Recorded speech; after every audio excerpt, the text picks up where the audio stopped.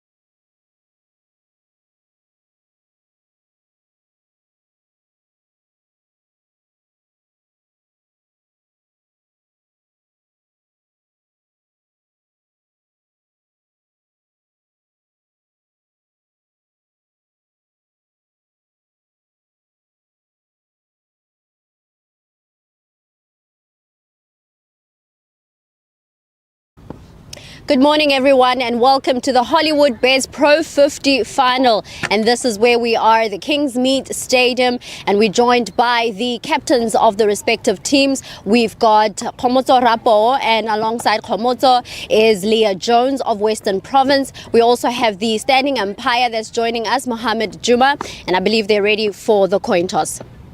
Head is the call. It's a head. Khomotso, come through. Let's chat. You've won the toss, and what are you choosing to do first? We're gonna have a bat first. You're having a bat. Why are you choosing to have a bat today? Today is a different day, different pitch, and I believe the pitch is flat and it might work out for our bowlers later on. It was a tight game on Friday. How is the team feeling at the moment, and has the team regrouped heading into this Pro50 final? I mean, we knew when we were coming here we had two finals, so whether lose or win, we have to step up for the next one. So I guess today is the day that everybody shows what they're here for. So the girls are ready. The girls are ready. And talk to us about just your starting 11 and what we can expect from the team. I mean, longer format. So obviously we have to be there with the bat, and we need to put more runs on the board so that our bowlers have something to defend. So I'm hoping our batters do their job for us today. Combinations. Yes. Talk about that. Which players are coming in today? Not much difference, but two batters in and only one batter out. Okay. Well, thank you so much and all the best. Thank you. Leah Jones, let's chat. I mean, what would you have done if you had won the toss today? We would have had a ball first. We saw there's a bit of movement in the air in the morning, so obviously we just want to use those conditions up front. You're coming into this with some confidence after Friday's win. You're smiling. How's the team feeling? Yeah, obviously in a good space. We want to keep the momentum going that we had from Friday, so hopefully we can use that and use it to the best of our ability. The possibility of making it 2 out of 2 from the weekend? Yeah, it's obviously on our minds, and I think something we really want to do. It's something we've been wanting to do for the past couple of years, and getting here is already a good start. So hopefully we can take both. And what are we expecting from your starting 11? Yandiswa Mangele misses out today, and then Megan Free makes a debut. Okay, well, all the best. Thank you so much. The Lions have won the toss, and they have elected to bat first.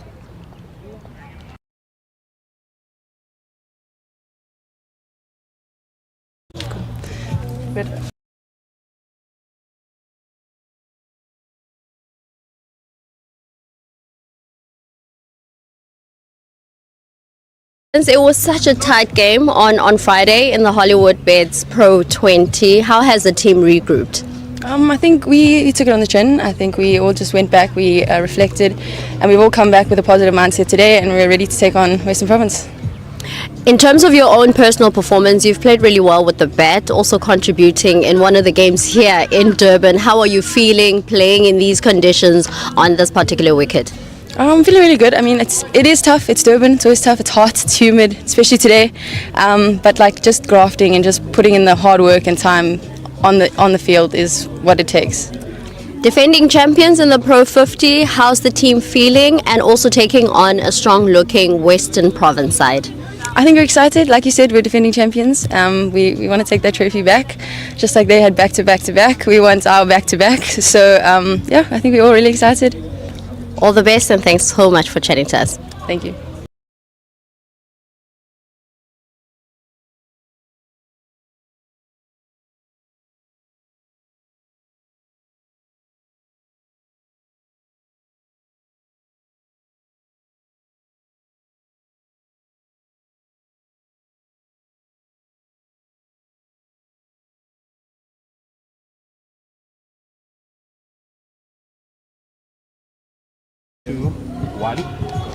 Lara Goodall, plenty of momentum going into this Hollywoodbets Pro50. How's the team feeling, especially after the win on Friday? Yeah, I think we couldn't celebrate too hard, so everyone kind of just rested. Knowing that focus is on today, I think we kind of just took some time yesterday to reflect on what we could have done better on Friday night, and hopefully we have a better showing with the bat today. What are some of the things that you feel you need to focus on as the team so that you could do those things better? Look, I think we fielded and bowled really, really well. We probably started in the batting a little bit. I think just bowling big partnerships and batting long, especially on the surface here at Kingsmead, which is always going to be a touch difficult. So I think just applying ourselves for longer, either posting a good score or chasing a good score. Personally, on your side, how would you sum up your performance with the bat this season? But also looking at the fact that you've also contributed, I think, 111 at a particular match. How are you feeling? Yeah, look, I'm always confident in the way I play my 50 over game. I haven't played as many games as I would have liked because I wasn't here all the time, but that's okay. I think I just want to contribute whenever I am here. Look, I just want to give the team a good start at the top of the order. I think that is my job. And also, I just want to keep pushing for higher honours. I think that's the main goals for me. Lions defending champions in the Pro 50. What are the plans going into this final, particularly against a strong-looking Lion side?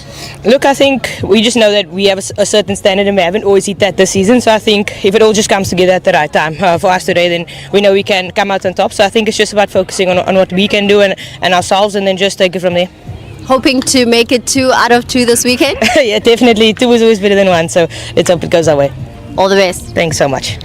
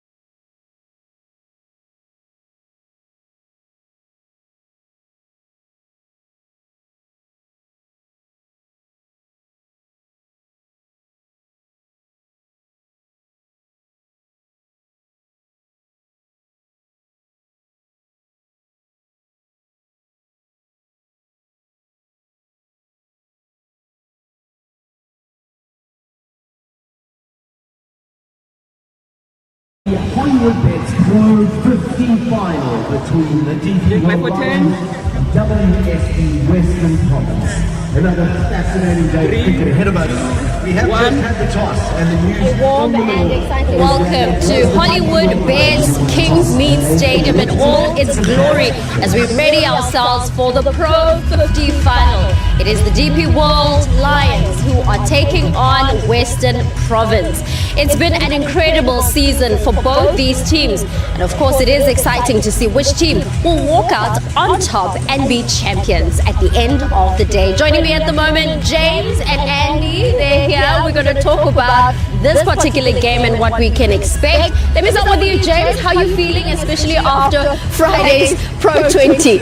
Well, it was a nail-biter in the end, wasn't it? Thought after the first innings that the Lions were gone for all money, but brilliant work from their captain particularly, Rasibe and Tazaka, to take 4 for 9 to get them close even. So today's a different day. They're not playing under lights. This is something that they're a lot more familiar with, playing during the day in a 50-over game. So I think both sets of players, the nerves will have settled slightly. So we should be in for certainly a very good contest. Andy, where were you? Where were you watching? Were you even watching? And just what are your thoughts on the season overall as far as the women's game is concerned? Well, it's always a privilege to commentate on what's coming up. The Proteas of the future. And you're going to see a few of them today. Watch out, folks, if you haven't seen her before, Mia Lawler. She's in grade 11 and she's already played for South Africa at under the 19 level. Made her debut at the Wanderers and started with a double wicket maiden. I get these stats from the man standing alongside me. I don't know that stuff, I get it from him. Western Province were here last weekend. They played the Dolphins in a 20-over game and a 50-over game, and they won both comfortably, so they're happy with the conditions. I'm intrigued to see that we've got a strip that's right on the edge of the square. So over there will be a very short boundary, and you'll see both teams trying to take advantage of that. There's quite a lot of grass on the pitch. I think the ball will grip. We might see a little bit of swing with the new ball. Lions are coming into this slightly broken and bruised from the loss on Friday. How should they be able to approach this next encounter?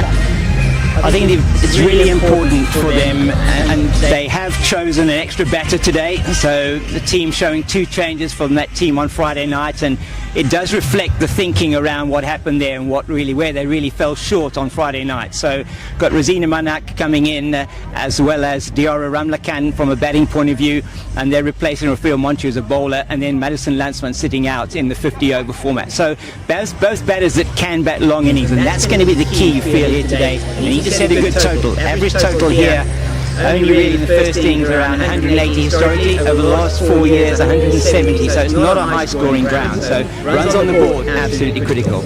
Runs on the board are going to be very important, especially for the Lions, looking at the fact that they didn't perform well with the bat on Friday. Where should they be looking at performing, particularly looking at the bat? Well, James was mentioning to me that there was something like 24 dot balls in the power play on Friday. That's what you can't afford. In any kind of one-day cricket, you must rotate the strike. You're not expected to be bashing the ball to the boundary all of the time, but you've got to just dink one into the corner there and take a quick single, keep the fielding side on their toes, and you've got to try and get a big enough first innings score that you're putting scoreboard pressure on the side batting second. We see that all the time. The side batting second gets themselves into a position where you think they can't lose, and then they lose. Sunette has been really fantastic with the bat. What are you expecting from her? And also Andy spoke about Mia. Is there a particular player that we should be looking at performing really well for the Lions? Lions have relied on their bowling strength most of this season to bring them through, and as well, you talk about Sunette Fulun-Low, very important in the middle order for them.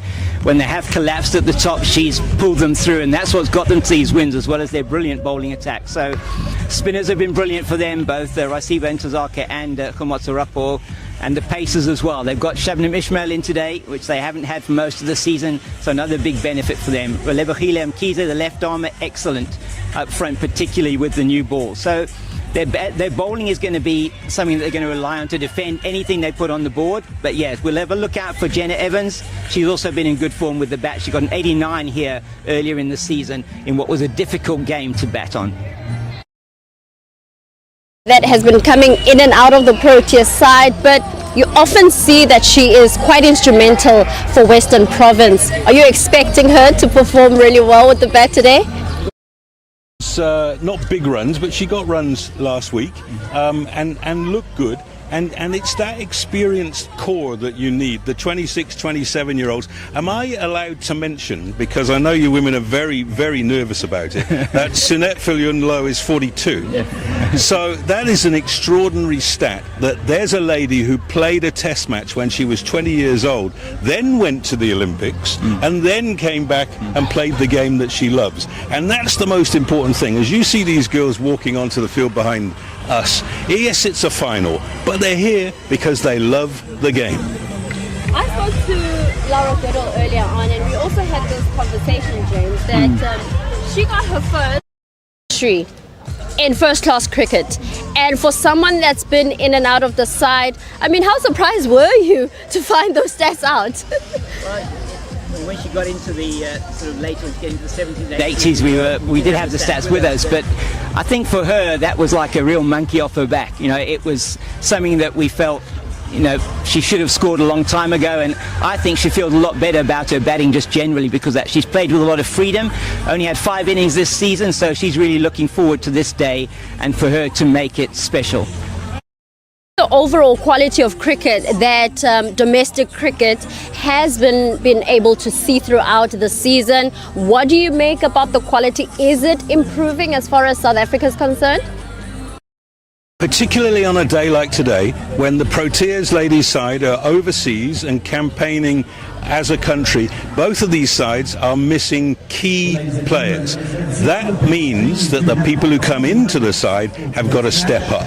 Their heroes aren't here. They have to perform at the best of their ability. Now, I was lucky enough to do the under-19s in Chatsworth a couple of months ago, and I can tell you that the stream coming through for South Africa is exceptional because of people like Supersport showing women's cricket.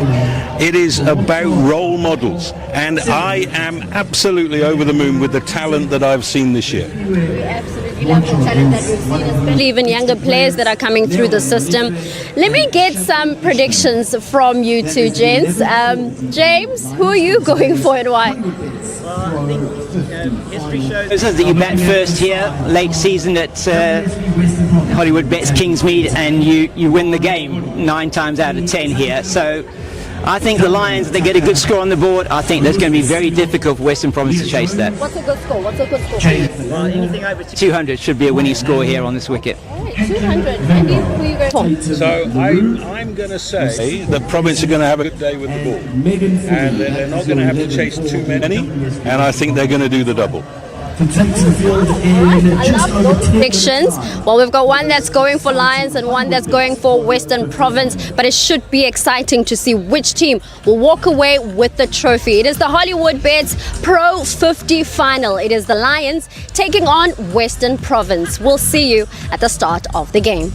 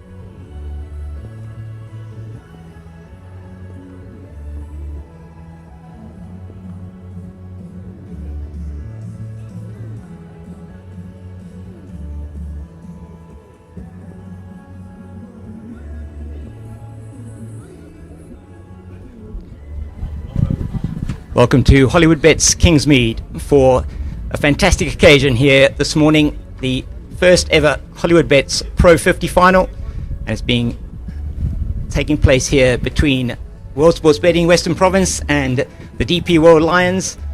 I'm James King, with me Vaughan van Jaarsveld. Vaughan, beautiful day here in Durban, great day for cricket. Yeah, morning James. Fantastic conditions once again. We've been blessed this Friday, Saturday and today with unbelievable weather. Bit of cloud cover, but clouds are very high, so good signs. And we are looking forward to a really exciting contest here. It is some interesting changes made to both the teams, and particularly to the DP World Lions lineup after that game on Friday night where Western Province just sneaked over the line chasing 76 to win in the Hollywoodbets Pro 20 final. At the toss, it was the captain of the Lions, Komotso Rapo, who won the toss and decided they're going to have a bat first, and they've put a few more batters in their team compared to the team that played on Friday night. Diara Ramlakan and Rosina Manak are in, and taking the place of one of the bowlers, Rafira Moncho, and a like-for-like replacement with Madison Landsman not playing today either. So strengthening the batting lineup with those two batters, and probably Manak will be taking the gloves as well. Neo Molefe keeps her place in the team and she'll be making her Pro 50 debut today. So quite something. And from a Western Province point of view, just the one change. Yandiso Mangala, the middle order batter, is sitting out, and a Western Province debut in the Pro 50 for Megan Faree, the University of the Western Cape player who did play for Eastern Province previously, and she makes her debut for Western Province today. So two debutants, one in each of the teams, on a final day. That's fantastic to hear. Obviously the management deciding that it's crunch time now, so big ups to the ladies making their debuts, and time to shine, bigger stage. So I don't think you can play for anything bigger than a trophy, so it's good to make your debut. Hopefully everything goes well for them. Well, we certainly hope so, and today just the conditions, Vaughan, will be a lot similar to what they would be used to.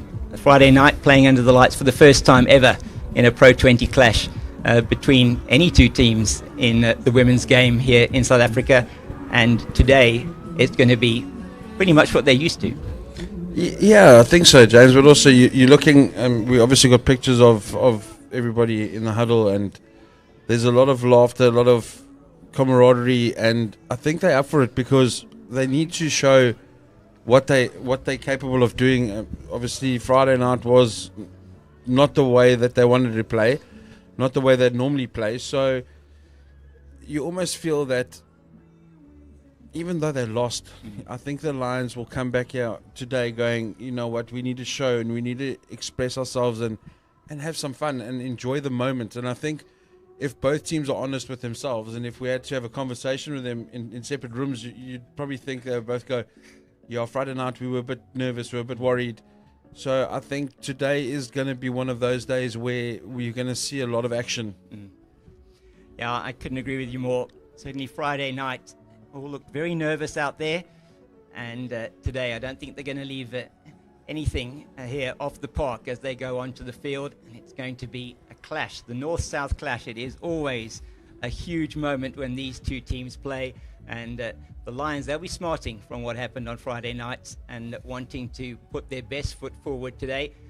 Saw John O'Leaf right on the field earlier on today, and he is really, we've got other dignitaries from Western Province. Clinton Dupree is here as well, so they're really looking to their teams to make them proud today.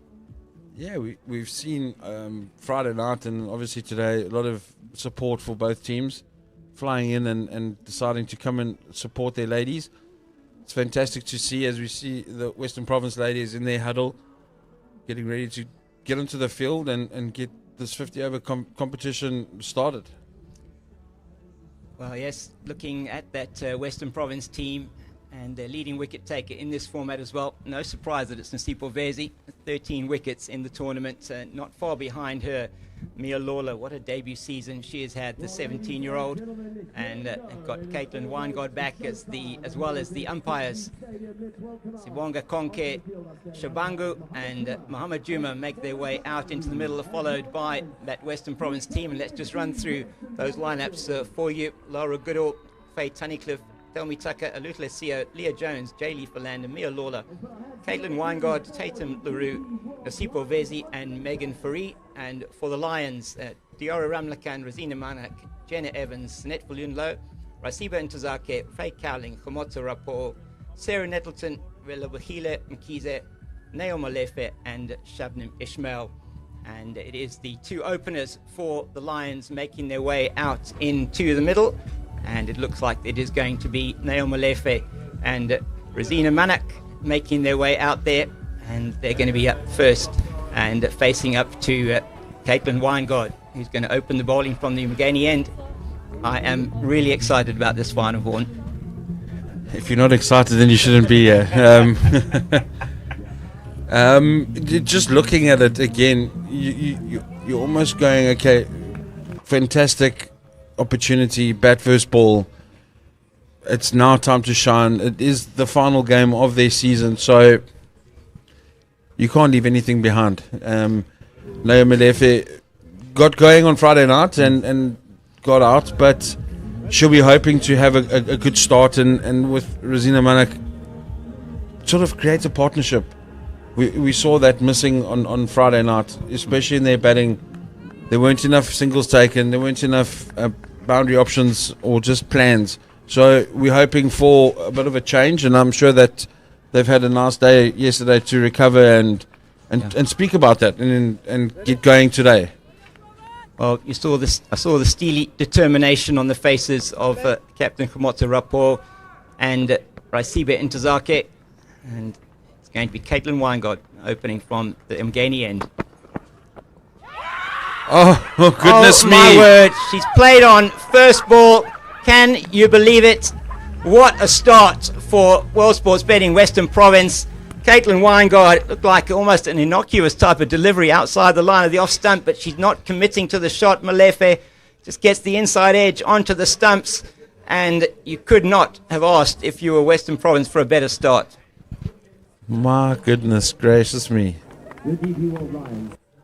You say innocuous, and you're sitting here going, it's a back of a length delivery, back foot defensive shot, and next minute everybody's celebrating. So not the start the Lions wanted, but World Sports Betting Western Province smiling from year to year. Well, Neo Molefe has to make her way back. You have to feel sorry for her, making her Pro50 debut today, and she would have wanted to really get off to the best possible start, and it's the worst thing that could ever happen to you in a final. Worst thing ever as a batsman, getting out first ball. Doesn't matter what type of game it is. You're right, aren't you? Just, I'm sure, amplified for her. I'm sure that, just feel sorry for her as she goes off. Young lady with a massive future ahead of her, though.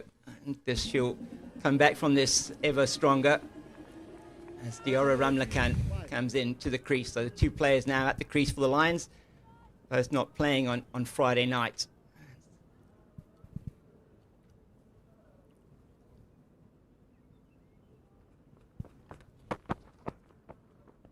Oh, there's a bit of swing. Yeah, that one moved quite significantly after it went past the popping crease, and umpire Sibonga Konke Shabangu signals it wide, which is not surprising. That one very wide. Now, Neo Molefe is thinking, why couldn't she bowl that one to me first up? Interesting to see that, because there was no swing whatsoever on Friday evening. And that Weingard was quite good on Friday night, bowling her lines and lengths. There we go. In the channel outside the off stump, which is what they did so well on Friday night. And they were attacking the stumps as well, weren't they? That sort of fourth stump line, both opening bowlers were very good. They were backed up as well by Tatum LaRue and Leah Jones when they came on. LaRue 3 in that match on Friday. Caitlin Weingart also excellent. She's got Western Province off to the best possible start here.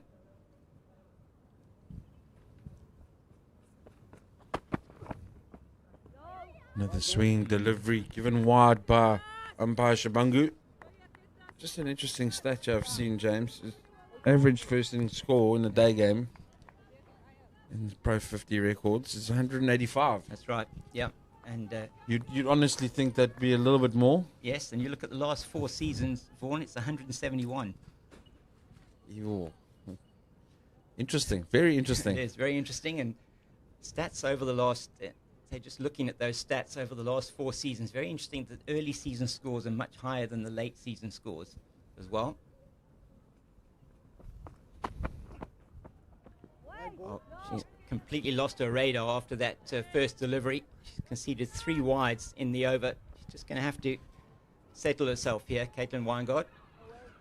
Those are your nerves speaking, James. She's gone away swing. Well, okay, first wicket, away swing. Now she's gone with the in-swinger. That's totally missed the line and length that she's supposed to be bowling.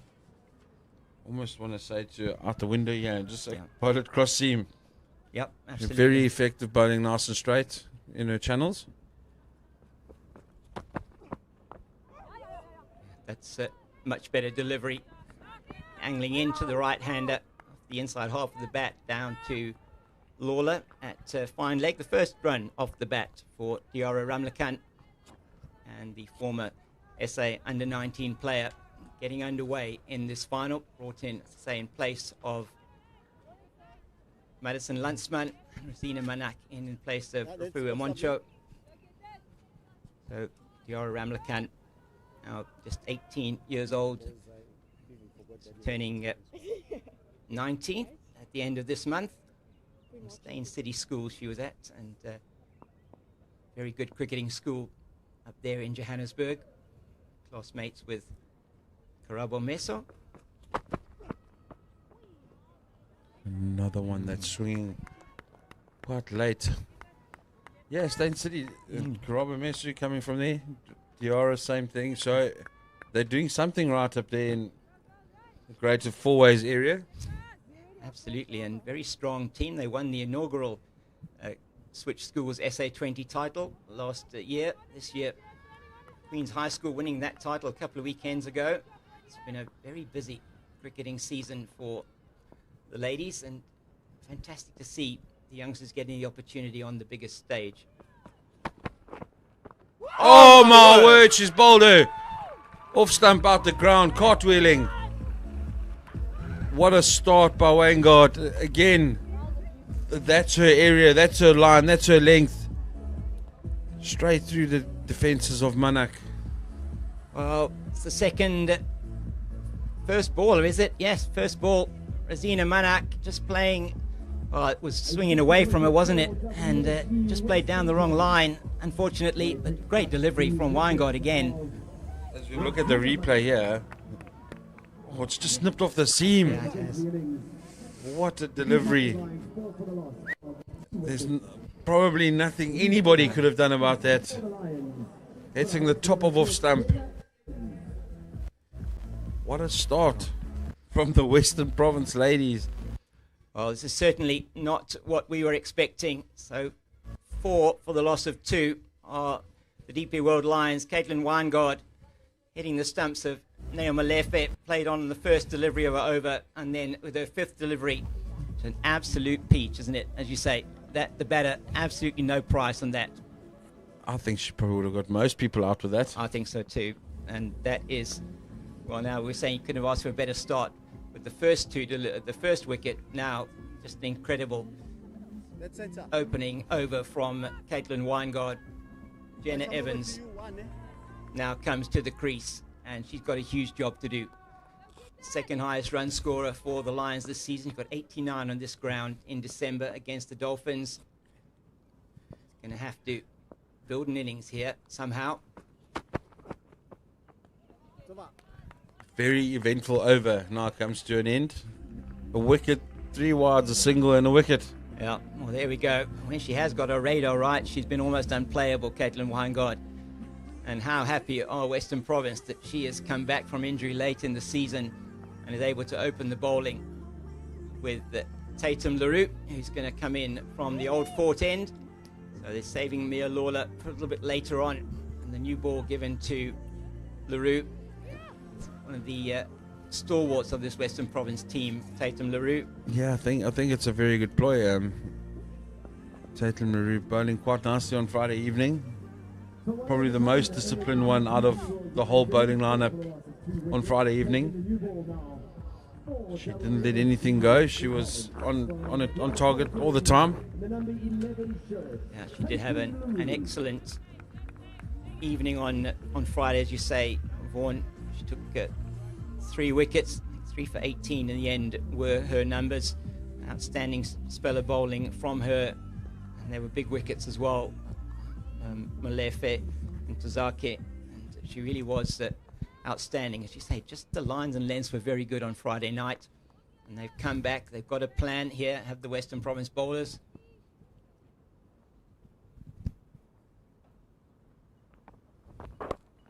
Short, it's caught the outside edge, but down to third man for one. A little bit of extra bounce there. We did see that from the pitch that they played on Friday night, which is the 5 tracks to the left of this one. It's quite hard underneath this one as well, quite hard. I mean, out there earlier on, and it has got a little bit of, early morning always, it's got a little bit of softness perhaps underneath it. It does feel hard, not quite as hard as the pitch they played on Friday night.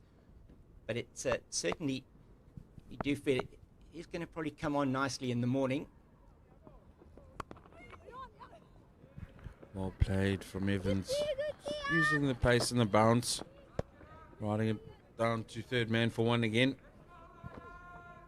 Yeah, James, but also you look at the grass covering on there, it just, you're almost saying to yourself, we need a ball first. Yeah. So maybe just getting it wrong. Maybe we'll have to wait and see when the Lions finish their innings. Yeah, we will. If it's something that could have been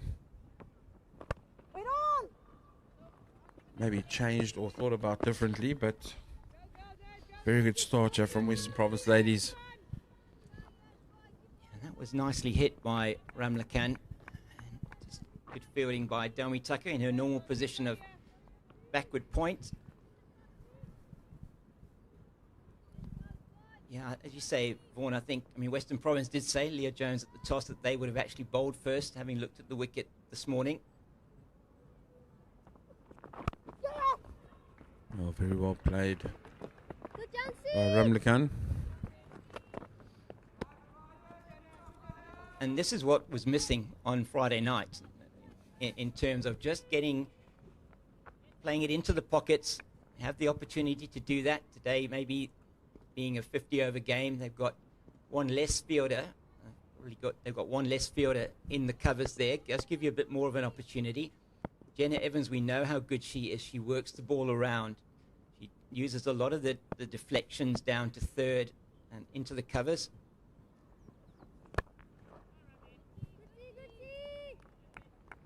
Just good to see, even though that they're 2 down, that they're still looking for those singles.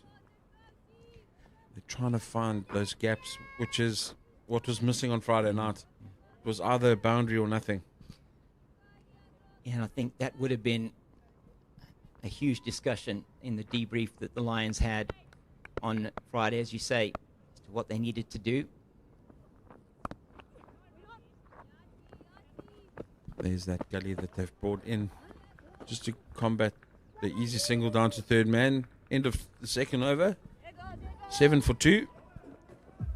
Oh, the Lions ladies. The Weingart to continue from the Umgani end. And she'll be falling into Diara Ramlakan. So just a discussion there between Jenna Evans now, very much the senior partner in this top order of the Lions batters. And Jenna Evans herself is still a youngster. Played in the under 19 World Cup in 2023, just 22 years old. So really is fantastic to see the youngsters coming through, given the responsibility. It's a huge one on the shoulders of these youngsters, as it's another 20-year-old, Caitlin Weingard, is going to be bowling to Diara Ramlakan.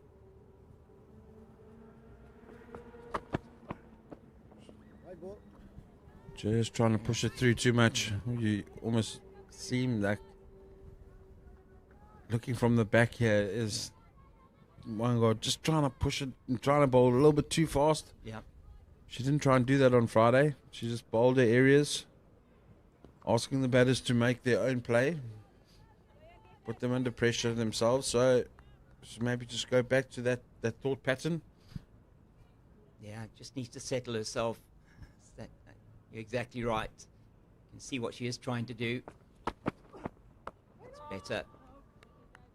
She certainly, there she was bowling a little bit slower, wasn't she? She just held her pace back, and she does do that when she tries too hard almost, and it's not just her that does that. I mean, you see that with a number of bowlers as well. Just trying too hard, maybe trying for the wicket delivery, and then it doesn't come out the hand quite how you would want it to.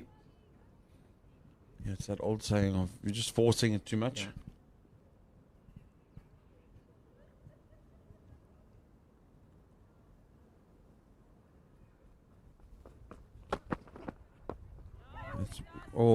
Mix up. No, there was no run there. We'll call that nerves again. Yep. Trying to look for that single again, but there we go. That's that line and length that she was so good on Friday with. Is okay, Lions batters, what are you going to do? Well, how are you going to play me? How are you going to score off where I'm going to bowl? Yep. I almost feel that if she moves from that, it just becomes easier. Because you're giving the batters options to just either free their arms or play a shot that they wouldn't really play otherwise. Beautiful cricket shot. Flicked off the legs for 4. Oh, she's underway from a boundary count point of view. Diara Ramlakan, beautiful balance, and that was in the area for her to play it through that square leg region for 4. Fantastic balance. Waiting for it right until the very end. And hitting the sweet spot on that DP bat. Racing along this fast outfield for 4. Oh, that will settle some nerves. It will. It was a lovely shot. Really was.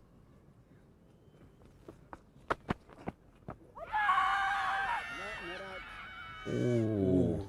That is very, very close. Huge appeal from the Western Province ladies umpire Shabangu. As you heard it saying, not out, maybe height. I don't know. Yeah, just angling maybe down leg side. I think that's what he was thinking. Probably doing a little bit too much. You saw umpire Juma on the side there just going a little bit too high. Yeah. She is standing outside her crease anyway, so that's also a nice advantage for her. Yeah, the umpires would be making note of that. So certainly good decision there from umpire Shabangu.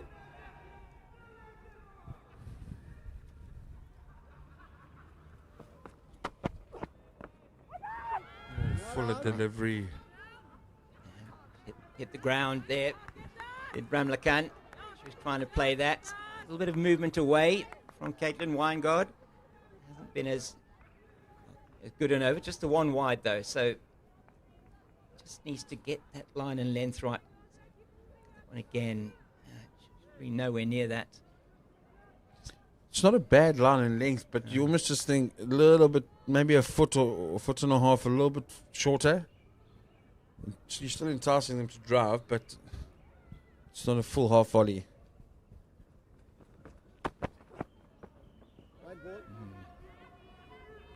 Just trying to bowl a little bit too quickly.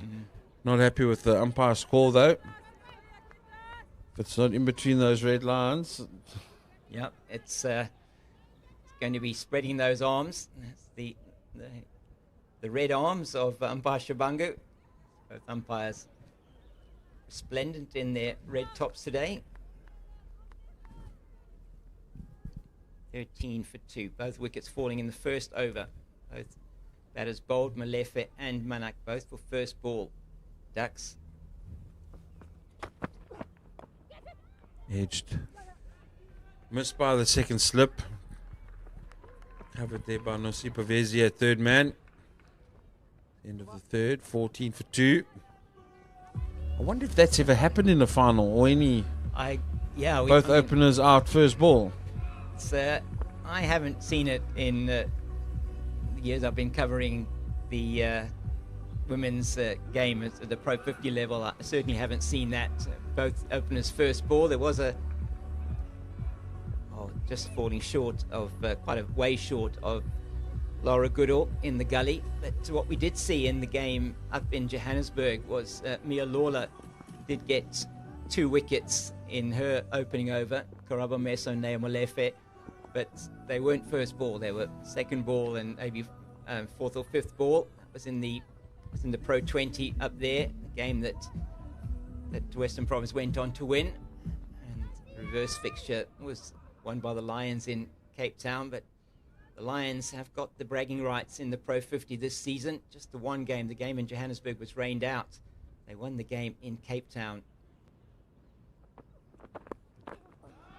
Too short from LaRue and easy pickings for Ramlakan.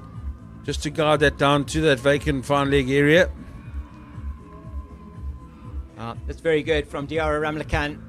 Just making sure that there's anything there that she can capitalise on, that she's done so. And that's the second boundary for her. Was a wayward delivery and she's onto it very quickly. Nice shot from her. Yeah, Caitlin LaRue's got to just be careful here. She's bowling with a 7-2 offside field. So anything with a bit of angle down to that leg side, it's easy pickings. Yeah, it just mustn't vary from what was so successful for them on Friday night, you feel. Short, cut away. Beautiful cricket shot by Ramlakan again. She's given a bit of width outside that off stump and easy pickings. Very good of her to find the gap. Nicely played down. No chance of getting out.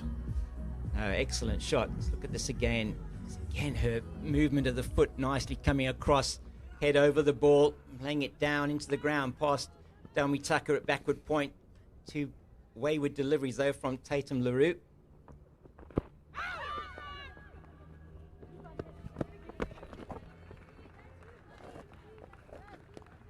And just feel that Western Province bowlers, after that opening over where they took those 2 wickets, just struggled to settle down. And that's what they need to do. They need to try and just not deviate from what was so successful for them on Friday night. And Evans and Ramlakan doing well here, particularly Diara Ramlakan raced to 16 of 14 deliveries, 3 boundaries for her.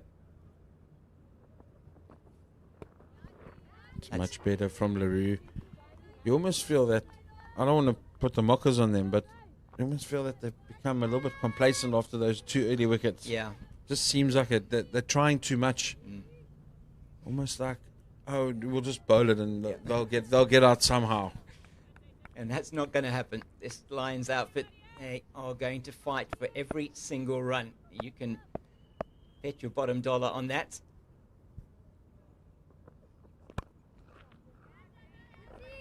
Nicely played by Evans. Straight though to Jones. That extra cover. Just need to exert some control that they've lost over the last couple of overs. I just want to go back to that discipline and consistency that they had on Friday night.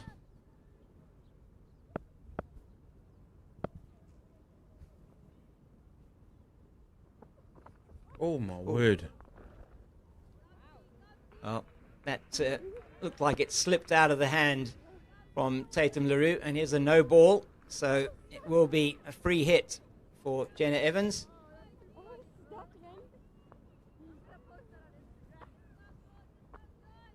Yeah, not quite sure what she was trying to do there. Maybe just seemed like there was... you could see that she went straight, the hands are sweating. Is a little bit muggy, but there is a nice little breeze, so it shouldn't be that bad.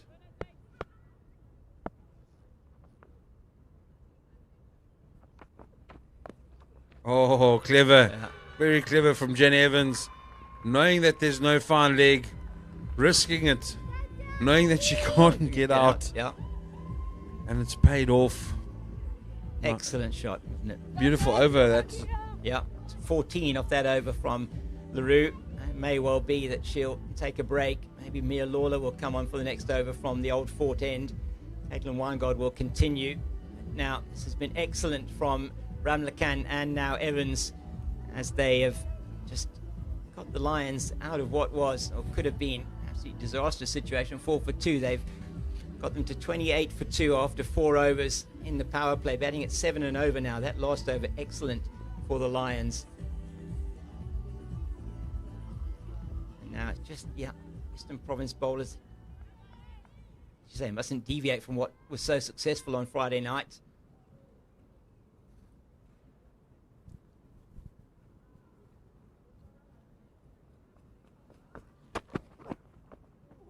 Oh, bit of movement off the pitch. Yeah, you just think that, James, you don't want them to deviate because you want a good contest between bat and ball. You don't want it to go one way or the other. No, so exactly. you want a good contest where the batters are working hard to get their runs and the bowlers are working hard to get their wickets. Yeah, exactly. And punch and counter punch, different aspects of the game become very interesting in that situation. Oh my word, there we go. Well, there we go. That's what she was so good at on Friday evening. Just that extra bounce. Tall young lady, Caitlin Weingard, and that was, as you say, an absolute peach once again to Ramlakan. She did well to not get an edge onto that. Oh my word, that is a Polish dream, that. Lovely action. Through the crease nice and easy.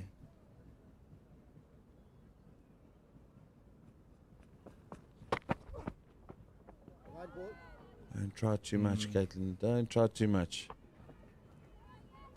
Yeah, so that is now her 6th wide. As you say, just maybe is trying a bit too hard. Previous delivery, just absolutely perfect in the line and length that she was bowling so well on Friday night. She's getting movement this morning, which you would expect early on. It certainly wasn't the case on Friday evening.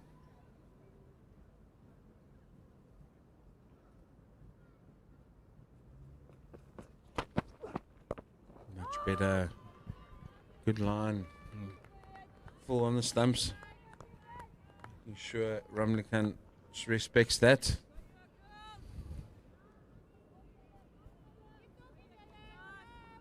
Well, the opening over was one that I certainly didn't expect. And 2 wickets. I don't think anybody expected that. Now the Lions fighting back, as we would expect they would. Added the extra batter in today.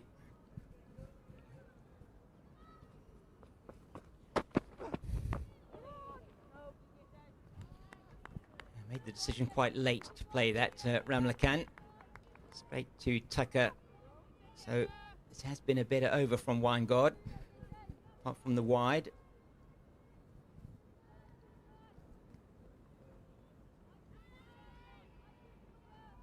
An interesting change to the Western Province team. Fielder there at mid-wicket, Megan Faree, making her debut today. She has played for Eastern Province previously, but her Western Province debut. Full. Just dug out from that Yorker length almost for a single. And she's a batting all-rounder. Has a bit of medium pace. She played SA schools 2 years in a row. She was representing Eastern Province. Comes from DF Malherbe School in Hoërskool DF Malherbe in Gqeberha, school that produced Roseanne Cup as well. So good pedigree there. Danae van Niekerk is her cricketing hero. Well bowled again from Weingard. End of the 5th, 30 for 2. 2 off that over from Caitlin Weingard.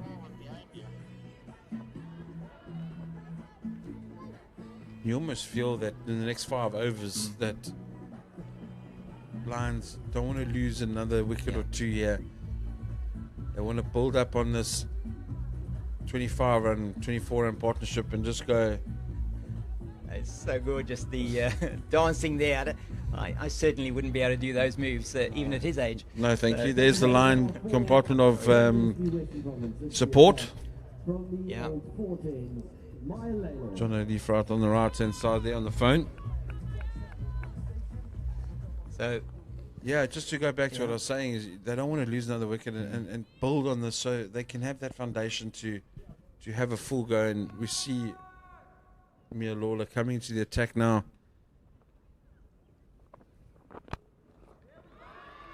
Wow. Glorious cricket shot again. Good balance from Ramlakhan. Flicking that off her legs for another boundary. you know you certainly cannot stray onto the pads of Diara Ramlakhan. There's a lovely shot. Just almost putting it there on that leg stump. Mia Lawler, not the start that she would have wanted. I expect that she will come back. She's got a 6-3 offside leg side field.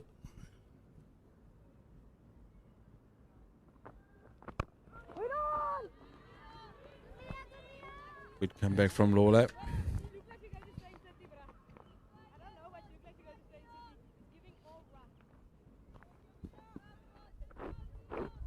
They've done well here, this pair.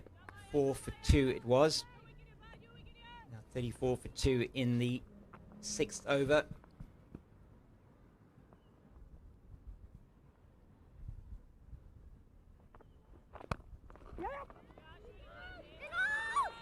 Quick single taken.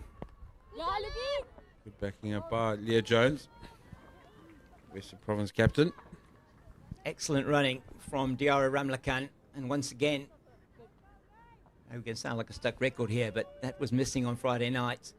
Just It was definitely the rotation of strike, which then leads into your boundary hitting. I think they almost had it the opposite way around. Yep, they did indeed. Well played from Jenna Evans. Get 2 here. Should easily get 2. Decide against it. Fielding from Nosipa Vezi. Another good over here for the Lions. Western Province bowling attack. After you say those 2 quick wickets, you say perhaps just feeling, okay, they were on top, which they were, but the Lions are clawing their way back in here and doing a very good job.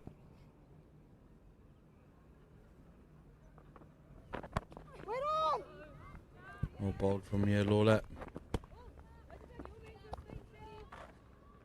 Diara Ramlakhan done an outstanding job for them. You just feel on Friday night they were a batter short, and the difference that perhaps she could have made in that batting lineup. And today, making the right decision to go with the extra batter. And so far, even though they are 2 down, it certainly paid off for them. One of them already in the change room. Yeah. Unfortunately. No. Yeah, good end to Mia Lawler's over. 36 for 2 after 6. Have a change in commentary.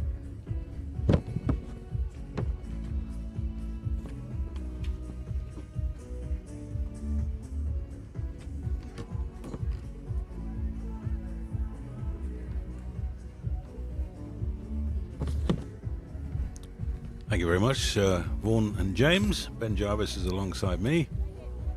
And although only 6 overs have been bowled, we've actually had 33 minutes. And with all of the wides, it's actually about 7.5 overs.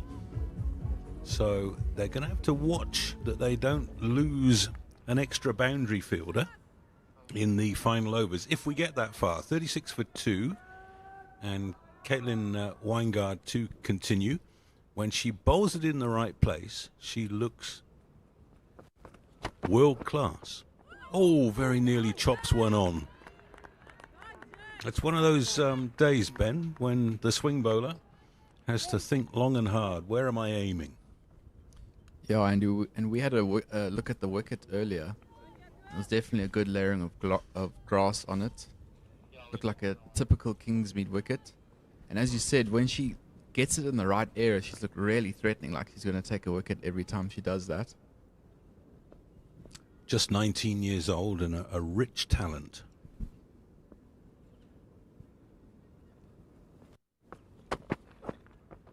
That's a good leave. Now, it might seem a strange thing to say, but I always like to see somebody in the top order who knows how to leave a ball. If you're in a 20-over contest, it's a difficult thing to get into your head. But a 50-over contest, there's lots of time when the ball's swinging. If you get a chance to leave a ball, do it. It's one of those weird things in cricket, Andy, that you can't explain to someone who's never watched it before.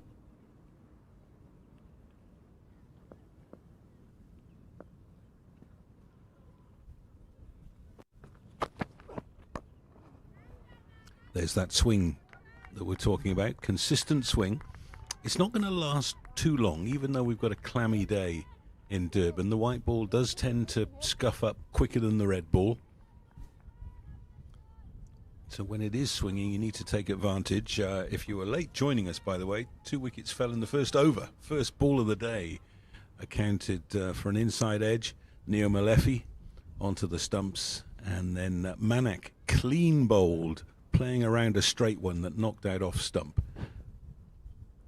So 2 wickets in the first over, but since then, good recovery from this third wicket partnership. Jenna Evans is beaten outside the off stump. That's the length, Andy. That's the perfect ball.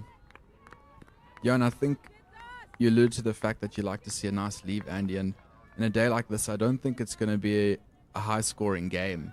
And from a Lions perspective, they don't need to be overly ambitious. I reckon the score, anything over 180, there could be really favourites to win the game. So when you see a leave early on, it's not the worst thing, particularly when the swing is going to go away relatively soon. Looks like she's treading grapes at the top of her run.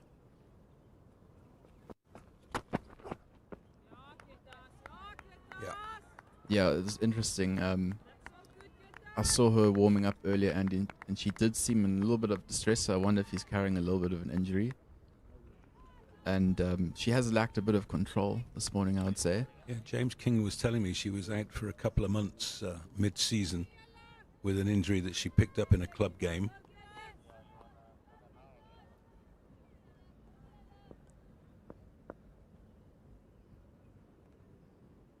Now, can she bowl a maiden over? That always settles a bowler. Yeah, well bowled. Second bounce through to the keeper. And 36 for 2 after 7. So that is our first maiden of the Pro50 final. And we thank Hollywoodbets for looking after both the Pro50 and the Pro20 and putting so much effort into women's cricket in South Africa. It is a growth sport for a good reason.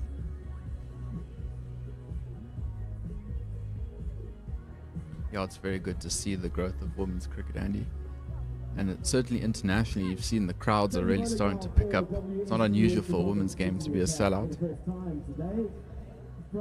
Yeah, particularly in traditional hubs of the game, like England and Australia. Getting fantastic crowds there, and it's, as you say, it's coming in South Africa. Now, we've got spin for the first time. Now, this will be very interesting because Delmi Tucker bowled here last week and did get the ball off the straight, and I think she might just get a little bit more grip today than she did then. Bowling spin inside of the power play.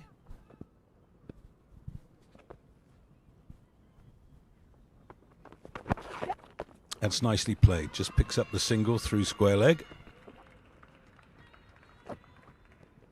Yeah, Andy, I was watching Tucker warm up as well, and she's getting the ball to turn a lot. Interesting, they've taken Layla off only after 1 over. Maybe she'll be coming from the Mgeni end. She might have not been comfortable from the Old Fort end. Just an ask there, not really an appeal. Delmi Tucker was our player of the match last week. Bowled well and batted beautifully. She made 42 off 28 deliveries in the 20-over contest. She started well here as well. And of course, you know, Andy, at Kingsmead, spin's always going to play a role. So sometimes it is the battle of the spinners.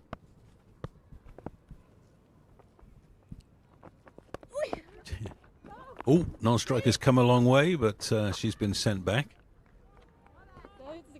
Yeah, I think it's perhaps the weak area of both of these sides, that they don't have a gun spinner. Somebody who's going to come on and change a game. Is that a wide? Umpire is thinking about it. No, maybe it hit the pad. Are you surprised they've taken the paces off so quickly in the power play, particularly with the ball swinging? You know, trying to take full advantage of the swinging ball. Yeah, I think I probably would have allowed things to continue the way they were, but I haven't got a problem if she bowls well, which she's just bowled an over for a single, then everything's good. So that means only one run has been scored in the last 3 overs. Yeah, Andy, I think it's important that Lions don't panic. I actually don't mind this. You know, absorb some pressure. 50 overs is a long game. And we've seen over the years at Kingsmead, anything over 180 is, you know, it will make for a good game of cricket.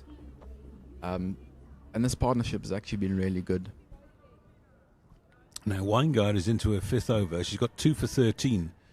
And half a dozen of those runs are wides. So nobody's really got hold of her.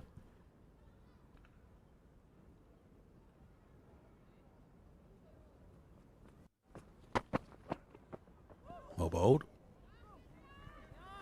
Yeah, and when she's got it right, as you said, she looks really threatening. And this wicket, you know, will assist the seamers today. It's got a very nice layer of grass that might go away as the day goes on.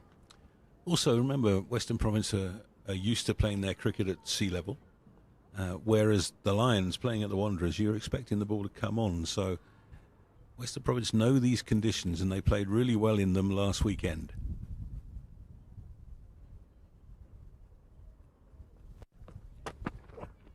Too short and pummeled away for 4. Good shot.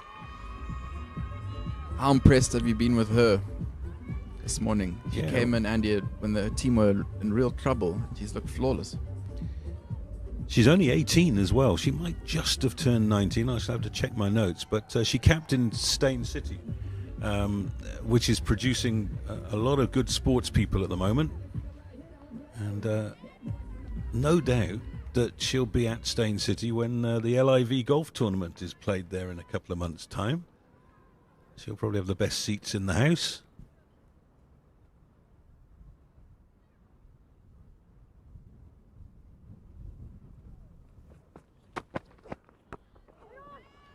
Fielded.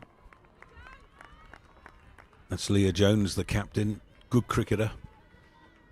Expect to see her with ball in hand quite soon. And I think the key bowler is going to be Nosipo Vezi. Took 5 for 18 here last week, and nobody could get her off the square.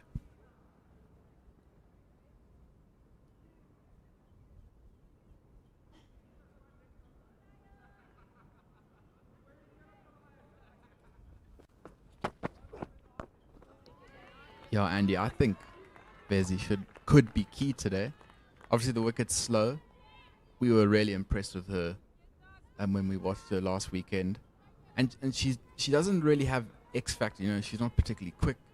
She's not necessarily swinging the ball a lot, but she's just consistent and hits the stumps. And it can be very frustrating to play her.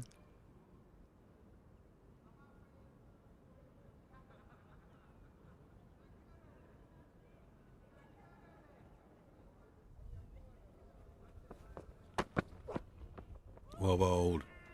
This is much better over this from Weingart. Not just putting it there.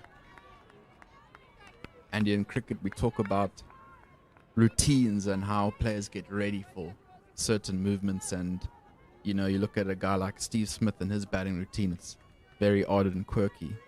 And Wineguard's got a bit of a unique routine at the top of a mark, as you'll see here.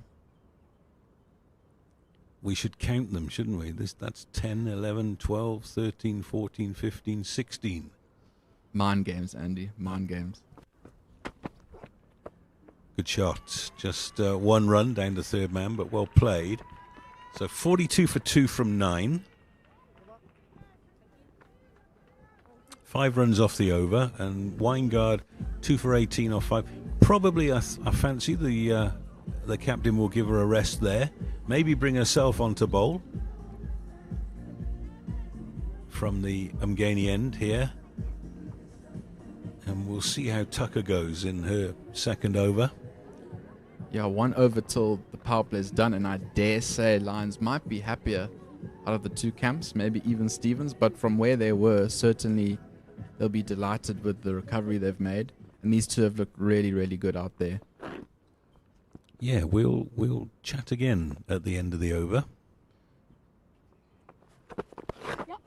That's neatly played for 1.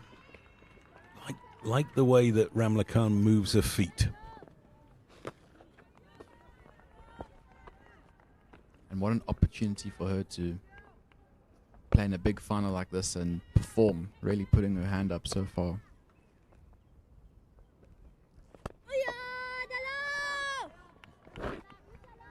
Tucker started very, very well. She's bowling a good line. No width.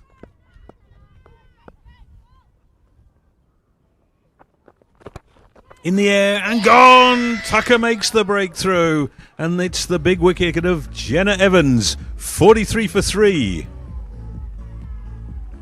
What a massive wicket for Western Province. I don't think that was Tucker's best ball by any stretch of the imagination. Evans will be so frustrated with herself that she didn't put it away. And I was just about to say, Andy, this partnership was really complementing each other in the sense that Evans was absorbing pressure. And just as I was about to say that, she's given her wicket away.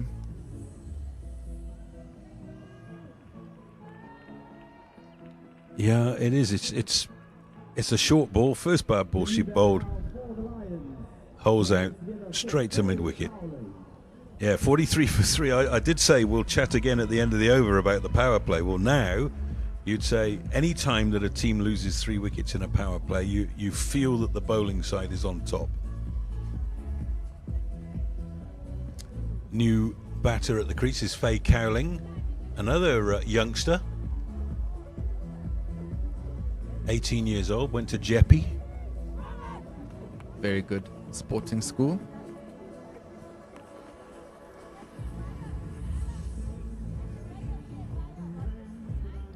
I do know the headmaster of Jeppy quite well, Andy. Who's that then? Brendan Gittins was at my class Uh-huh. for a while, and he moved over this year. He himself was a very good cricketer and rugby player, and his brother-in-law is actually Devon Conway. Ah, New Zealand's finest.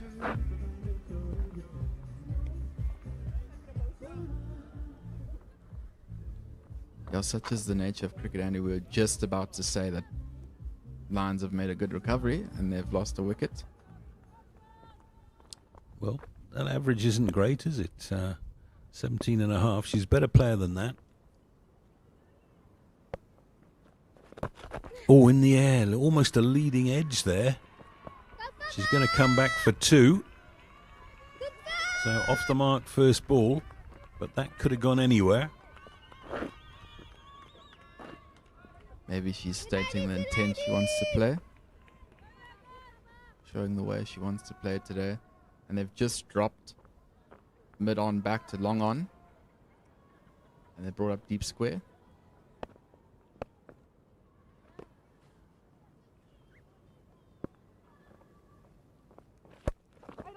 That's lovely from the bowler. Gets it up over the eye line, says, go on, have a go at that one. And it's brave as well. Because we know how Cowling might look to play this.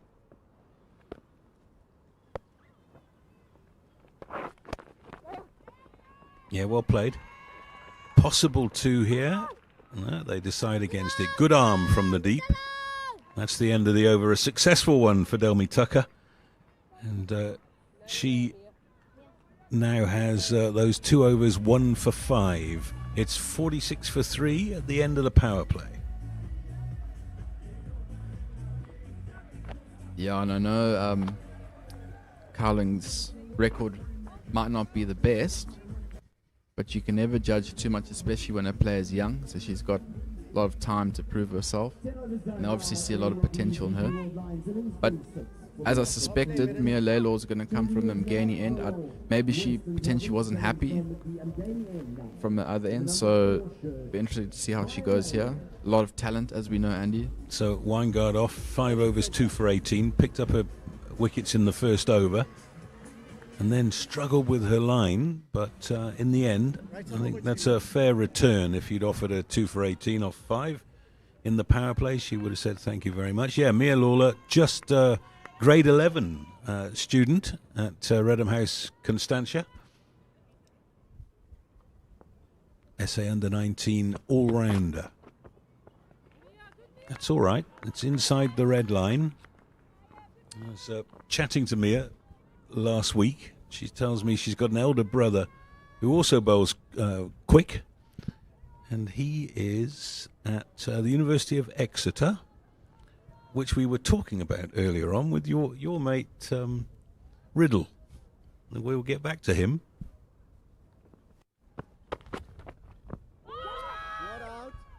Leg by. Yeah, Andy, I don't think you can help yourself but to try bring up the topic of rugby. Well, the Kersney Festival's just round the corner, the Easter Festival. If you want to see Andy in his happy place, go to Kersney Easter Festival. So, yeah, those who don't know, Ben Jarvis does some sport coaching at Michael House. And which Riddle brother is it at Exeter? I didn't coach Campbell, but yeah, he went to my class. Campbell Riddle, there's 2 of them. Both very good rugby players. Campbell's at University of Exeter and playing for Exeter, and then William has just joined the Sharks Academy. And yeah, Campbell's been having an amazing season with Exeter so far. A lot of Instagram reels going viral about how well he's playing and the tries he's scoring. Maybe Mia's brother's mates. Well, you never know. I would say it's almost definite. Oh, not out is an early call again. And they're going to come through for an overthrow. That's a little bit untidy for Province in the field. Mia was not happy about that. You could hear in the stump mic. Yeah, and the reason you say, Andy, people from whoever is watching this from wherever might not know the reason why Campbell and Mia's brother will be friends, but everyone at Exeter is South African, is friends with all the other South Africans. So they definitely know each other, that's safe to say. That's brought the half century up, by the way. 50 for 3 in the 11th. So run rate is okay, 4.7. In the air and gone! Oh, that's a soft dismissal. Cowling has gone for 5, and it's 50 for 4, and no wonder Western Province are celebrating. That's a huge wicket for Western Province. They're firmly on top now. I was just about to say Mia Lelo was looking really threatening in that over. And the one thing she does produce in abundance is pace. And they haven't even brought on Fezzi to bowl, which is frightening. Yeah. Yeah, you can see how annoyed she is. Just this is, I said it up front, it's a soft dismissal. She's hasn't pushed her foot forward, so the ball's come straight out of the middle of the bat, but with no pace, and straight to mid-off. Silly mid-off. It's good fielding position. Good thinking by the Western Province. Obviously the wicket is a little bit slower today. Getting those catches nice and close. Every chance of taking another wicket. Now, James King was mentioning that the Lions needed to stiffen their batting after Friday's game. We come to number 6 in the order, and this is Sunette Philyoun-Loh, and she is the quality player. And she comes in a crisis, 50 for 4, and really should only have one thing on her mind, and that is she needs to be there in the 40th over. So that's great figures, aren't they? 35.5 is the average. And remember that her career has 2 distinct slices, as a young lady and then as a mature lady, coming back to play the game she loves. 950s and 100 in this form of the game.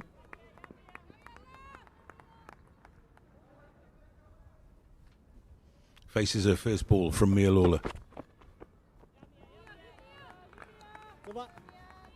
Over bowled.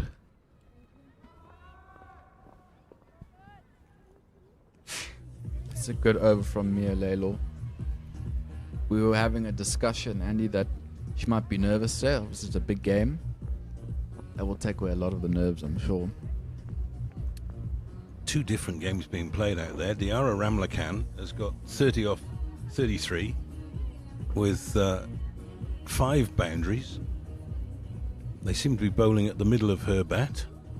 And at the other end, it's carnage, with both openers going for a duck, Malefi and Manak, and now Evans and Cowling, 6 and 5 respectively.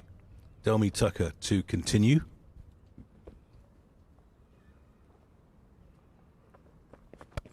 Oh, it's gone down to long on for 1. Now this will be an interesting combination. The off spin of Tucker up against the broad bat of Philyoun-Loh. You do feel that Ramlakhan is the key now. She's obviously in and she's looked flawless. Her wicket is definitely will be the prized wicket.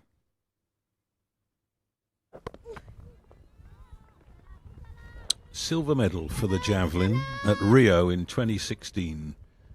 For the lady on your screen there, now 42 years young.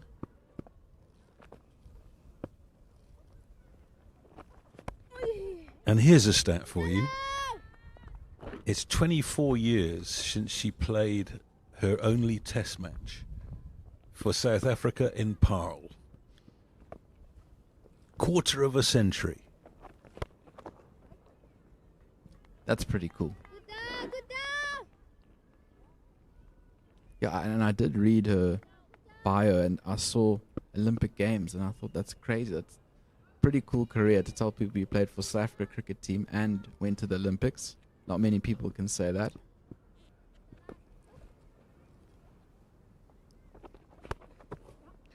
And she's off the mark. Good shot.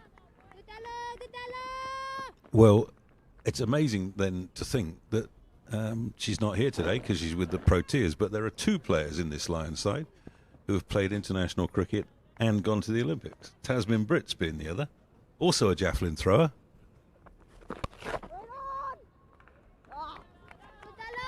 I don't know any of the Protea men who are doing such things. Andy, what are they doing with their lives? Yeah, exactly. Wasting their time. 52 for 4 after 12. Just 2 runs off the over. And Western Province in full control. After the Lions won the toss, opted to bat first. Now they just need a partnership here. They're running out of batting. Philyoun-Loh is 42 years old, which is quite impressive to still be playing professional competitive cricket, but not as impressive as the Dolphins' Imran Tahir. 46 years young. Yeah. Oh, he got smacked around last night, though, didn't he? I didn't want to say, Andy, because people might blame it on age. Here's Lawler then, bowling to Philyoun-Loh. Oh, nice little slower ball there, a little bit of an off-cutter. Good skill.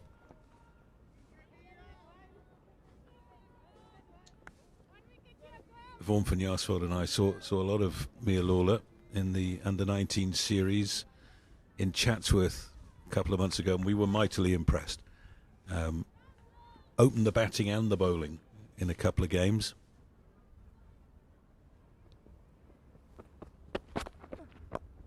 Good shot.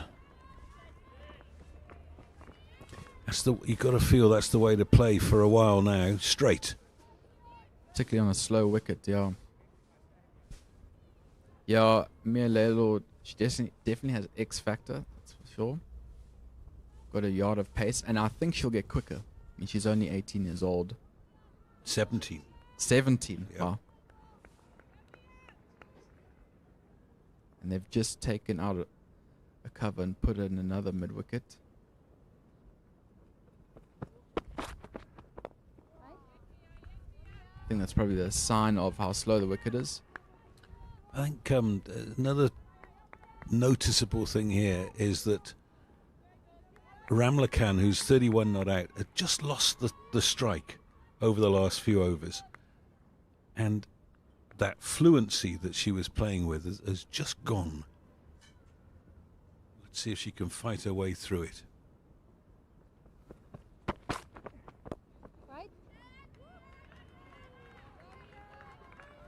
So a 17-year-old versus 18-year-old, is it? Yeah. The future of the game in South Africa is in good hands. And awesome to see them playing in a final as well. Very good experience.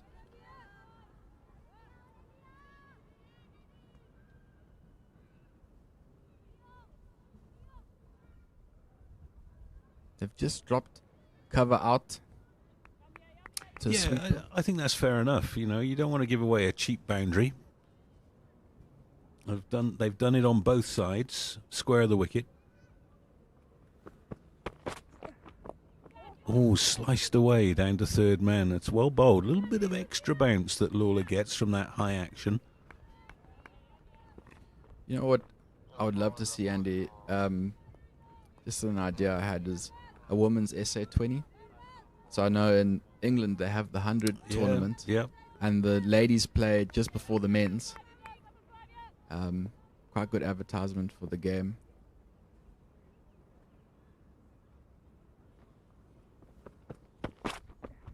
Well bowled. Okay, so that is 13 overs gone. It is 54 for 4. We'll have a little change in the commentary box. Vaughan Finney-Arsfeld and James King coming in.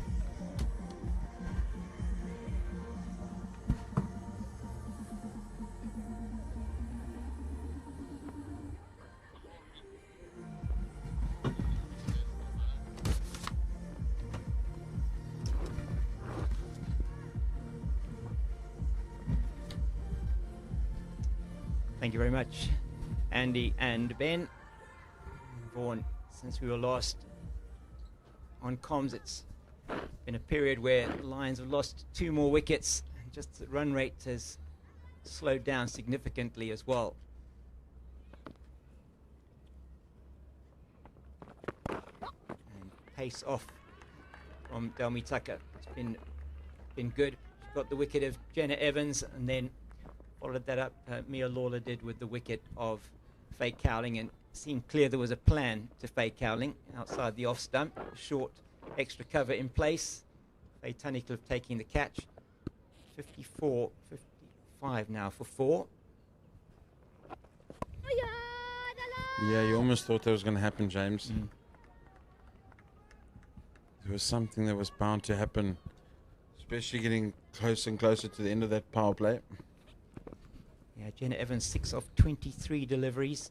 And she was probably feeling the pressure of not scoring.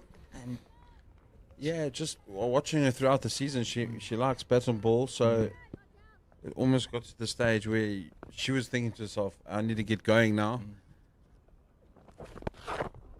And the same with Faye Carling. And we've watched her a few times, myself and Andy down here. She loves bat and ball, so yeah. Clear plan, obviously catching cover. She hits it aerial, so hit hard down the ground by Filion Low. Welcome boundary all the way down to that long on boundary.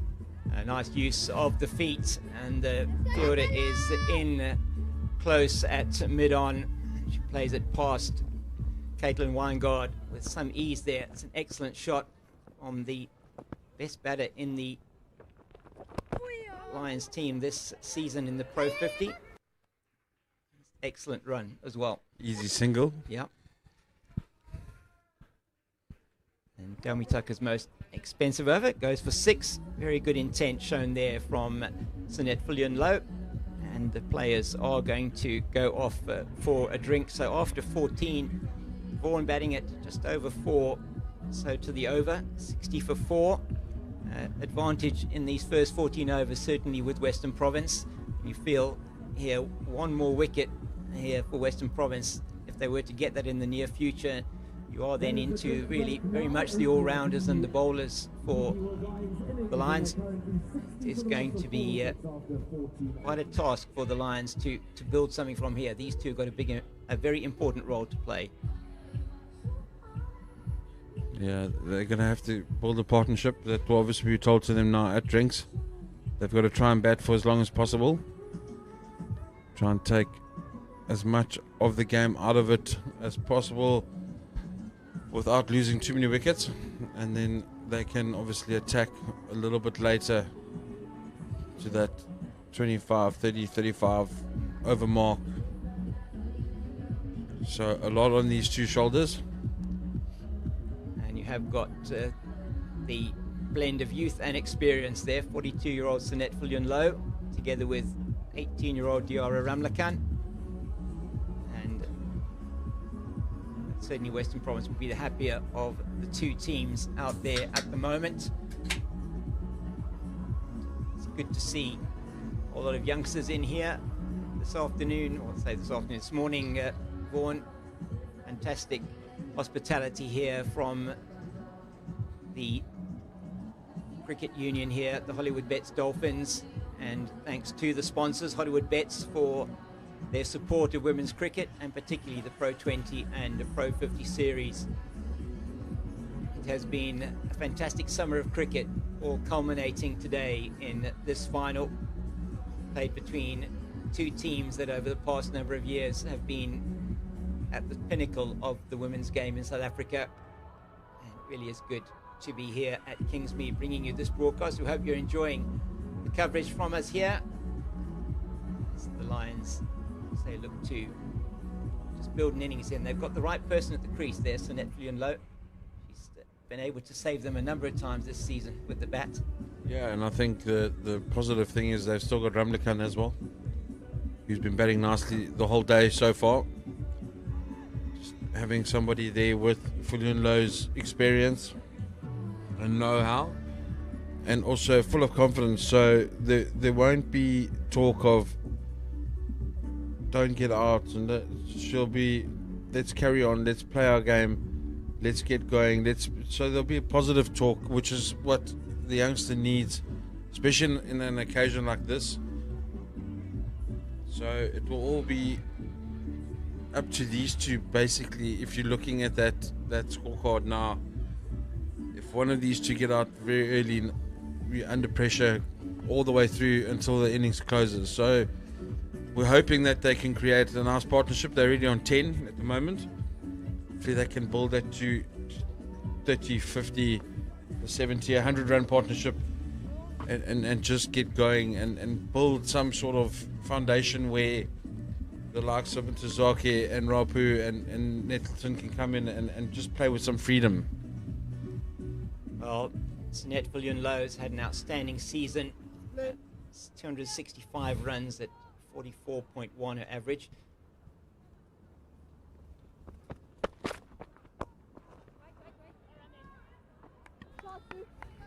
Mia Lawler continues from the Umgani end, and after that first over that she bowled from the old fort end, placing Caitlin Weingard after Weingard's opening spell, 5 overs, 1 maiden, 2 for 18, 2 wickets in the first over of the contest.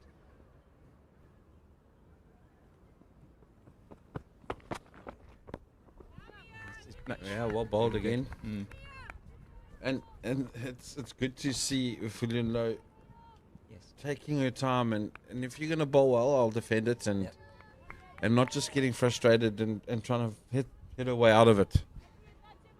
And she understands how to play the game in terms of the 50-over format, and that's what's so important here. She's going to prize her wicket, and to get her out, Western Province are going to have to bowl exceptionally well. They're going to have to execute their plans. She is going to want to bat for the rest of this innings, Sinette Viljoen-Louw. Oh, 100%, definitely. That's what I enjoy. I mean, Yeah. full of energy, 42 years old, still playing professional cricket, still offering advice, helping the youngsters. It's unbelievable.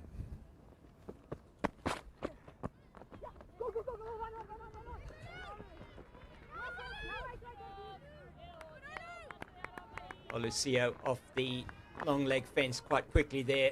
You heard the call from the stump mic. It was Sinette Viljoen-Louw pushing for 2, and that's also excellent from her. Incredibly fit, quick between the wickets. Yeah, she's running with a 19-year-old, so it should be fun. They should make a lot of singles and a lot of 2s. They're protecting the deep backward square boundary again for Mia Lawler. Oh, well bowled from Lawler. Just targeting that channel outside of stump. Oh, she went for 6 in her first over, Mia Lawler. Boundary off the first ball that she bowled, just on the pads of Diara Ramlakhan, who looks exceptionally good at anything that is too straight to her.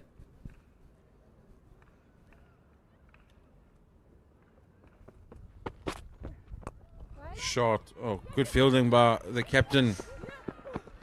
Oh, that could well have ended badly for Diara Ramlakhan there. Very fortunate that Mia Lawler was slightly wrong-footed there, with that ball just deflected by Leah Jones, and they get through for the single, 62 for 4 after 15.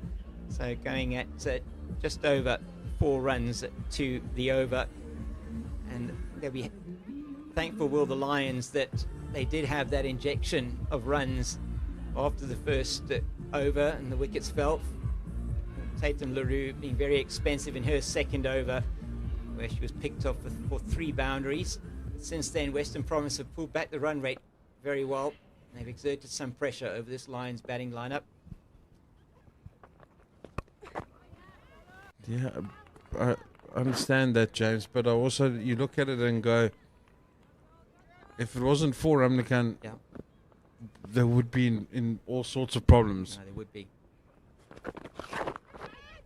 And, nearly. Oh, Vesey there was a bit hesitant in coming forward. That looked like she could have taken that catch. Maybe we should just stop. Yeah, I think we should stop saying just anything stop saying anything about everything, yeah. Yeah. Just let Diara Ramlakhan bat, I think. Yeah, I think these teams just bat. Yep.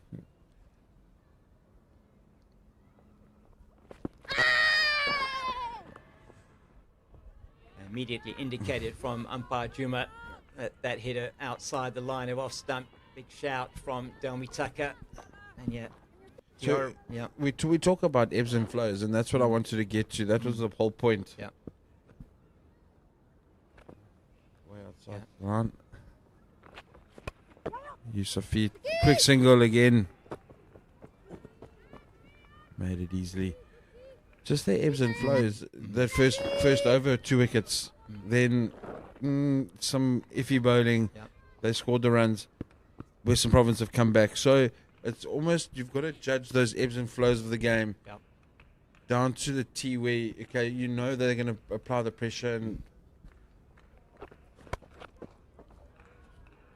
oh, no, she's given a wicket away. She's trying to go over the top. Well, cannot believe what we've just witnessed here, Vaughan. And Sinette Viljoen-Louw looking to go over the top, as you said, against Delmi Tucker. And Tatum LaRue backpedals from mid-off and takes the catch. And now they're 5 down on the Lions with 63 on the board. It's almost a nothing shot. Didn't have to really do that. And that's why I say, that's what I was getting to, those ebbs and flows. If you don't control them, the pressure gets to you, and you can lose wickets at a rate, or you can lose one or two.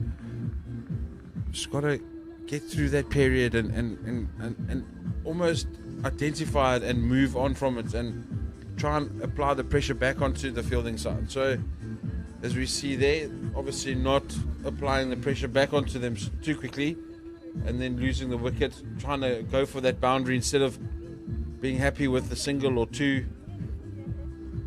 But Delmi Tucker has been bowling unbelievably well. She bowled well on Friday. She's carrying it on today as well. Yeah, she has certainly used the conditions exceptionally well out here. As it is now, the left-handed Shabnam Ismail coming to the crease and promoted her ahead of the captain, Rasibe Ntazaki. Ntazaki's had a pretty good season with the bat. But just feeling that the experience of the Protea is very important here to try and get Diara Ramlakan through a phase where very few runs have been scored.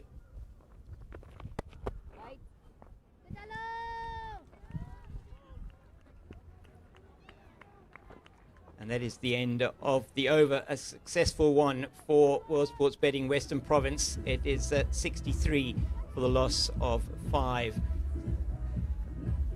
And now you just, as we were saying, I mean, they've just got to bat, haven't they? Keep the ball on the ground, make sure that you're not taking any unnecessary risks. And well, you don't have to. You don't have to. You don't have to. No. And I mean, that's what I say. The ebbs and flows of it. You lost 2 early wickets. Ramlaka and Evans sort of got going. You lost Evans, then you lost Cowling. You need to build a partnership now to sort of react from the pressure and to take that pressure off your shoulders. Lawler to Ramlakan. Because now you don't want Ramlakan to throw away a wicket and you are then 6 down. You need to get, your first port of call is to get to 80 and then 100 and then move on from there. And the closer you get to that 160, 180, as we've seen on those sheets, it becomes a lot tougher for the team batting second. Oh, beautiful shot again from Ramlakan as Lawler just strays onto the pads and she whips that through backward square for 4. Another excellent shot off her pad. She looks so strong if you're too straight to her. It's the third one. Yep. Lovely. Look at the replay. Lovely balance. Waiting right until the very end. Playing it as late as possible. Head nice and still as we see here from the side. Perfect picture. Even with a little bit of flair, that leg up right off the... Fantastic to see. Yeah. Well, I hope the cameraman got the picture of that. She has certainly played that shot very well. Overcorrecting Lawler, and she does miss out there, Ramlakan. Straight to Tucker at backward point. And the World Sports Betting Western Province fielding, but it's been on point today as well. And you can really remember 1 or 2 that have perhaps been knocked on, but generally been very good. The catching so far has been good.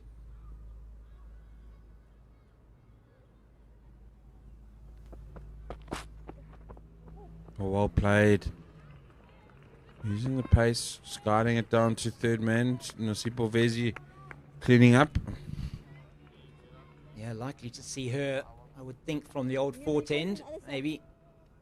Delmi Tucker, do you think, Vaughan, do you think she'll bowl through her 10 overs? I really hope she does. Yeah. Really hope she does. She's bowled her 5 overs, 2 for 14. Really just want to see that a spinner can bowl through and bowl the 10 overs, and they can then bring on Nosipo Vezi. Or you could probably even maybe get Vezi to come on from the Mgani end. Don't think Lawler's going to bowl many more. Maybe another one if she's lucky. Yeah, this is the 4th over of her second spell. Just the 1 over from the old fort end. She's looked a different bowler from this Mgani end. Saw how well Caitlin Weingard, when she was making sure that she got her line and length right, very good from this end.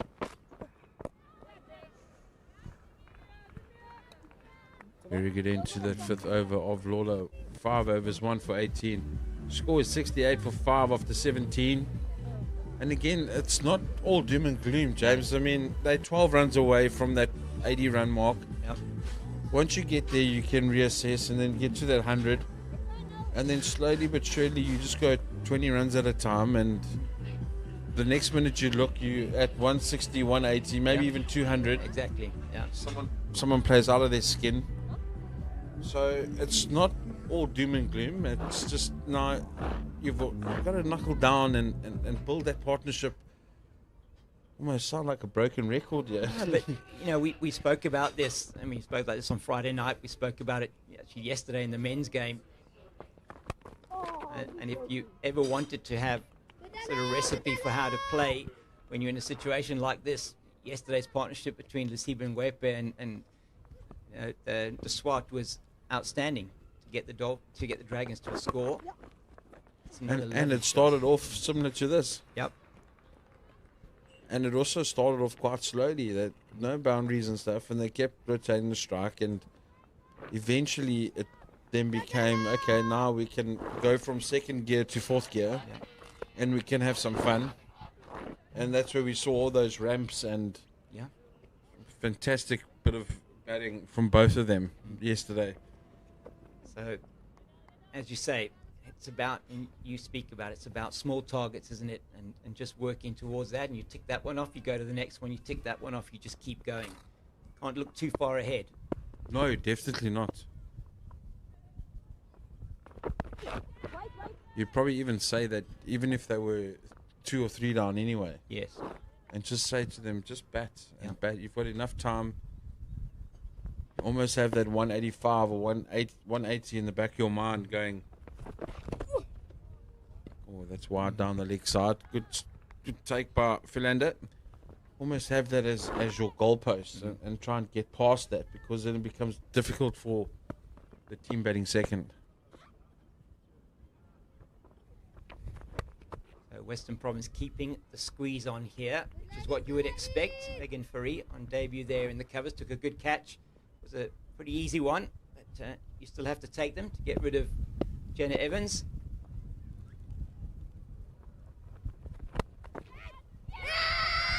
Oh no, I don't think that's carried.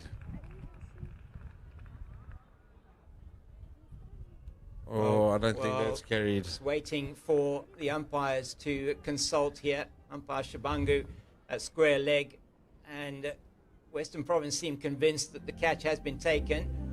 The umpires are consulting. The umpire Juma would have been unsighted there. That's the replay, signaling not out. No, it bounced. So good decision from umpire Shabangu at square leg. Looking at it again from behind the wicket, I don't think you're going to be able to tell here. Umpire Juma getting a view there. I think he felt that it bounced, and certainly from the replay it does show. It appears to show clearly that ball bounced. Can't really see it from that replay, but looking at it straight on, it looked like it bounced into her hands. Definitely straight on. Just the way she was lying down on the ground, almost thinking to herself, she's not sure either. No. So there is a bit of doubt, as we see again. Maybe we get a nice slow-mo now. Ooh, well, looking at that again, yeah, it could be a key moment in the game. Maybe that first view, it did look like it bounced, but oh, she's gone! She's gone! Well, can you believe it? Brilliant work from Mia Lawler. They take a sharp single to mid-wicket, and Diara Ramlakan is run out by a direct hit from Mia Lawler. So it's the set batter that has to go, and can you believe it? Just the ball before given not out to a return catch, Shabnam Ismail, and this time it is her partner that's been run out. I've just got to say one thing, and I think I might be right, is she hasn't slid her bat, and I think that's what's made her so irritable, because she knows a simple little rule of just sliding your bat in. Yeah. There you go. Yeah. I thought about it because as I saw it, fantastic fielding from Mia Lawler, getting to the ball quickly, a quick release, hitting the stumps. And that's just that old rule that you tell every youngster, slide your bat in. And it was in the air as it went over the line, as the ball hit the stumps. Brilliant decision, you have to say, from umpire Shabangu. And so they didn't get the wicket with the previous ball. And what was, you have to say, the umpires giving the benefit of the doubt to the batter with that caught and bowled. It did certainly was unsighted, the standing umpire at the bowler's end. Umpire Shabangu giving the decision, saying that that ball had bounced from his view. He doesn't have the benefit of a replay, and I'm sure he probably would have gone upstairs had that been the case. But 70 for 6 as the captain brings herself into the attack. But Mia Lawler, brilliant work at mid-wicket. And Rasibe Ntuzake joins Shabman Ismail out in the middle.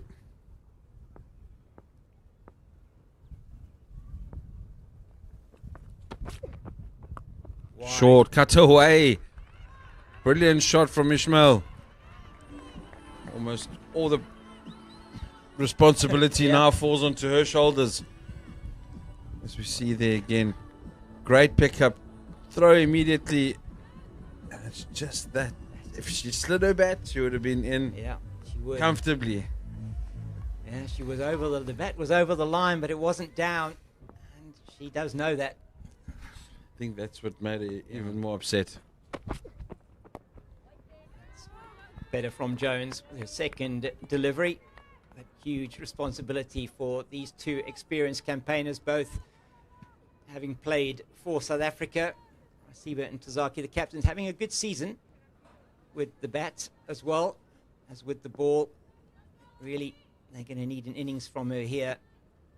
A captain's innings from Ntozaki.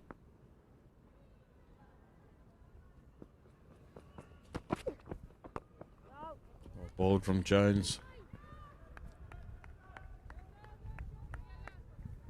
74 for 6. 18 overs and 3 balls. It was Leah Jones as we look at that lovely shot through the offside. She was given the width and she didn't miss out the left-hander. It's a rare commodity in women's cricket, left-handed batters at domestic level. Yeah. Not many of them. When Leah Jones finished the previous delivery, you weren't watching. No. She said to Nosipho Vezi, warm up. Okay, I wasn't watching. So no. I'm excited to see. I know there's only 4 wickets left, but that should be enough for her. It should be, yeah. Tucker has done her job, it seems like, from the old 410. So it may well be after 6 overs, 2 for 16 for Domi Tucker. An excellent spell from her. And she really did. She did bowl well. She got that wicket of Jenna Evans. That was the one that really started the second slide for the Lions. Driven outside edge of the bat, down to third man. A little bit of a fumble, but they'll stick with the single. Yeah, and you feel the Lions bowlers, particularly the slow bowlers, are going to be a handful on this wicket as well for World Sports Betting Western Province. The Lions, they're very good at defending a score. I know that at the moment they certainly will feel that this is nowhere near enough. But again, for these two here, it's just keep what you were saying earlier on, just set small targets. A good fielding from Tucker at point. End of the 19th, 75 for 6. Oh, it's been all action this morning here at Hollywoodbets Kingsmead. What an occasion, the final of the Hollywoodbets Pro50. And earlier on today, just to give you some information, if you are just joining us, was the DP World Lions that won the toss and elected to bat first. Captain Leah Jones from the World Sports Betting Western Province saying she would have bowled first, so both teams got their wish, as was the case on Friday night. And was a disastrous start for the Lions. 4 for 2 at the end of the first over, then a very good recovery. A 39-run partnership between Evans and Ramlakan until the third wicket fell at 43, fourth wicket at 50, fifth at 63, and the sixth at 70. Now 75 for 6, and Nasipo Vezi, who is Western Province's leading wicket taker in the competition this season with 13 wickets, comes into the attack from the Old Fort end, and you know what you're going to get from her. I almost feel that, why didn't she bowl a little bit earlier? Yeah.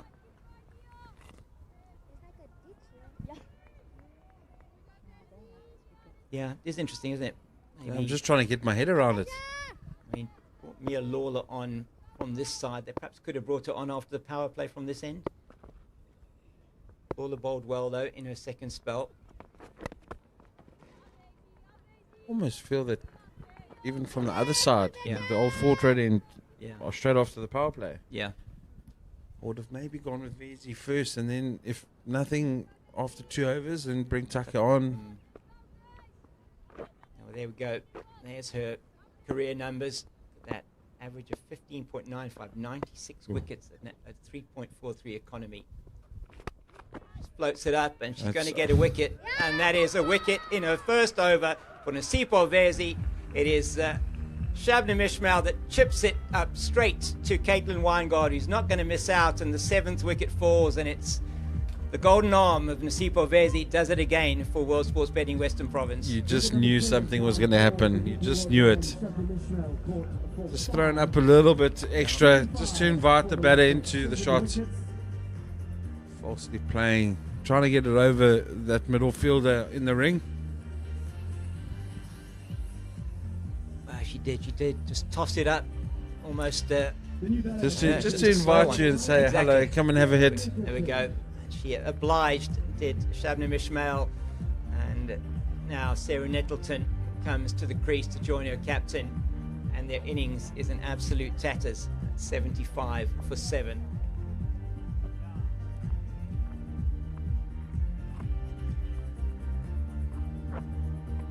Nasipo Vezi loves bowling at Hollywoodbets Kingsmead. She took 5 for 23 in the last season against the Dolphins here. That was her best figures ever in the format. She took 5 for 18 last week here against the Dolphins. And she's got her first wicket here in her first over.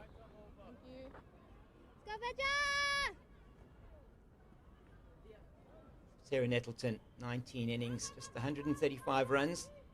Average of just under 8, with a high score of 21. And that will be an absolute minimum for her today to get.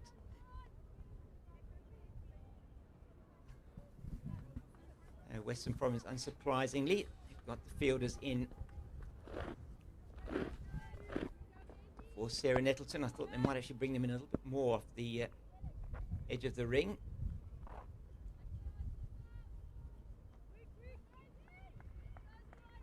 So what have we got? 4-5 offside leg side field. She's going to be bowling it gun barrel straight here. Maybe even aiming from middle stump maybe.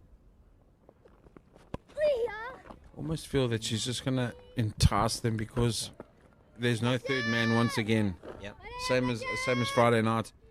She's going to say to them, you know what, if you want to score some runs, you got to go either over the top, straight over my head, or you got to pierce the field. Either side, left, offside or leg side.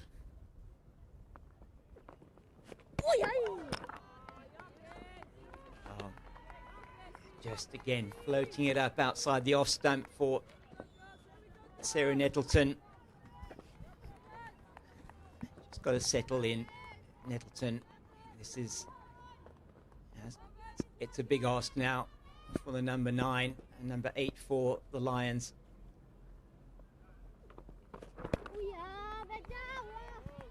Well, that is a wicket maiden. Fantastic over once again from Vezi. 75 for 7 to 20. Myself and James are going to take a little break. Andy and Ben will be here until the...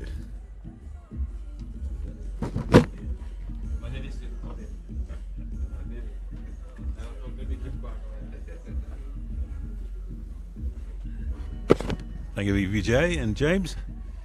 Well, since we were here last, things have taken a turn for the worse for the Lions. They've gone from 43 for 2 to 75 for 7. Oh, good shout. Very good shout. Not given. They've come through for a leg bye. They were pretty adamant there. Oh, that looks straight, didn't it? That looked like a really good shot. DRS.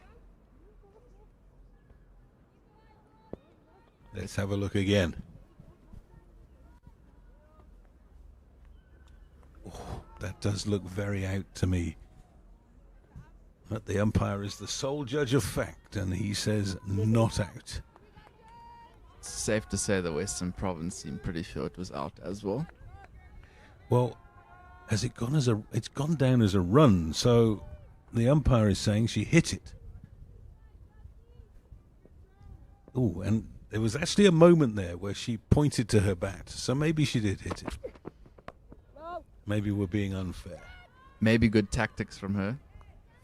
Realizing it did look out. Are you suggesting skullduggery, Benjamin? Let me not say more, Andy. You're a commentator. You have to say more. Anyway, this is Leah Jones. She turned 24 on Tuesday, on Saturday last week.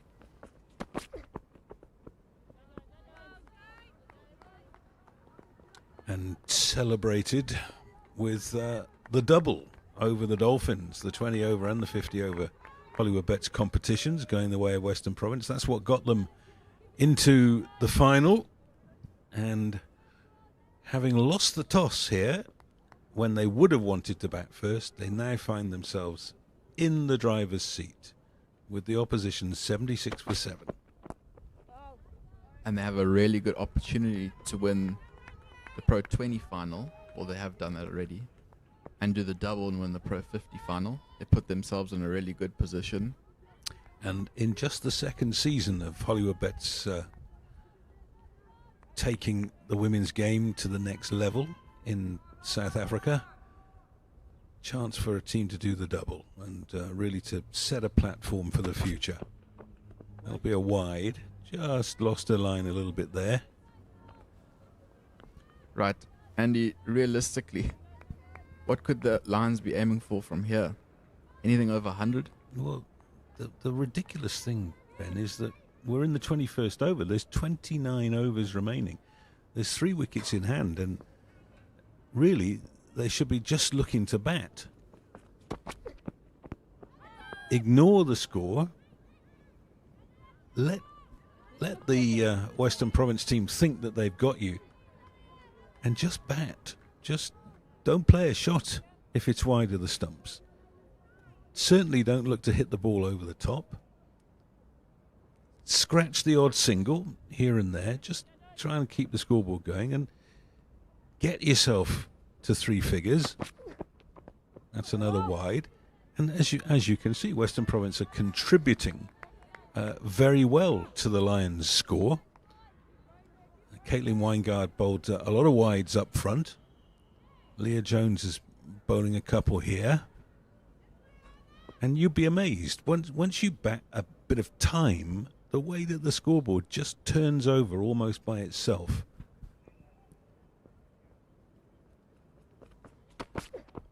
That's another wide. That's well taken by Philander.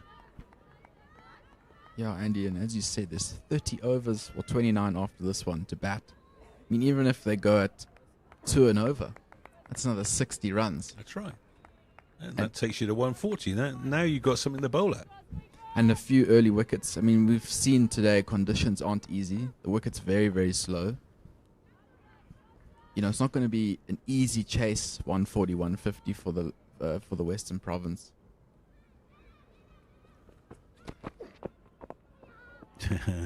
Well bowled.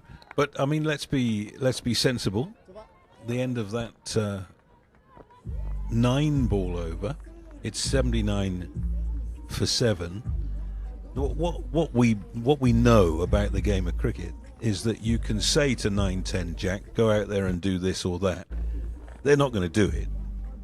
The little man who lives on your left shoulder, if you're a right-hander, will be whispering in your ear, hit him, hit her, give it some rice. And you have to try and ignore that little fella. The ego. Yeah, any cricketer And will know that. particularly against this lady, Nosipo Vezi. Took 5 for 18 here last week in a player of the match scenario. She's done incredibly well this competition.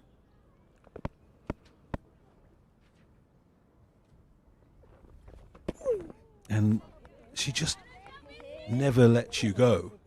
Just I've seen bowlers in first class cricket, in men's first class cricket, who look like nothing from a distance. And when you actually have to go in and face them, then you realise, doesn't give me anything. Yeah, Andy, she keeps it so simple. We watched her get that fifer the other day. It was just relentless. And it doesn't, as you said, it doesn't look incredible, but you almost have to sit here and watch for extended period of time to see how effective she is. And I was saying to you off air, you know, lines are 6-7 down, but they haven't really faced Fezzi yet, so you feel the worst for them. In the air, safe. Is that going to go for 4? Yes, it is. Well done. Slice. Smashes one. I think she was going against your advice there, Andy. I think she heard you and said, screw this. Just going to do what I want to do. Yeah, she didn't get all of it, but enough.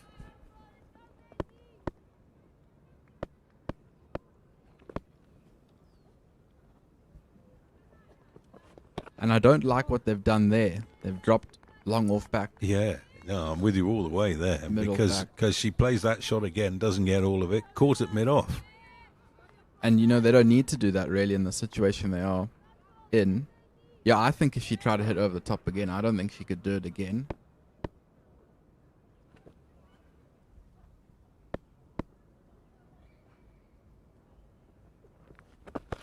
Outrageous and dropped. That's disappointing for Western Province. That wasn't a tough chance. Had to come forward to the ball, yes, but it was in the air a long time. That old adage of your worst ball can take a wicket, and often does. Almost came true there.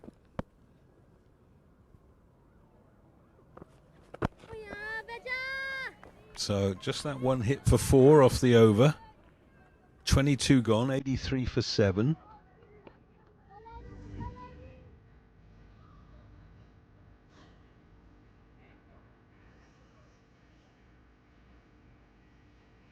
I think James King was telling me that Fezzi's the top wicket taker of the two teams today. And she's, you know, we were talking last week, Andy, potentially a Proteas looking. But, you know, the thing is she doesn't look like she's got the X factor or, you know, but she's so effective at what she does. You can't help thinking, watching her, that if you've got a batter who's happy to come down the pitch and play her as a spinner, that you could hit her for runs. But I have a suspicion that she's not a one-trick pony, you know, that she'll find a way around that. That's Megan Faree on your screen. She's the girl who dropped the catch at square leg, so she's got a chance to make up for that error as she comes in on debut.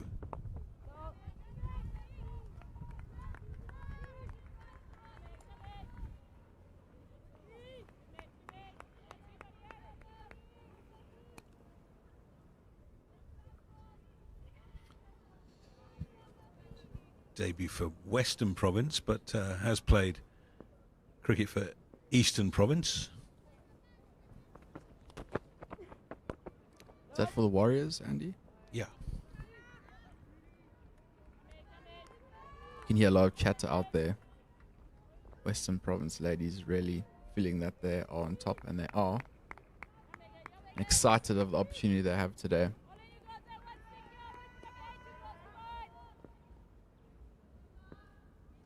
Nice to see the keeper standing up to Faree. Oh, it's beautifully fielded. That's Faye Tunnicliffe in the covers. She's saved a lot of runs there. Yeah, those little details of a wicketkeeper standing up to a medium pace bowler. I think of Alex Carey in the Ashes, how much of a difference that made.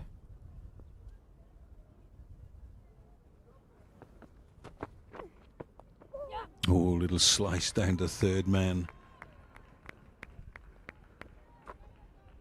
I did see in the beginning of the innings, Andy, a lot of the Lions women were standing outside of their crease. So I wonder if the Western Province noted that. It's a lot trickier when the keeper's standing up, particularly on a slow wicket when you want to stand outside your crease. There's that bit of fielding.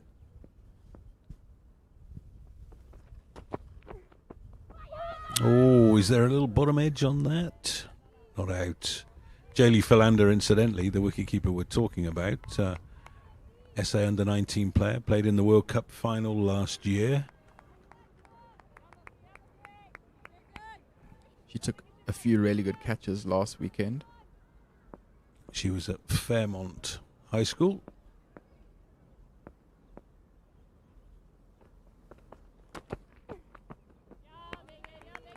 That's a good over, isn't it? Just the one single from it. She's not looked to do anything spectacular. Just get the ball in the right place.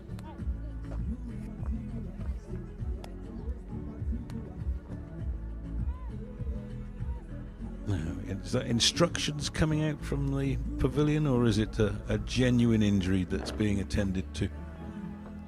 Instructions. Andy Capistano says block. The next 27 overs. It worked for me. No, I agree with you, Andy. It wouldn't have worked for Vaughan van Jaarsveld, incidentally. There's a man with a short attention span. And it's funny with Vaughan because he'll often say in commentary, they just need to play responsibly, knock it for one. I always think of saying, but Vaughan, you just try to hit everything for six. I remember commentating on a game at Newlands Rugby, and my co-commentator, for a very small window of time, was the late great James Small, and James was not noted for being a man who would wear a suit and tie and clock on at 9 o'clock in the morning and off at 5 o'clock. And on air, somebody made a mistake for Western Province, and he said there's a big problem in this Western Province side. There's no discipline. And I had to put the microphone down.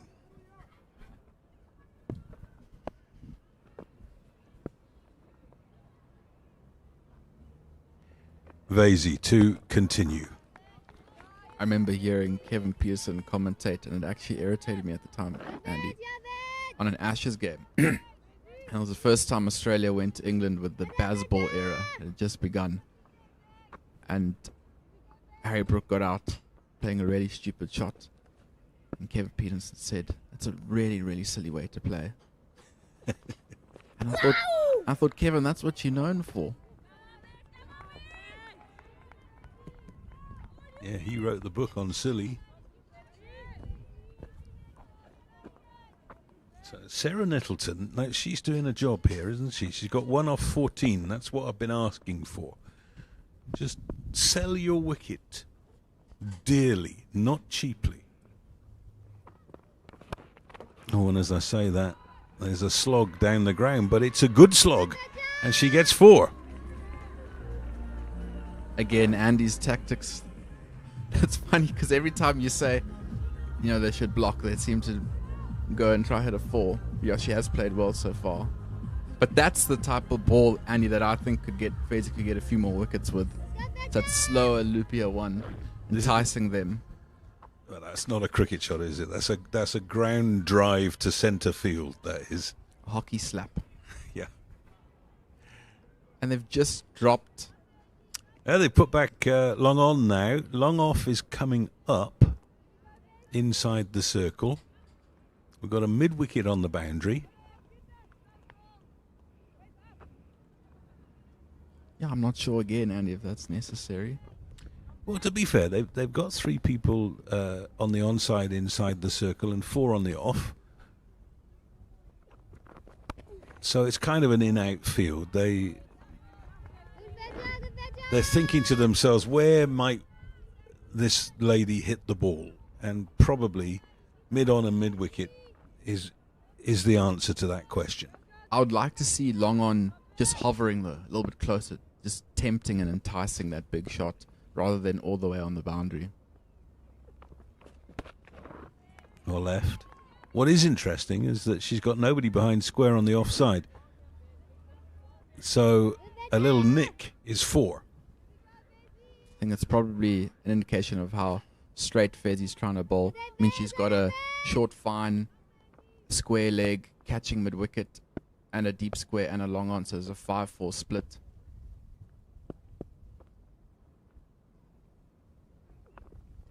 And it's really the perfect way to bowl on a wicket like this. We saw her do it last week, this exact same field, and just look to hit the stumps over and over again. Well, that's the end of the over, and she's bowled 3 overs for 8 runs, and those 8 runs have come from 2 blows. And that's the problem when you face Vasey. If you're not hitting a boundary, she's not giving you those little 1 and 2 balls. Everything else is in the perfect spot, so you've got to take a risk against her, and that's how she gets wickets. 88 for 7 from 24. And she doesn't get bored as well. That's a very good point. And if there's one thing that you could try and take from the bowling side and give it to the batting side, that would be it. Caitlin Weingard bowled 5 overs with the new ball, took 2 wickets in her first over, lost the radar on a number of occasions, but ended up with 2 for 18 off 5. Nothing wrong with that. Now she comes back with the possibility of knocking over the tail.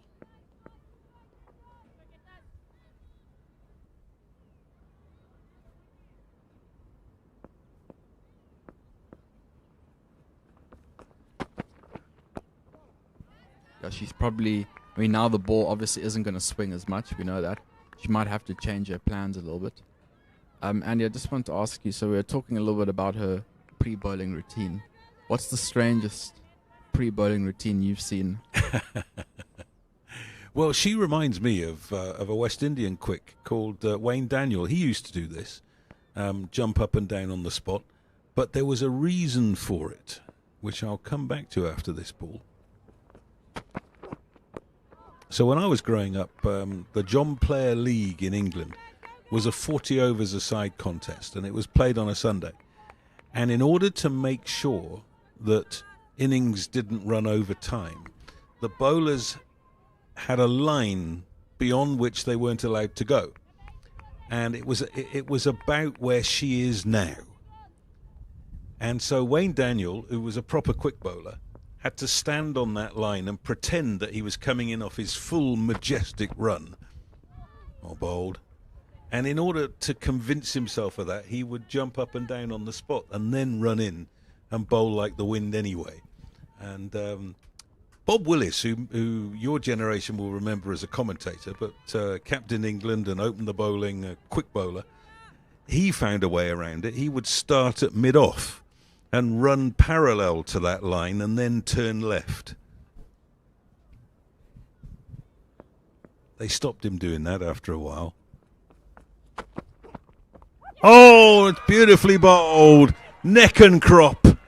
And that is Weingard's third. It is 88 for 8. The Lions are in all sorts of trouble now. Very well bowled by Weingard. They still have 25 overs to bat, and I dare say they're not going to be able to do that. Western Province will start to think about batting for sure. Let's have a look at the wicket. You got to say that's not very well played. Probably should have looked to play that a little bit straighter. Yeah. But well bowled by Weingard. She struggled to bowl the ball straight enough.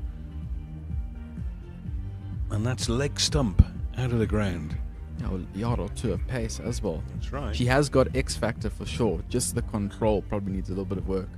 Oh my gosh. That's a satisfying sight for a fast bowler.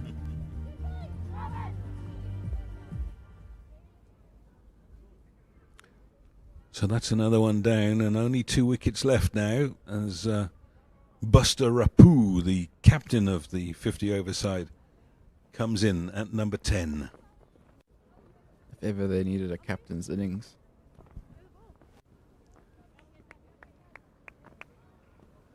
As you can see, a little bit of a record there. Probably not known for her batting pedigree, but she has scored a 60. How they would love that 60 runs. But she won't get there doing it in Andy's style. Well, when you see that she's played 41 innings for 400 runs, you know that you're not seeing a Kevin Peterson who's going to go from number 10 in the order up to number 1. You never know, Andy. You never know. Here's Weingard.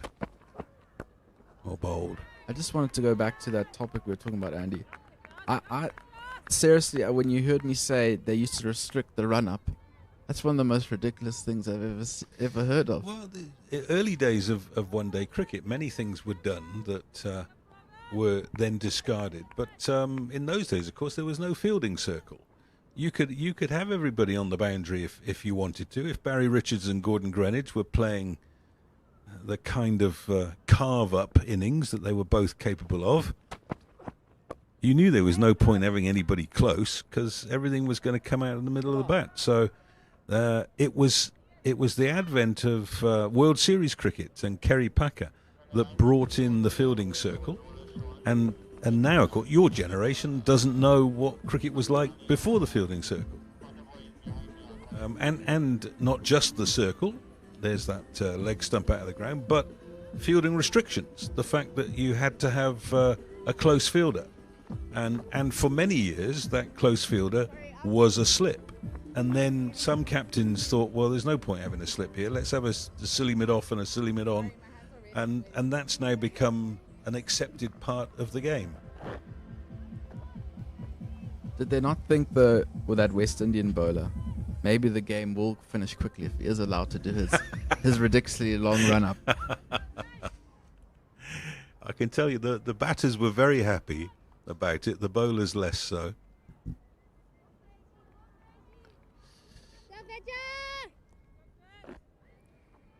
It was also around that time that defensive bowling came to the fore. You weren't looking to get a wicket every ball, you were looking to restrict run scoring, and that was a relatively new thing then. Are you alluding to things like Yorkers, slow balls? No, I'm talking specifically about lines of attack. So someone like Derek Underwood, who bowled slow left arm for Kent in England, and John Steele, who bowled slow left arm for Leicestershire, they would come round the wicket and bowl at leg stump, full at leg stump, and you had to find a way to score off that. And if you couldn't, that was you done. That's a run down the ground. And at the time, they took a lot of criticism because it was negative. Now, of course, the game is so skewed towards the batting side that anything that the fielding side can get away with bowling is grist to the mill. Even look at Test match cricket with how Pat Cummins sets the field with the Bazball where he drops a deep point on the first ball of the innings. Oh, outrageous slower ball from Vasey there. And it worked. Master of her craft. Well, yeah, I mean, if that's where they're going to hit you, then have a fielder there, especially when you've got someone like Duckett, the England left-hander who can't play. I mean, there's no point having sensible fields for him because he's as likely to get caught at third man off the first ball as he is at first slip. Did you say he can't play? He can't play. I am an Englishman, and it embarrasses me to see Ben Duckett opening the batting for England. And I just heard my phone buzz. I think it's Ben Duckett messaging me that he's listening.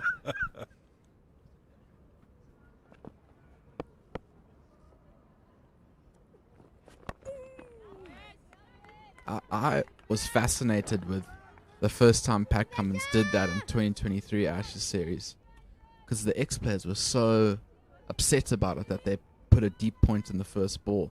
And I actually thought it was a clever idea because it plays to their egos. They have to score a boundary. That's basically what baseball is.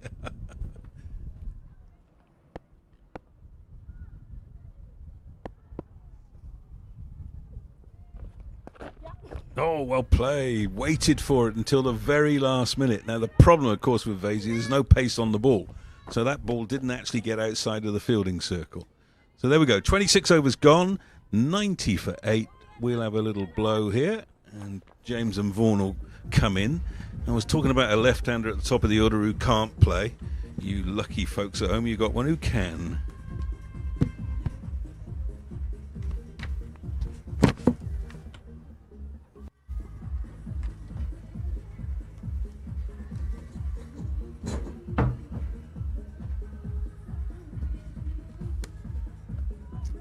Thank you, Andy and Ben. 90 for the loss of 8. The 8th wicket going down. Just a couple of overs go. Caitlin Weingart coming back into the attack with a wicket maiden, Vaughan. She's looking to try and clean up the tail here. Yeah, thanks, James. Another quick single.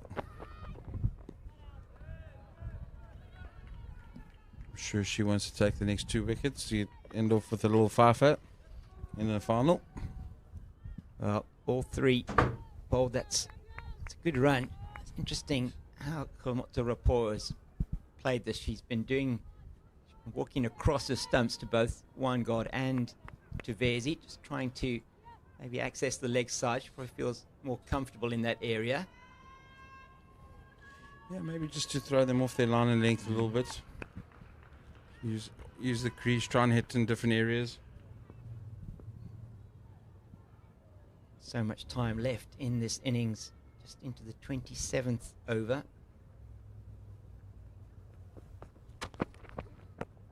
Short. Oh, just outside of reach. And Laura Goodall at mid-wicket. Yeah, half a chance there for Goodall. Maybe feel that, just diving onto her shoulder. She's just holding that shoulder at the moment. Hopefully she's okay. Yeah, it was in the air for some time. Clothed it really into that region. A bit short from Weingart. Nettleton is picking up the length reasonably early.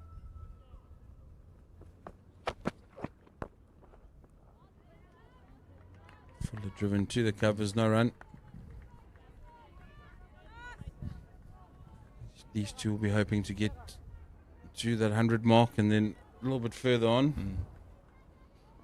Well, it's just about batting out the overs now, isn't it? I mean, really, whether you're scoring a couple of runs and over, get the opportunity, it's just about batting as long as you possibly can. Even, say, they get couple of runs and over from here, they're going to get to 140.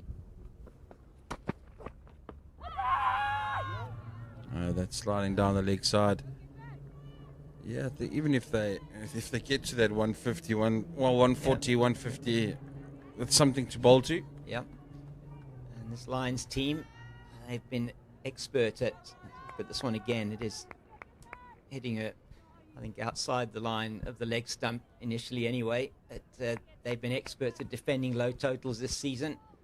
Came here and defended 192. They defended something in the 80s against the Titans at Old Edwardians a few weeks ago. That's my old club, that. On the Alan Lawson Oval. Yes, that's exactly where they were playing. So this Wanderers was in use that weekend for men's games, and they playing at Old Edwardians. Scorecard was very interesting at the break. It was 80 or so all out with the Lions, and at the break the Titans, I'm sure, went in thinking that they were going to knock those off reasonably easily.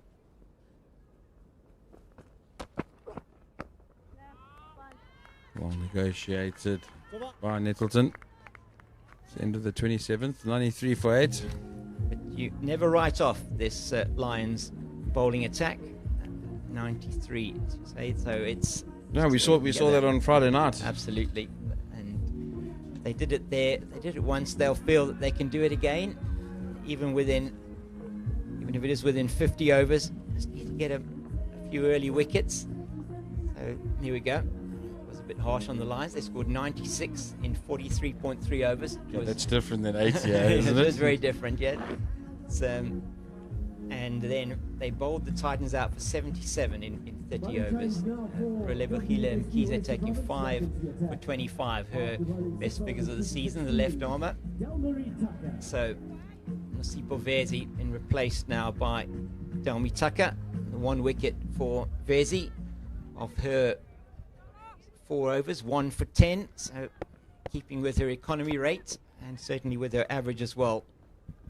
But perhaps they're just feeling that spin might be a little bit more difficult for Rapport and Nettleton to deal with.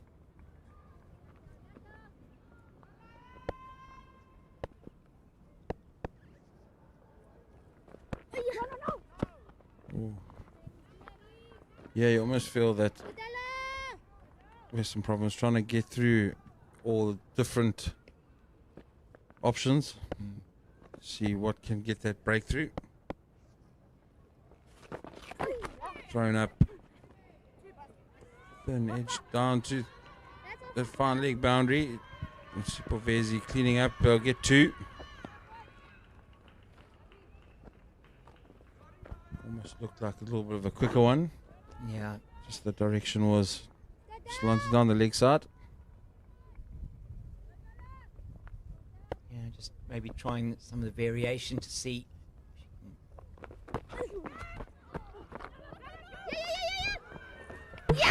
Oh no, she's been run out.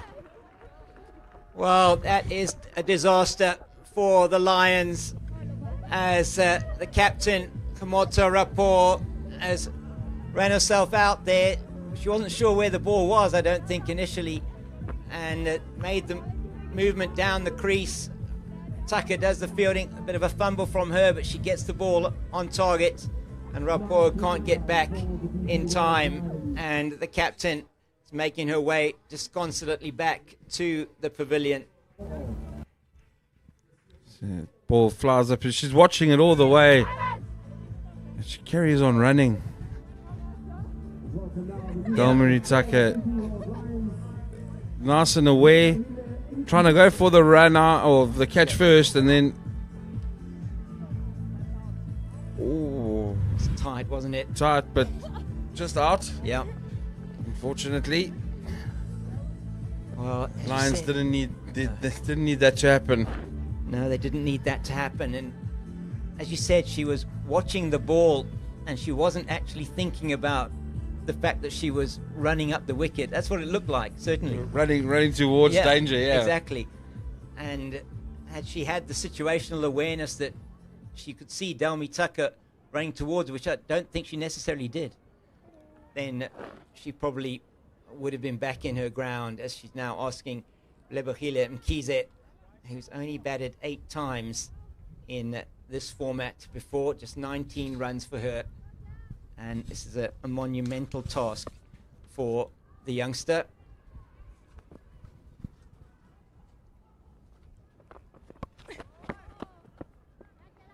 So 95 for 9. And apart from Diara Ramlakan's 41, it's all telephone numbers. A very long telephone number. Yeah. It is, James. Absolutely.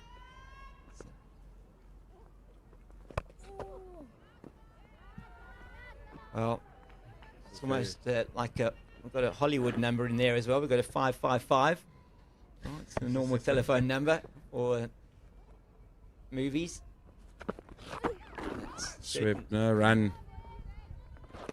And the Lions, they'll be, I can't imagine how gutted they must be in that dugout at the moment, because they'll realise 95 for 9. We look at this again, just off the back of the bat. She's watching the ball. Yeah, just that slow-mo, tight call, wasn't it? But Very just tight, but just out. That's what it looked like. the So, situational awareness was just flown out the window. They didn't need that to happen at all. They needed those two, Nettleton and Rapu, just to bat a little bit longer. yeah, just a 4 for the captain. Caitlin Weingard now, well, she's looking to take her 4th wicket. She's looking to wrap this up for World Sports Betting Western Province.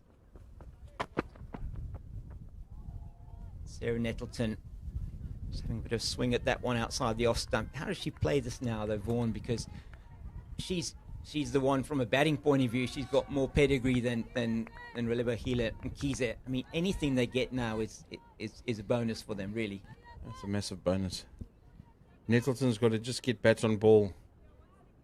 Like that previous shot there, go for it. Yeah. If it's in your area, commit yourself 100% and try and get as much out of it as possible.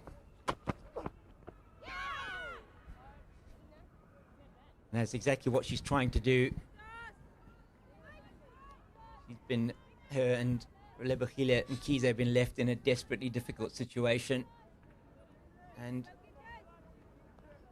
apart from perhaps those first 2 wickets that we saw, most of the wickets that have fallen have almost been self-inflicted, from a point of view of some of the shots that we saw, the run-outs that we've seen. Very unfortunate for them for the 2 run-outs, but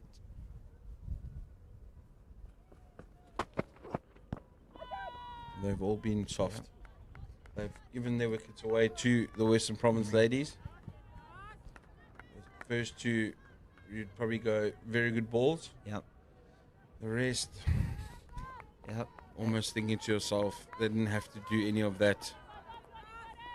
Jenna Evans chipping it up to Megan Fourie at mid-wicket off Delmi Tucker. Faye Cowling trap was set for her, driving on the up to Faye Tunnicliffe at short extra cover.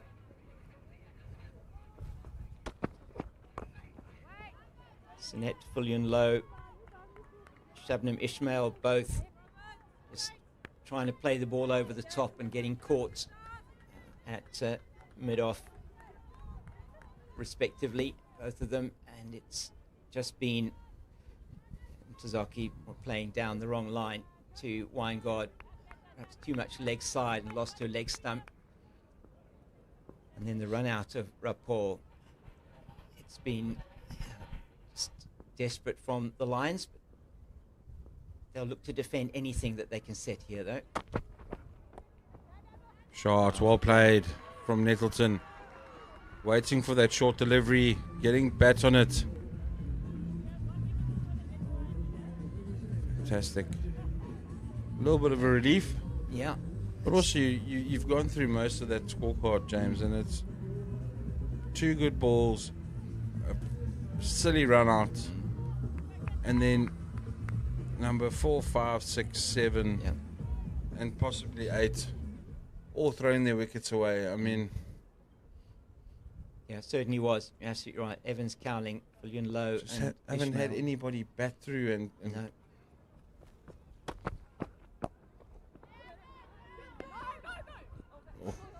Well, end of the over from Caitlin Weingard.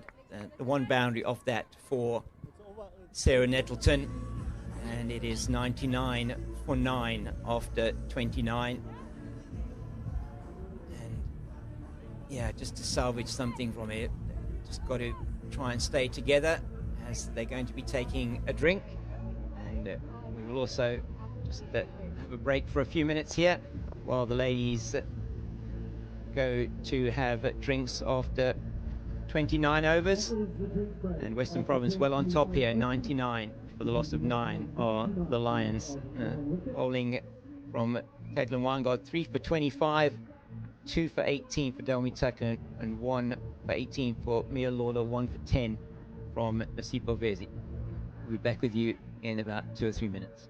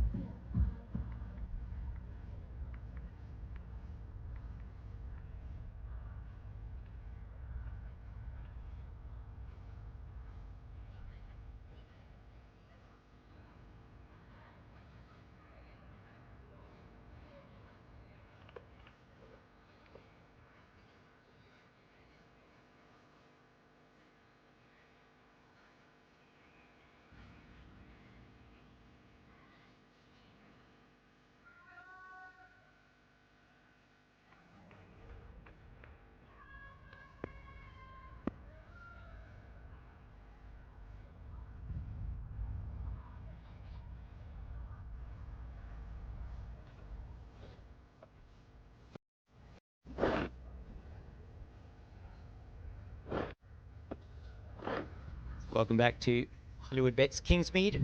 Delmi Tucker to continue from the old Fort End. Umpire Mohammed Juma there. She can be bowling to Relebehile Mkize.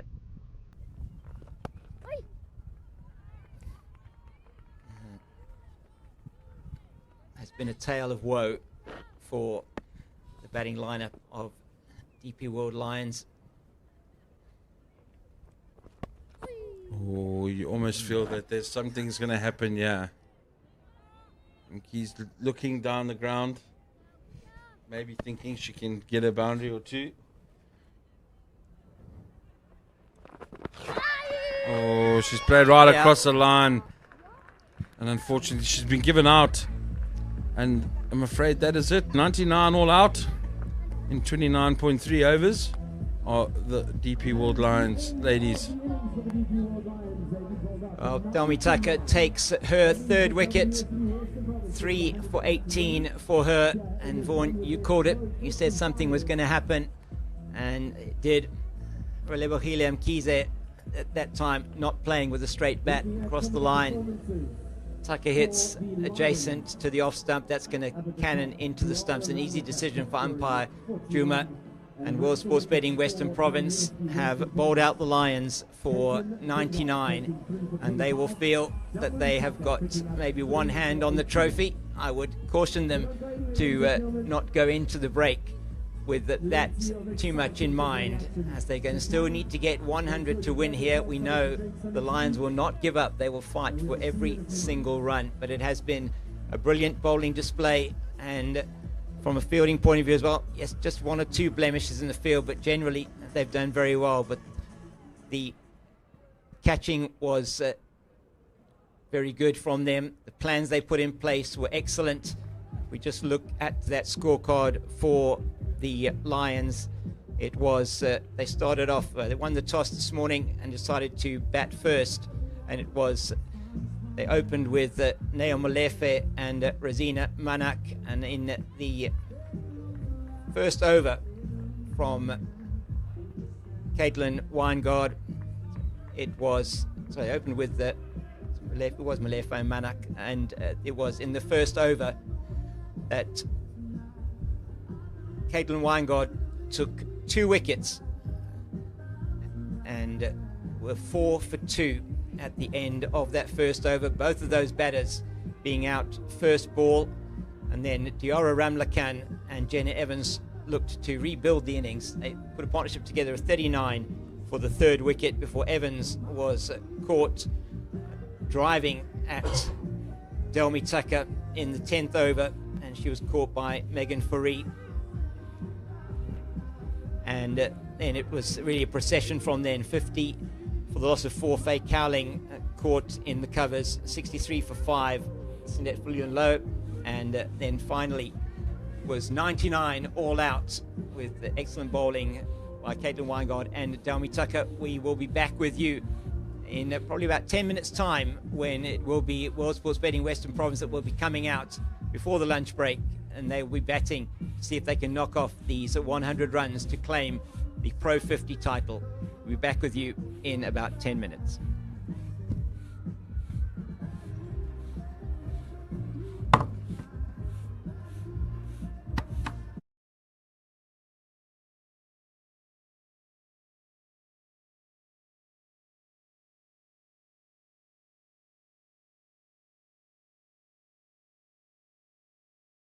Two.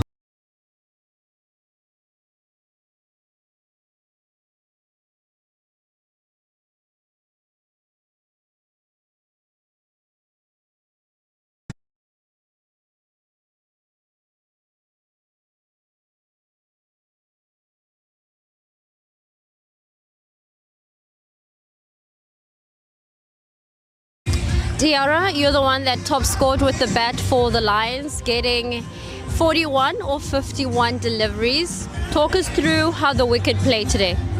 I think it was quite a difficult wicket to bat on. It did get a little bit easier as we went on, but I think there's definitely something for the bowlers. I think mostly it was quite sticky. I think Durban conditions as a whole was a bit slower than obviously back home, but as a whole I think it's definitely more of a bowler's pitch than a batter's one. But like you said, it felt better for you to bat on at the back end. But let's just talk about that run out, because we saw even the disappointment on your face. Just talk us through it. Yeah, no, I mean, it was me and Shivs batting out there, and it's always amazing to bat with someone with that experience. I think she called for yes, and I think we both thought it was a bit further away from her than it was. She got the direct hits, and I think the first thing that came to my head was, oh my gosh, my team. Like, my only goal out there was to get as close to 150, 200 as possible as a batter, and that was kind of my only. So I was kind of really disappointed because I was the in batter, and I wanted to just get our team as deep into the run chase as possible. But yeah. And when you analyze the Lions batting overall, what are your thoughts? And also, is 99 going to be enough for the Lions, and will you be able to defend that?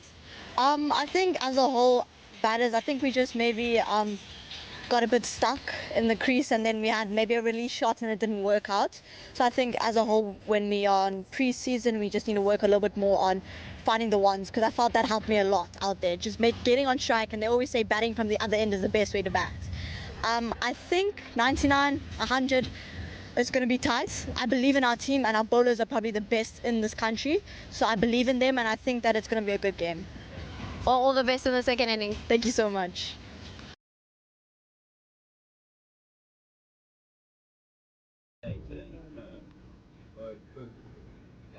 Yes, that'll work on.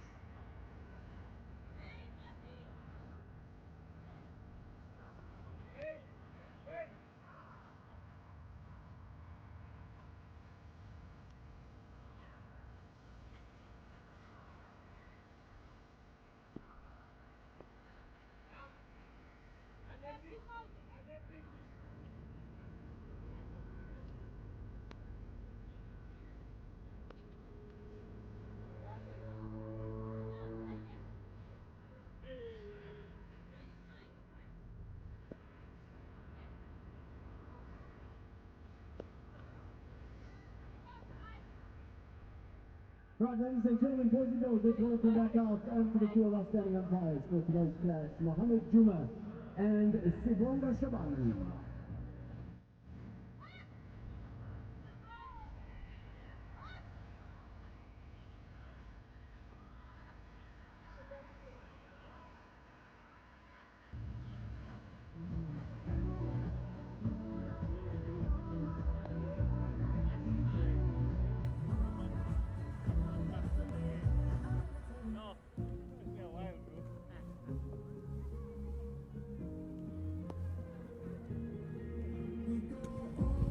Welcome back to Hollywoodbets. Kingsmead, this is the final of the Hollywoodbets Pro50 competition. The Pro20 was concluded on Friday evening here with a dominant win for Western Province, and we look headed for the same scenario here with the Lions winning the toss, choosing to bat first, dismissed for just 99 runs. Diarra Ramlakhan played really well for 41. of 51 deliveries. Sarah Nettleton at the end finished 12 not out, but it was really a tale of the bowlers. The off-spin of Delmari Tucker, 3 for 18, and the pace of Caitlin Weingard, 8 overs, 2 maidens, 3 for 25. Bowled really well with the new ball, 3 for 25, and 6 of those runs were wides. So she had some problems with the radar, but when she got it in the right place, very difficult to face. Mia Lawler, 5 overs, 1 for 18, and Nosipo Vezi, 4 overs, 1 for 10. So it's 100 to win for Western Province. We're going to have about an hour of cricket before lunch, as the umpires have deemed that we can go straight around. Just a 10-minute break between innings, and coming out to bat for Western Province are Lara Goodall, and she will be facing the first delivery, and alongside her is Olukle Sio, and alongside me, Vaughan van Jaarsveld. Any chances at all for your old side, Vaughan? Afternoon, Andy. I know you didn't play for the ladies, by the way. Yeah, I didn't play for the ladies, but James has told us that they've defended 96 before, so it's all up to them. We'll see in the next couple of hours. Maybe there is a twist in the tail here and there. So Lions are throwing the dice.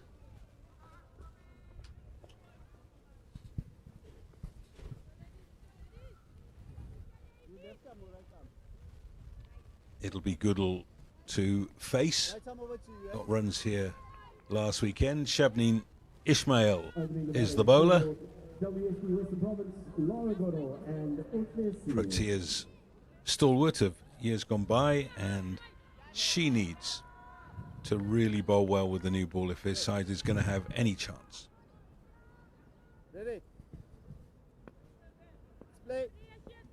And away we go. 100 to win for Western Province. Edged and gone. First ball. That's what we saw at the beginning of the Lions innings, and we've seen a golden duck in each innings, first ball of the match. I'm not sure I've ever seen that. Word, I've never seen this before, but what a start. What a start. Shabneen Ismail bowling it outside off stump on a good length. And Lara Goodall in no position whatsoever to play that ball. Looping it straight to... I think it's Ramlakan, isn't it? Yeah, I was just going to say Diara Ramlakan at point. Easy catch. Great start by the DP World Lions ladies. Yeah, well, if we go back just a couple of hours ago, it was Neo Malefi who was bowled off the bottom edge by Caitlin Weingard off the first ball of the match. Now we have a wicket off the first ball of the innings in reply. Yeah, Andrew Sampson's got to see if that's ever happened before. So I think this is Megan Faree who's come in next. Yep, confirmation of that.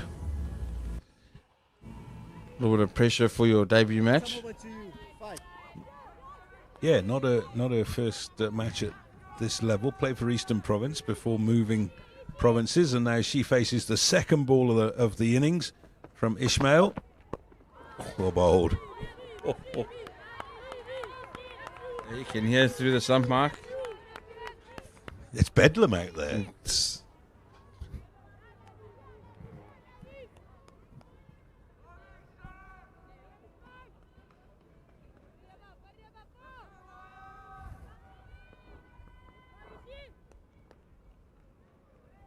Got a second slip in place.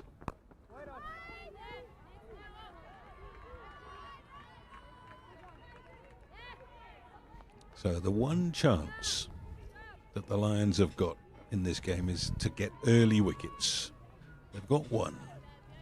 And remember that 2 wickets fell in the opening over of the match. Yeah, you never know if that could happen now again as well. Ishmael's been on target.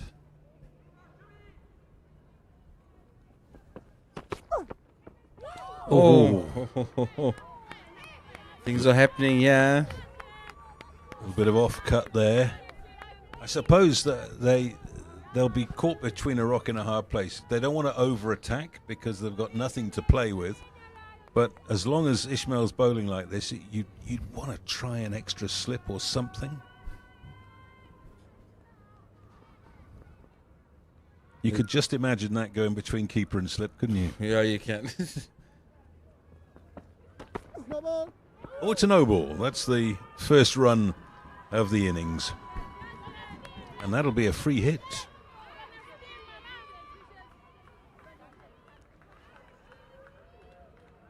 A little bit of extra venom there. Off the wicket.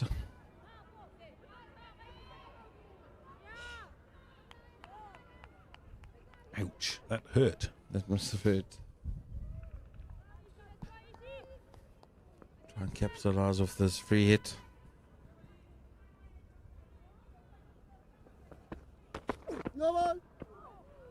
It's another no ball, so it'll be another free hit. Oh. They've nearly run themselves out.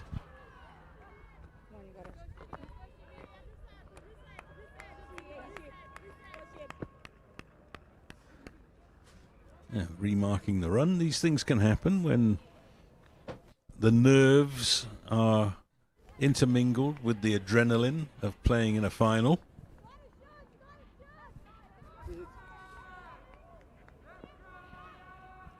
And now this will be a first ball of the innings for Alukle CO.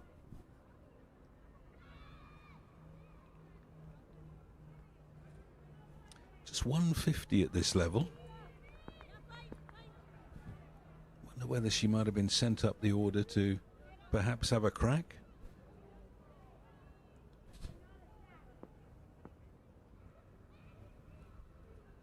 Wide open space on the onside, and there's a top edge to nobody. They might get two here if they run properly, and they will. Remember, that was the free hit.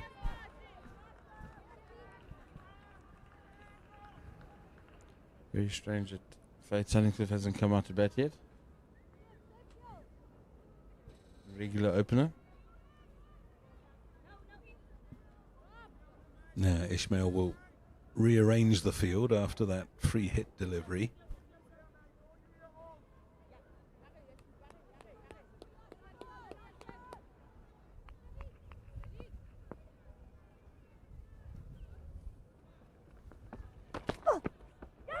Oh my word, it's gone over the top of middle. Wow.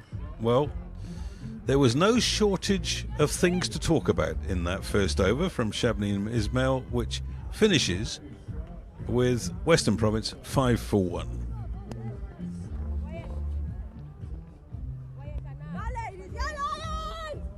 Oh my word, another coat of varnish. Oh, look where the keeper took it as well. It's hit the seam, it's come back, it's swung further. And now Keys.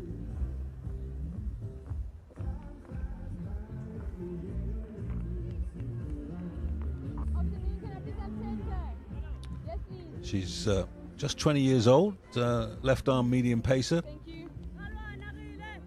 Back in October, she took 3 for 11 against the Dolphins at the Wanderers. And then also in the 20 over competition, 2 for 11 against the Titans. A couple of weeks ago, took 2 for 24 against the Badgers, Southwestern Districts, at Newlands in the 50 overs competition. So 14 matches, 19 wickets at 22 with an economy of 4.3. There's nothing wrong with that. Well bowled.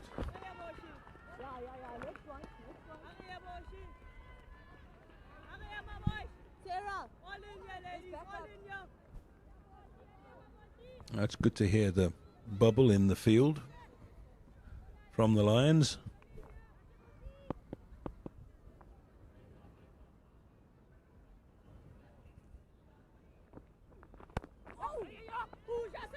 Faree will pick up a couple here.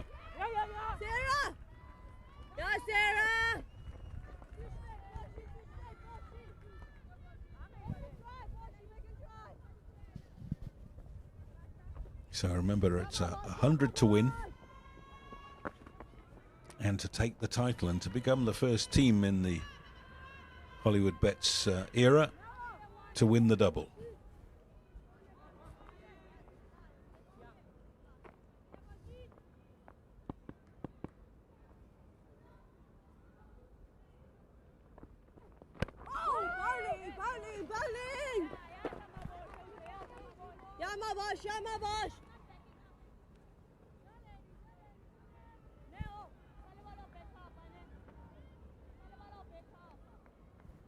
Busy times at Hollywoodbets Kingsmead. 3 matches in 3 days this long weekend, and another game coming up on Tuesday. Bit of swing into the Megan Free. The ground staff, stadium managers, everybody's running around. Different pitch from the one they played the 20-over game on, Vaughan? Yeah, they played with the one closer to the scoreboard on Friday night.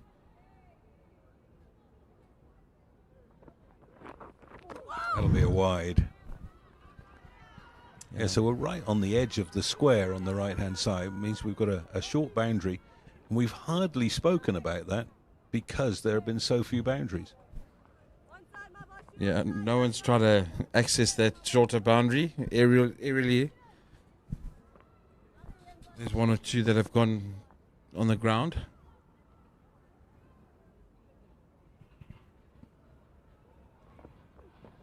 Oh, what bowled. That's good over this.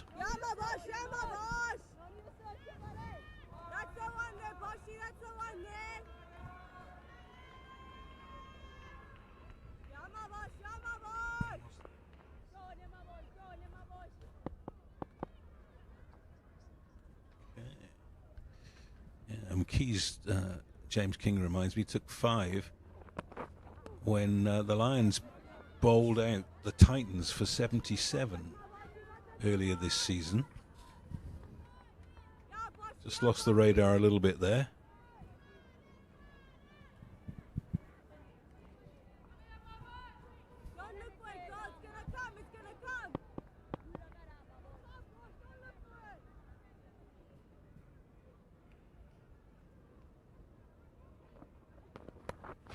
Sliced away down to third man for 1. Malefi does the fielding.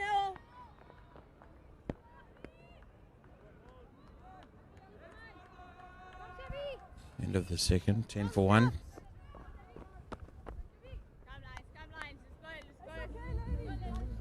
Yeah, so extras, as they were in the Lions innings, are starting to pile up.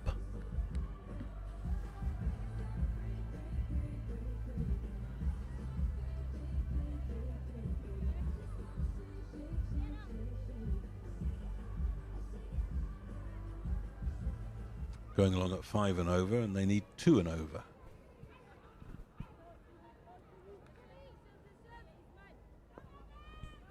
Ishmael in for her second over. Oh. Bowling with a lot of pace this afternoon.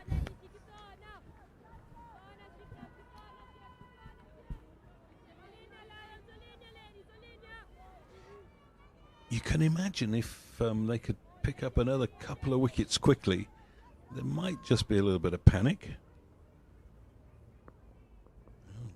Did the batter and the wicketkeeper there.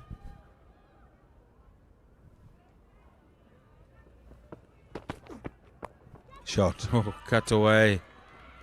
Only for a single though. Work done by Fake Harding at third man. As you mentioned, Vaughan, not holding anything back. Shabneen Ishmael, she knows she's not going to bowl a long spell here. Yeah, she's probably just trying to bowl as quickly as she can, try and grab 1 or 2 wickets. She's already got 1. All the Lions would love her to get another 2 or 3. Swung. Oh, straight in front. Oh, might have missed leg stump. There was a lot of swing, and it hit her very low down. She moved across though. Straight in front of the stumps. Here it is again.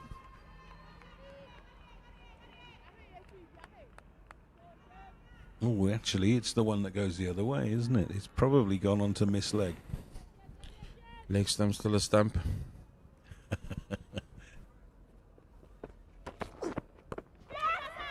Top edge, and it doesn't carry.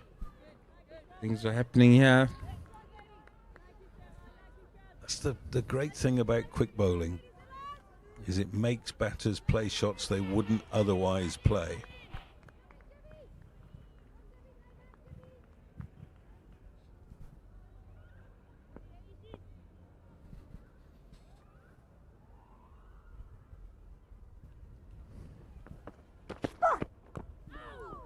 Another one. Catching the inside edge. Good spell of bowling so far.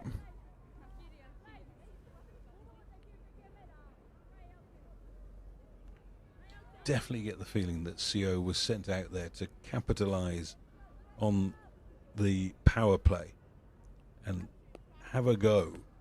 It's a difficult thing to do against bowling of this quality. But Tony Cliff does the same thing internationally though.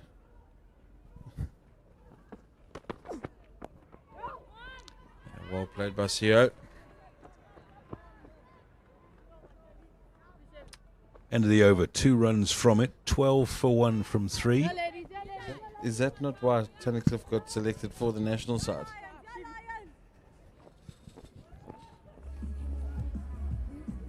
Well, I mean, you could argue the same thing about the fact that Sunat Philyon-Low came in at number 6 for the Lions. If she'd come in earlier, perhaps they wouldn't have got themselves into that horrible pickle. Maybe they would.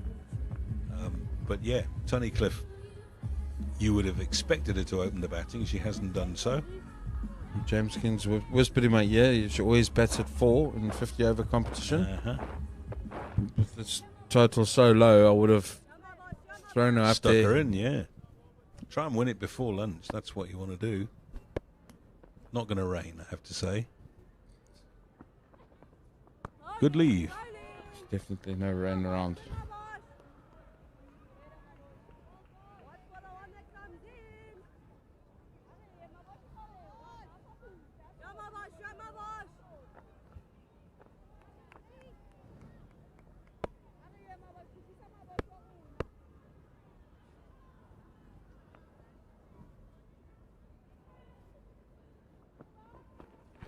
That'll be a wide.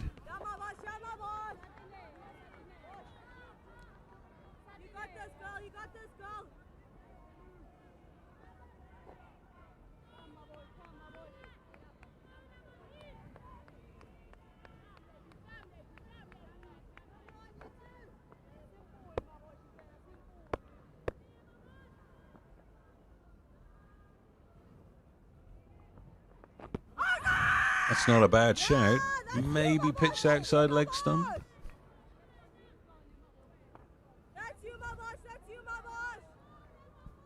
A lot closer than I think, or than we all think. She has been walking across her stumps quite often.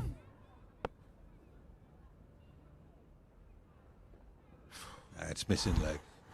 It's swung and it's missing leg. In the air and 4. Shot. That's what she's been sent out to do. Great shot. Aerially over cover. 2 bounces into the rope.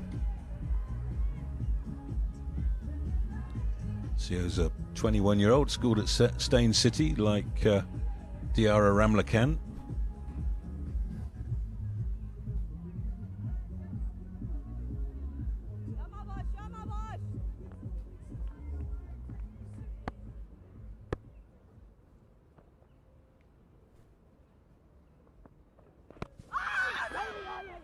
That'll be a run, maybe a leg by. Yep, confirmation of that. Umpire Mohammed Juma. Happy to say that Mo is fully restored. He picked up a virus when we were commentating in Chatsworth and actually was hospitalised, but has made a full recovery. Well bowled by Mkhize. Yeah, he joined us here on Friday evening in the commentary box. Looking fit and healthy.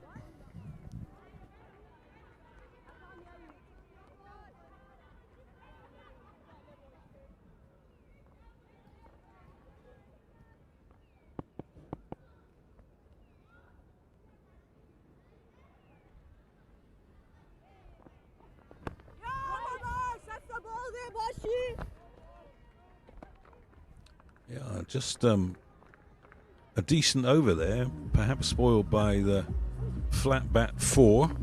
18 for 1 from 4.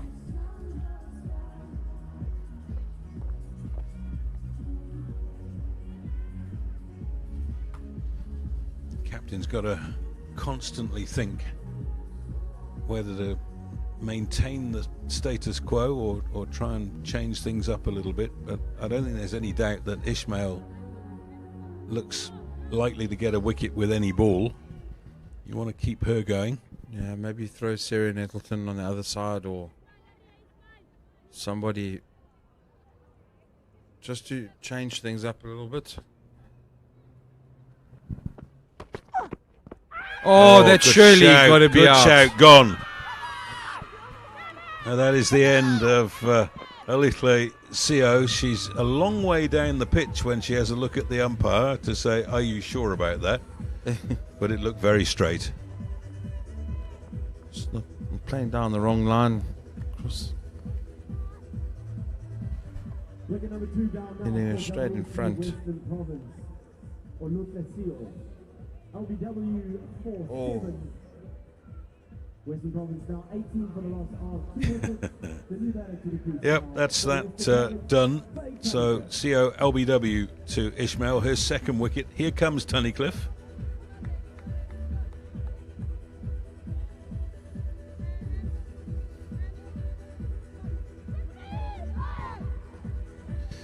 And the Lions are just starting to believe now.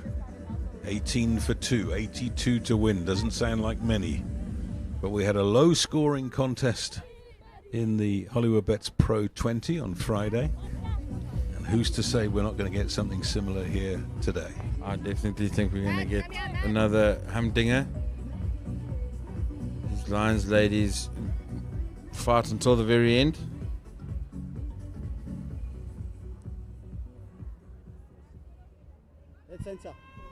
So Faye Tunnicliffe, 26-year-old right-hander from Somerset West.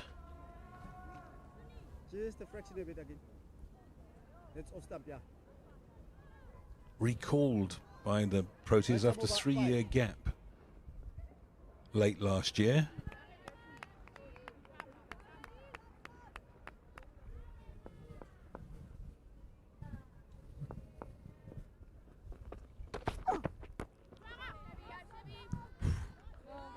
Good question to ask straight up. Nice and full and fast.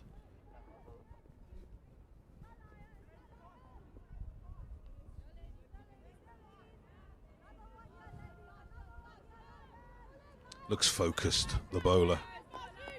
Knows what her job is.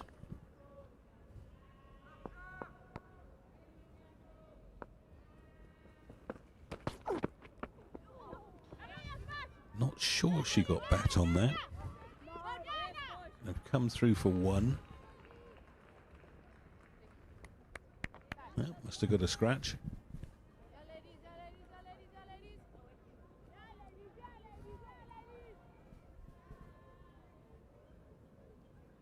Tunnicliffe imparting instructions from the dressing room, I'm sure.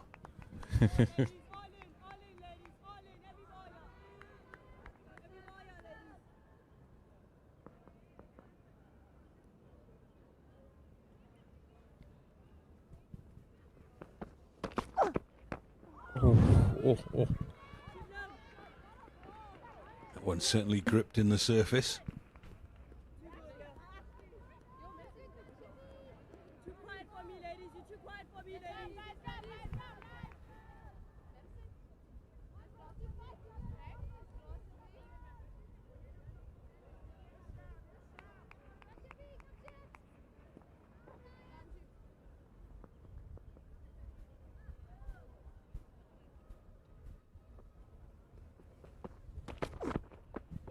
Edged, and that'll be 4. Nobody in the slip cordon, and Faree gets the boundary.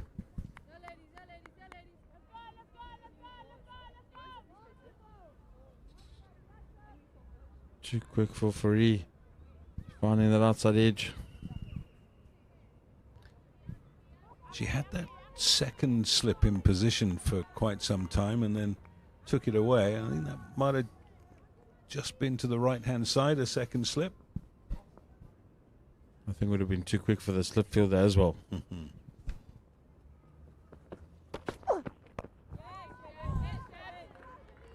Asking the right questions. Has a good hasty over, picks up the wicket with the first ball of it. She's got 2 for 12. Western Province chasing 100, a 23 for 2.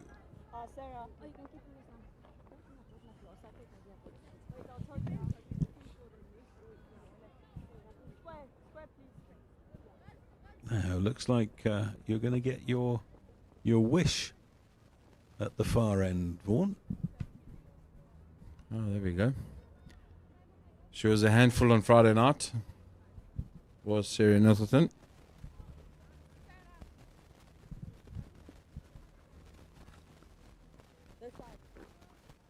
Now for the DP Lions into the attack. 22-year-old off spinner.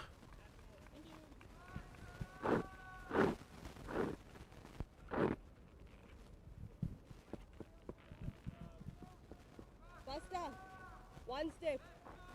Buster, one step. Going to be bowling to Tunnicliffe.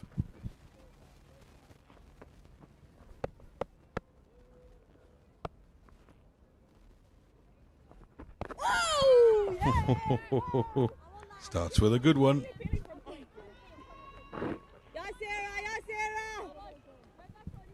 That's a berating herself for not moving her feet. Having a conversation with the point fielder asking why you're appealing.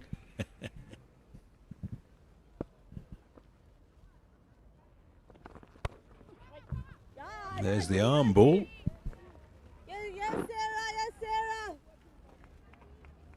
Yeah, Lions, yeah, Lions.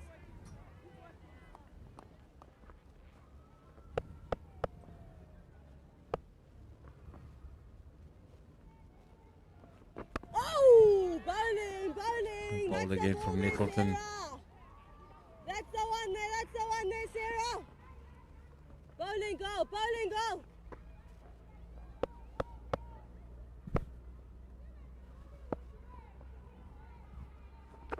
Wow, bowling, bowling. That's bowling, Sarah, that's bowling go. It's the voice of Manak, the wicket keeper that you're hearing.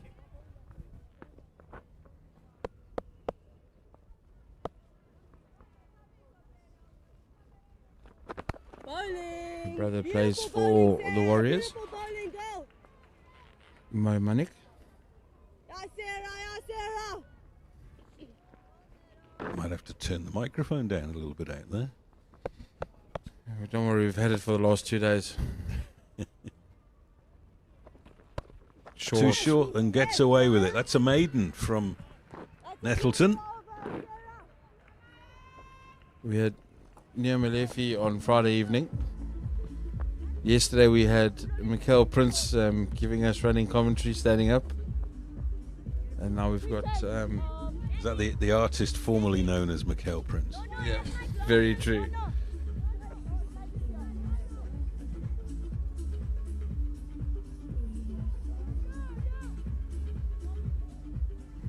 Well, no surprises that Shabneen Ismail is going to continue here. Worked up a real head of steam. Western Province must be very careful here that they don't get caught between two ways of doing things. They've got another 4 overs of power play left. Do they attack, try and knock a few off, or do they think we're here for the long haul?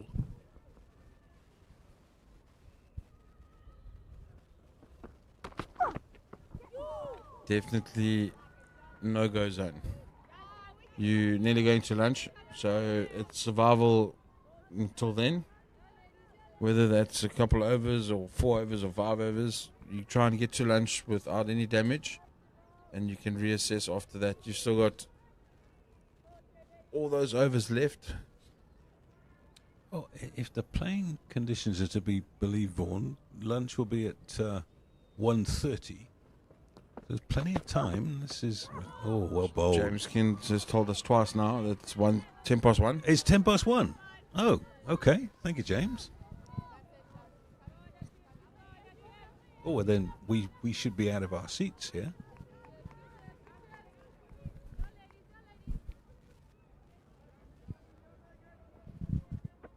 Take this ball, and James and Ben will come in and take our places. Apologies.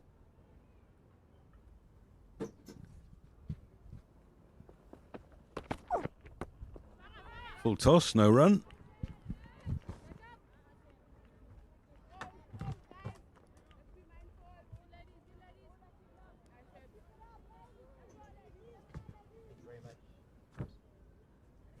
Thank you very much, Andy and Vaughan. And we are to the 7th over here, and Shabnir Ismail cranking up the pace at Hollywoodbets Kingsmead. Oh, that has gone between slip and the wicket keeper for 4 off the edge of Megan Forey's bat. It was going incredibly quickly. You just feel that there was really very little chance for, I think it's Rasiba and Tazake in there at slip to get hold of that one. Would have been an incredible catch had she taken it. Shabnir Ismail, Ben asking all the right questions. How's it, James? Yeah, she's bowled really, really well. I was about to say to you, she seems really fired up today. Like she's got a bit of a point to prove. Obviously a big game, it's the final. She is definitely giving everything she's got. Pity the slip wasn't at first slip. This time in between the pads of Forey and the stumps down the leg side. Rosina Manak not able to prevent that from going through for the bye. And Megan Forey, I'm sure she'll be happy to be playing Shabnir Ismail from the other end at the moment. Yeah, James, I was watching in the break when I was off air, and she does look very uncomfortable against Ismail at the moment. She's bowling really, really well, and with good pace as well. And I just have a sneaky feeling this game isn't over. I think it's a long way from over. I agree with you. A little bit shorter this time to Faye Tunnicliffe, end of Shabnir Ismail's 4th over. She has got 2 for 16, has the former Proteas pacer. And what a career she had. She is still then 2nd on the all-time one-day international high wicket takers list with 191 wickets in one-day internationals, and that is across all women's cricket. So not just the highest wicket taker for South Africa, but she is the highest, 2nd highest in the world. And then she is South Africa's highest wicket taker in T20 internationals with 123 wickets in her 113 T20 internationals. What a player to have. Is she trying to get a looking into the Proteas setup now again?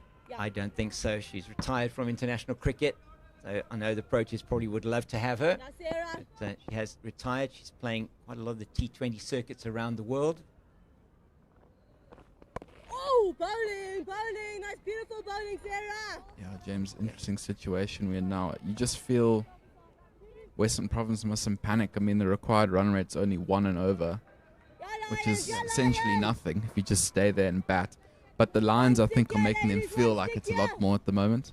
And we know cricket's a funny game. It is a funny game, isn't it? They'll know that, or know exactly what you're saying, but it's, yeah, not as easy as it is just saying, okay, you've got, you say,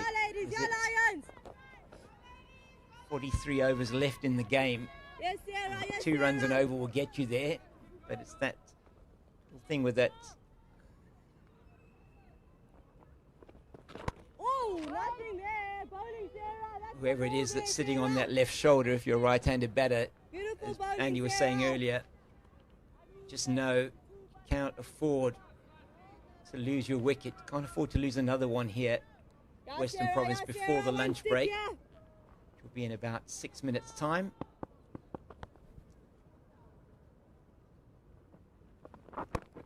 Yeah, you feel a wicket now will be very much a bonus wicket. Andy did love using that analogy. Yes, it would be.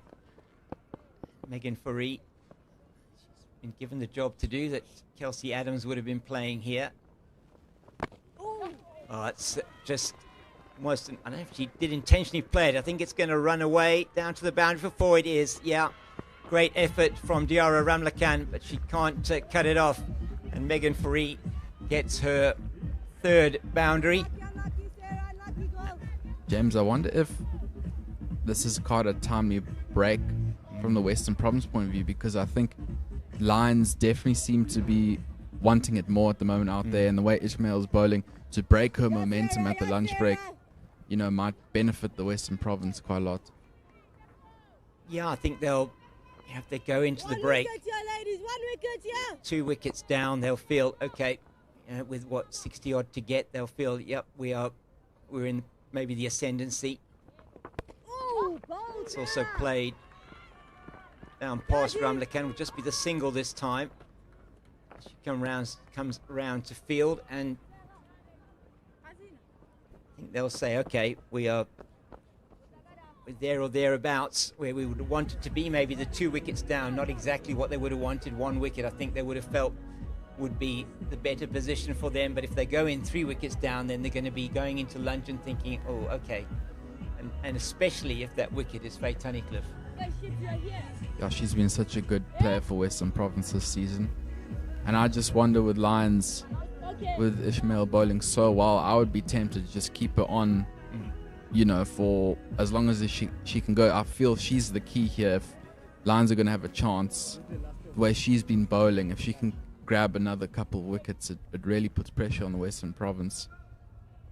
Do you think what we are going to see from the Lions after the lunch break is perhaps, yeah, maybe they will give her another over or 2 because they want to get wickets. They know wickets is the currency they're going to have to deal in if they're going to win this game and take home the Hollywoodbets Pro50 title. And that's drifting down legs, so only half an appeal. And that will be, I do think they will turn, maybe once they bowled Ishmael. I mean, you saw Western Province bowl the slower bowlers from the old Fort End. From what Tarapo is, and Rasiba and Tazaki is doing some warming up at slip. I wonder if she's thinking she might. No, in fact it isn't. Rasiba is, she's warming up here at mid-on. I think it's the captain who's in at slip. Just doing some warming up. Maybe she'll be replacing Nettleton for the last over. That's good. Oh, she played that well. I think that Sinette Villian-Lowe will be unhappy that she didn't manage to stop that. Just bounced out of the hands. Goes through for the single. I feel this is an important passage of play, as we were saying, James. Another wicket here, especially if Tunnicliffe. That would be a massive scalp if Ishmael can get her. And we've seen as well, you know, what can happen when we get to the middle overs, when the ball gets old. There can be a strangle and it can be hard to score, and Western Province might panic. And they've just packed in another player in the covers, so Ishmael's clearly going to try ball outside off stump and just squeeze Tunnicliffe. Yeah, she's going to probably put it out there for her to drive. She's hoping, presumably, that she's going to be looking to drive in the air. Ring field on the offside. That's the double bluff, perhaps. It's a very good straight delivery. Tunnicliffe in behind it. And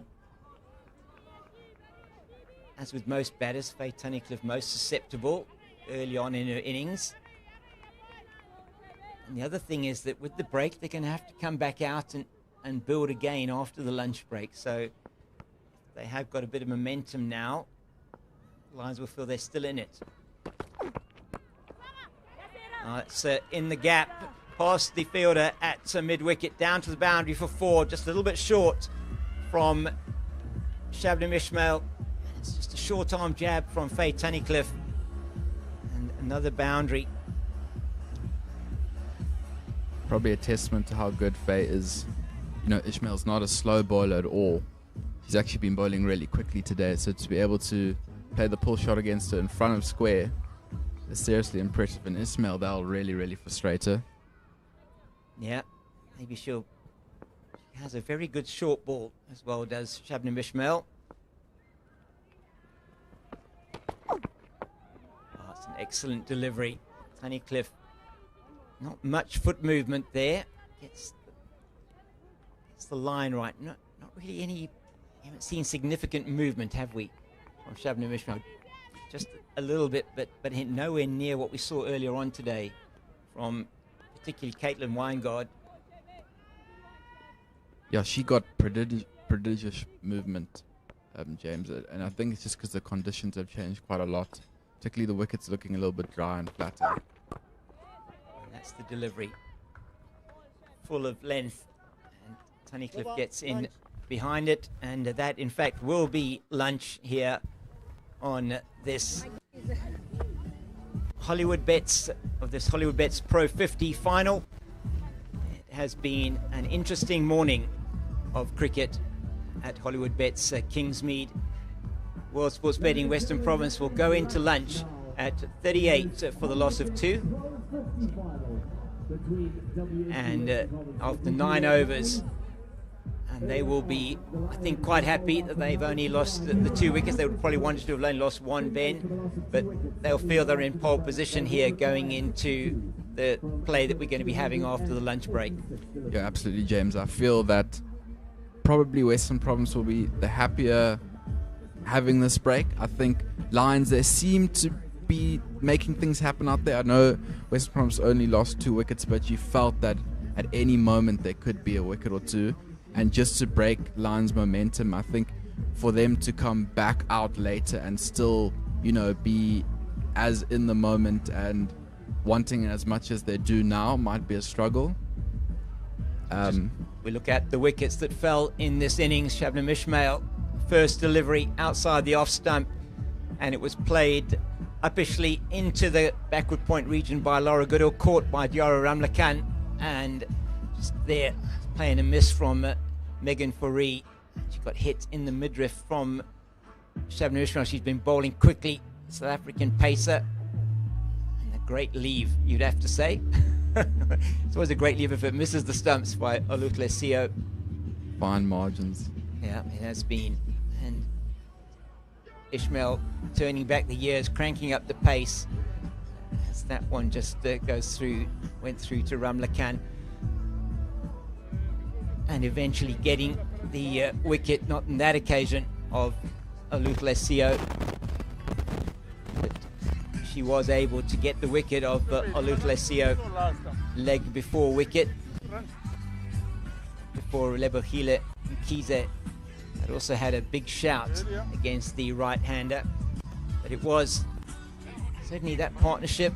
Oluseo's been opening the batting for World Sports Betting Western Province this season, together with Kelsey Adams in the 50-over format. And that was that shot that she played, sort of a bit of a movement around the crease and enticed Mkhize to bowl outside the off stump. And here's the decision, hitting leg stump. It looked like to us from up here, great delivery by Ishmael. And Megan Foree getting the first of her 2 edges that went through down to the boundary for 4. I think these highlights do a lot of justice to how well Ishmael bowled. You can see how much he's making the Western Province batters struggle. This was the one that unfortunately for the Lions, didn't go to hand. The captain diving to her left, but not getting anywhere near the delivery on that occasion. And so 3, potentially you'd have to say, fortunate boundaries for Megan Foree. This one, I think, very well played by her off Sarah Nettleton. Perhaps didn't give her the credit for that shot when she did play it when it was live. And we are going to, in a few moments, cut down to Lesego Poe, who's down next to the field with an interview and with that glorious trophy. So we're going to go through now to Lesego. From us, for the moment, it's goodbye.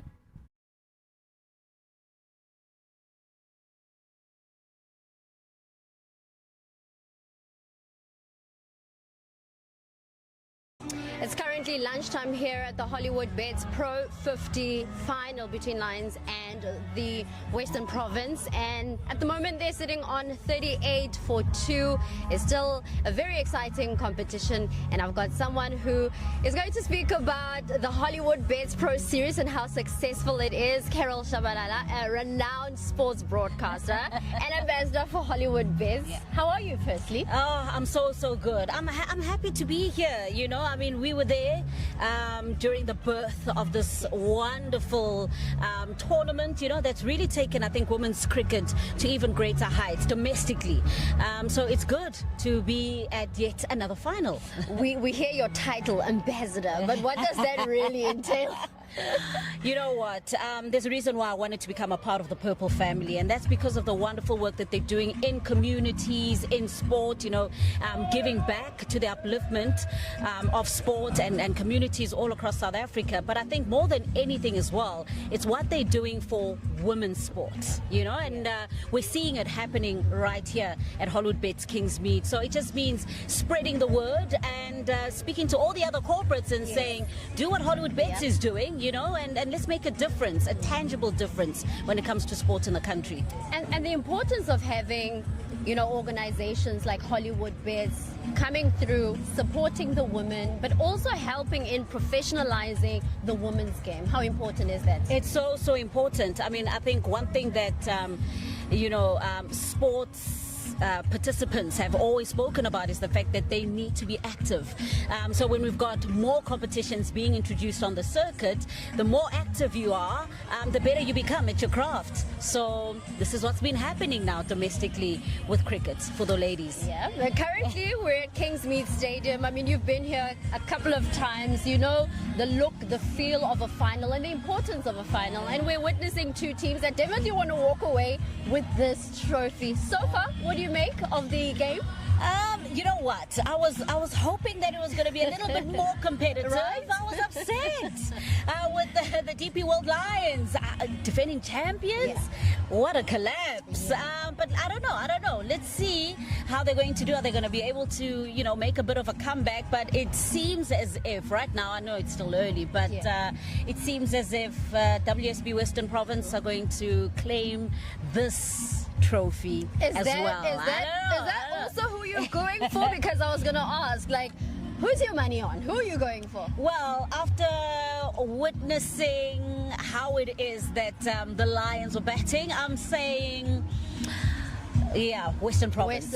Western Province. Yeah, unfortunately. I think Lions fans are not going to be happy to be hearing you speaking about Western Province, but let's wait and see. Hopefully, Western Province, as you Listen, say. maybe they'll make a comeback. Who knows? Let's see how it is that they're going to bowl, you know, for the rest of this, and who knows? They could make a dramatic comeback. They could make a dramatic comeback. But lastly, before I wrap up, Carol, just the future of women's cricket. Where would you like to see the game moving to? Because what we've seen in the last couple of years, that it has grown in leaps and bounds. But what's your vision for this great game that we love? It's grown in leaps and bounds from the sense that the players, you know, have been absolutely phenomenal, putting in world-class performances. So now the fans need to respond in kind. This was supposed to be packed. Guys, come on. Free entrance. It's free of charge, you know. So we needed the fans to come out and support the ladies because they always entertain and they put on world-class performances. So the players are doing their part, you know, absolutely unbelievable, unforgettable performances. Now it's up to us as the fans of sport to come out and support them in kind. Corporates are playing their part, you know, putting in the money, backing up the ladies, backing up sport. So now we need to come out there and support. I couldn't have said it better, and I think there's a reason why you're the ambassador, right? I was actually turning around because I wanted to see how much more does Western Province need in order for them to win this game. They just need 62 runs, so they could walk away with this particular trophy. So keep it locked on your screens, and we will come back, of course, with the second innings.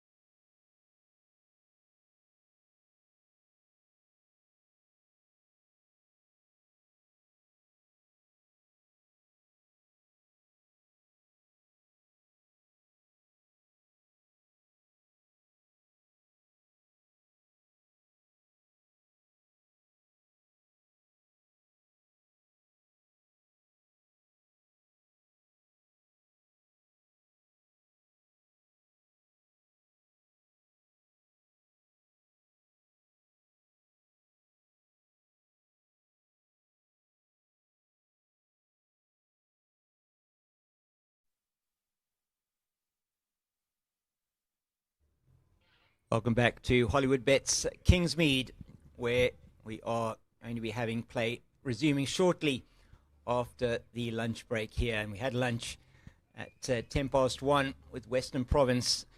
That's World Sports Betting Western Province 38 for the loss of 2, looking to chase down around 100. And that's not just around 100, it's a round 100 to get to the win and to raise the trophy. The Hollywoodbets Pro50 trophy this year, to go with the Hollywoodbets Pro20 trophy that they won on Friday night. I'm James King, with me Ben Jarvis. And Ben, it has been really quite a difficult morning once again for the DP World Lions ladies. Yeah, hi James. Yeah, it was, I think, disappointing to see the way they went about it. It's safe to say that conditions weren't easy up front. I think the ball was moving quite a lot. But needless to say, I think they gave away quite a lot of their wickets. And just that simple thing that Andy's been going on about is just batting the 50 overs. I think if they've done that, and hindsight can be a horrible thing, because if they realize they just need to bat 50 overs and they got 150, Western Province look like they're struggling quite a bit. And that's actually a steep chase, 150, you know, in the context of this game. So I think they'll be slightly disappointed. But you just never know. I think it's still a long way to go for Western Province. I know it might seem bizarre me saying that if you're looking at the screen, but I do think funnier things can happen, and Lions could create something special. Well, they created something special earlier on this season when they defended 96 against the Titans in their Pro50 game at Old Edwardians, the home game for the Lions there, and they defended that, bowled out the Titans for 77. And they'll be looking to do something similar here today to get across the line. The Lions, remember, finishing top of the log in both the Pro50 and the Pro20 logs. Western Province finishing second on both of those logs and getting to these first ever finals weekend that we've had in the Hollywoodbets Pro50 and Pro20. It's been a wonderful event here over this weekend at Hollywoodbets Kingsmead, as we've hosted both of the two finals here. And although they may not have been high-scoring affairs, it certainly has been interesting cricket, Ben. Friday night, nearly defending that 77, I think it was, that they scored. Yeah, James, and I just think that's why I don't think it's over. I think there's still more to this game right now. And I know you're alluding to the fact that the Lions finished top of the table in both comps, and it would be really heartbreaking for them to lose both the finals. But I think that's often how life can work sometimes. But yeah, on your screen, obviously, you guys can see that that's what they're playing for. And I think it's such a good initiative to promote the women's game in South Africa. And this is the key to, you know, for me, I think it's important to not only grow the game to produce international cricketers, but just the love for the game, so more women get involved in cricket and want to play. Well, it's been fantastic to see how the Proteas women have performed on the international stage over this last few seasons, reaching 3 ICC finals, 2 in the T20 World Cup and 1 in the 50 over World Cup. And the youngsters in these two teams, and we do have quite a few young players in both of these two teams, they are aspiring to get to that stage. As just go through the highlights of that Lions innings, or just that delivery there from Caitlin Weingart, just the last few wickets to fall. As Jenna Evans there playing that one directly to Megan Fourie at mid-wicket. Delmi Tucker taking 3 wickets in her spell of bowling. And this is where we'll see the run out of Diara Ramlakhan. You felt this was the key moment in that Lions batting effort, and Shabnam Ismail trying to go over the top could only find Caitlin Weingart at mid-on, and once again another wicket falling with a player trying to play over the top this time. There's definitely a common theme with these wickets, James. Caitlin Weingart brilliant with her 3 wickets, all 3 bowled, 2 in her first over, and then coming back to take her third, finished with 3 for 25 as Komotso Rapport, the captain, running herself out there, the one that came off a leading edge. And Delmi Tucker very quickly responding. And the last wicket for Lebehile Mkhize, looking at the 2 wickets to fall for the WSB Western Province team.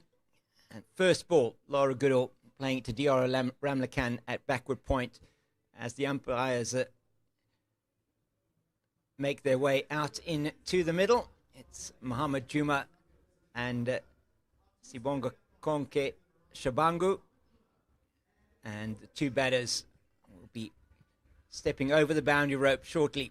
Faye Tunnicliffe and Megan Fourie. Megan Fourie on her debut for Western Province. She has played previously for Eastern Province, played SA Schools 2 years running, 2022 and 2023, and played for Eastern Province in both the 50 over and 20 over competition before going to the Cape, studying at the University of the Western Cape and playing for them as the Lions ladies now make their way out onto the field, led by their captain, Komotso Rapport.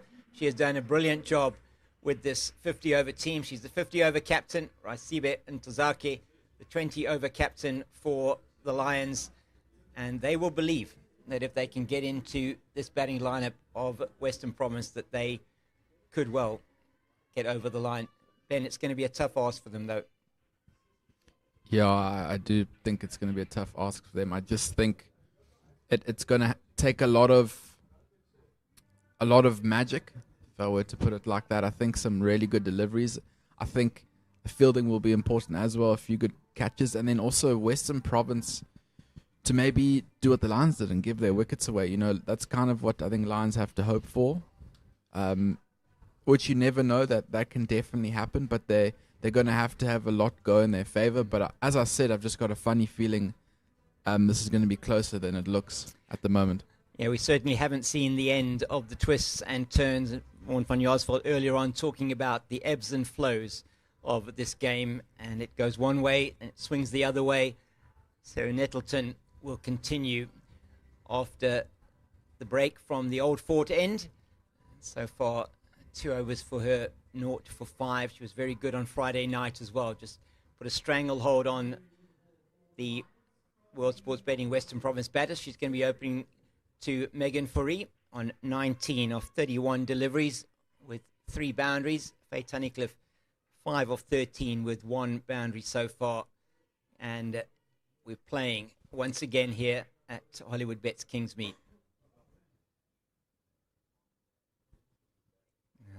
Rushes her a little bit as she tries to play that one into the leg side. And the shot that she's practicing there, Ben, is not the shot that she plays. She'll want to play with a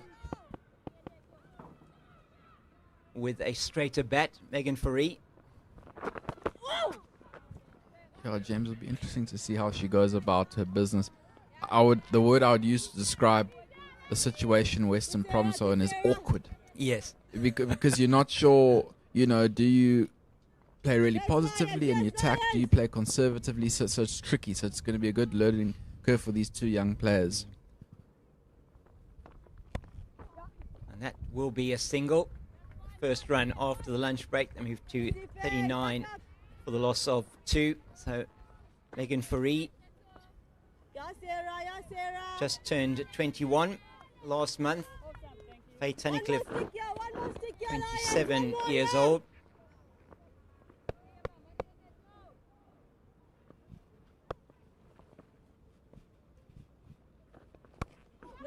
Yeah, James, and you think logically, yeah, particularly if you don't watch a lot of cricket, you think 1 and over, well, that's just so easy. But as we know, it's not. No, I like that word you use, logically. Yeah, if it was as simple as that in cricket, then it would be a very easy game to play. But we all know that probably it's say the 22 yards between wicket and wicket is probably not the most important thing in cricket. It's probably I don't know how long it is, 10 centimeters between the ears. Neatly dabbed by Tunnicliffe. Diara Ramlakan will pick that one up from her position at backward point. They take a single the end of the first over after the lunch break from Sarah Nettleton. Just a 2 off that, it's 40 for the loss of 2.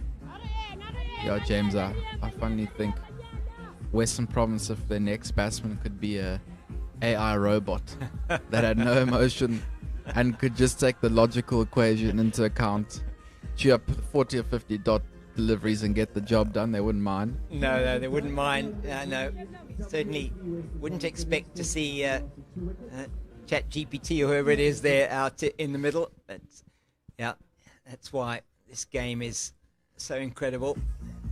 Just absolutely love these type of situations as well. We wouldn't have wanted to be here necessarily with a 99 in the first innings. The Lions definitely wouldn't have wanted to be there, opting to bat first on what actually, after that first sort of salvo from Caitlin Weingard with the ball moving around quite a bit, it has not been really anything much in it for the bowlers. Shabnam Ismail not had too much movement, but it's her pace that's bothered the batters. And Tunnicliffe, she knows that it's her wicket that is really important for the Lions. She needs to prize that wicket. James, she just got a little bit of shape away from the right-hander there. But yeah, as you said, there hasn't been as much movement as Western Province got. And I think, you even look at that first over from Western Province, 2 wickets is massive, and that changes the whole game. And that was predominantly just because of the movement they were getting. I do think conditions have got a lot easier as the day has gone on. Off the outer half of the bat, there is now a ring field of 5 fielders in the covers and on the offside. So you've got a backward point, you've got almost a cover point, a cover, an extra cover, and a mid-off. Just making sure, and that's why they call it the covers, I guess, that that area, you cannot get through there. Faye Tunnicliffe, you're going to have to go over the top if you want to score through the offside. Oh, and that is not the best shot from Tunnicliffe. Slower ball from Shabnam Ismail. And unfortunately, Razina Manak behind the stumps is not able to gather on the bounce. So through for a bye. James, if we were explaining why certain fielding positions are called what they are, I think we'd be here the whole day. I think we would, indeed. Well, there's one of those other quirks, isn't it, in cricket? All the different fielding positions and how they're described just makes this game such an interesting one, and one that we love so much. As the captain goes back into slip, and she's going a bit finer than she was. I think this is a good call. Outside the off stump to Megan Faree. It's this time on the line of the stumps. The story of the cow corner is always a great one. I don't know how true that actually is. No, I heard it the other day again, and I wasn't quite sure. I mean, maybe that is true. But it certainly does have a good ring to it, doesn't it? Yeah, it sounds quite cool. It may just be an urban legend. Talking about the fact that the cows used to graze there beyond the boundary. Oh, that's a good delivery. Angled in, fullish of length. Faree keeps it out. Yeah, James, I do like this move from Lions to go with Ishmael to carry on bowling. I don't know whether it was a case of the captain asking her to carry on or her just wanting to really carry on bowling. I think it might have been the latter. I think this is the game here. If she can get another few wickets and open up the Western Province tail, I think then it could be a close game. Down the leg side, and it will be called wide. I think what probably would have happened is at the lunch break, and they had the chance to get together with the coaching staff, and really compliments to the coaching staff of both of these teams to have got them to these finals, done outstanding work throughout the season, and they would have spoken about it and said, okay, what do we think is our best option? And Shabnam Ismail, you want to get wickets. The only way you're going to win this game is to get wickets. And the wicket-taking bowler, you're going to turn to your premier strike bowler, Shabnam Ishmael, to try and get you those wickets, as it's 42 for 2 after 11. And hence giving her a burst, maybe 1-2 overs after the lunch break. She's bowled 6 now, unchanged, just the lunchtime break. And Megan Fourie now 20, Faye Tunnicliffe on 6, 42 for 2. Still 58 needed to raise the Hollywoodbets Pro50 trophy for the first time. World Sports Betting Western Province. Change the bowling now for the DP World Lions into the attack from the old And the dance moves are out. Number 29 shirt. We have got dancers here today. Yeah, we have indeed. Thanks to the sponsors, Hollywoodbets, for their support of women's cricket in South Africa. The domestic competitions, both sponsored by Hollywoodbets. And these 2 finals have been hosted by them here. And to say thank you very much to the Dolphins Cricket Union, Heinrich Stradum, and his team here for putting these finals together. No run there. It's good work by Ishmael. She's onto it very quickly. So, Isibe and Tazaki, she's had a brilliant season as well. Yeah, I actually saw her warming up, and she was getting a lot of turn earlier in the day when she was warming up to look very threatening. Giving it a lot of air. Tunnicliffe working it down to long on Jenna Evans, who is always in that position on the boundary for the Lions. A brilliant fielder. 22-year-old. She's outstanding in the field. Quick across the ground. Excellent outfielder. Very good catcher. Bowling, bowling. Yeah, and this partnership has grown to 24. I mean, that's massive in the context of the game. And just, I know it's only been 2 overs since the break, but just a very calmness about the Western Province so far. Yeah, a play and a miss from Fourie outside the off stump. Well taken by Manak behind. So yeah, absolutely. I think what they're looking at is they've just got to play normally is what it's about. Almost not even almost looking at the scoreboard and understanding that they've just got to bat. That's all they need to do. Need to keep going there, bat, take no risks. And it's funny because you hear the noise from the Lions fielders, and Western Province batsmen, they just have to remember that they only need 1 and over, so dots actually really don't matter. But it's easier said than done. As you say, they will be mindful though that they want to keep the scoreboard ticking along. As you say, I mean, they will 38 overs left in the match. They need 57 to win, so that's exactly, as you say, 1.5 and over required for them to get over the line and claim the trophy. They'll be mindful. They don't want to get bogged down. And the old adage in cricket is, I mean, the way you get wickets is you get batters scoreless, and then they start to think, okay, where am I going to get my next run from? And then they start taking maybe unnecessary risks. Even if they don't have to. That's part of the game. Exactly. Even if they don't have to. Yeah, and I often think, I was going to say this on air with Andy earlier, is that the reason why Australia are such a strong cricket team, particularly in Test cricket, is their bottom order put away their ego and they have a goal of just batting 30 balls. And every time the Aussies are in trouble, they get out of it because their bottom order comes in and just bats time. So important, lower order runs. Let's give it a slower delivery. It's played into the gap. Great work by Jenna Evans from mid-off.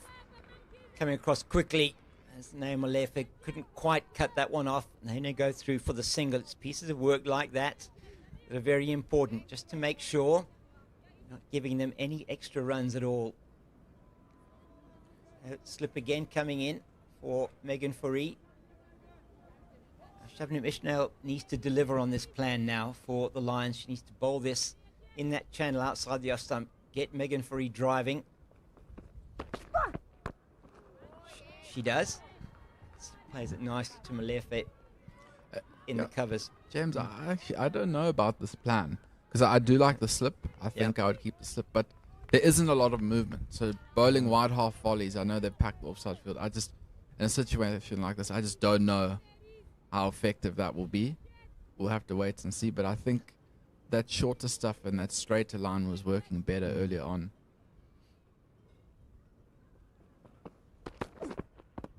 Oh, that's hit her on the head. That's hit her on the helmet. And they will go for a concussion check here. Physio running on immediately from Western Province. And you call for the shorter delivery. And that has certainly troubled and hit Megan Fourie. Let's hope that she's okay. She's going to go now for the compulsory concussion check. May well need to have a new helmet come out. Let's have a look at this, Ben. Yeah, it's a very good bouncer. They always say, quite literally with the bouncer, target the body. You know, don't be too short. That hit her almost looks like flush, either on the temple or on the front of the head. She went down quickly. Did Fourie. We hope that she's going to be okay. She actually looks alright, yeah. I think that's what I was saying before about the short ball. Ishmael was bowling and it looks so threatening. I wonder if they should not get a sort of a closer deep square and actually try with that plan and just try and make the Western Province batters uncomfortable. Well, that short ball certainly has made it very uncomfortable for Megan Fourie. And again there, now they should be wondering, maybe staying on the back foot, wondering whether that will be bowled again from Ishmael. Pace of the former Proteas bowler here, making it very difficult for the young Western Province number 3. Yeah, James, because I just think, you know, obviously Western Province have to only go in 1 over. And what I've liked about this pair, they don't seem in a rush. They seem fine with chewing up dots. So you do think, hey, do Lions now at some point do something a bit different, like with a bouncer ploy, and then they look for an alternative way. As we see the bouncer again, vicious. Yeah, it was. And what happened was very difficult. She just didn't get into any position at all to be able to play that. And by the time she realized that it was coming through to there, she could not get out the way. And just hit her flush on the helmet. They are bringing a new helmet out. And that is sensible. I always say, when you are hit on the head like that, you need to replace the helmet and make sure that it's all okay. I'm not sure that this concussion check is indicating that Megan Fourie is going to be able to continue. But let's just see. They are getting a new helmet for her. In fact, yes, she is. It does look like she is going to be continuing. Of course, they have to get the new helmet. That is the new rule. And I think that might have been Rivka Esok. I thought she was coming out with the helmet. Doesn't look like she is, but maybe it's a different helmet that she needs to bring out for Megan Fourie. Yeah, and James, people who haven't played cricket before don't understand how hard that ball actually is. It's really, and when you're wearing a helmet, it thuds into the helmet, gives you quite a fright. Well, she is going off the field, and she's getting, this is very good to see, from the Lions fielders. They're all coming across and wishing her all the best. Looked like a sickening blow that was hit there. And she's coming off the field. And Delmi Tucker will be replacing her.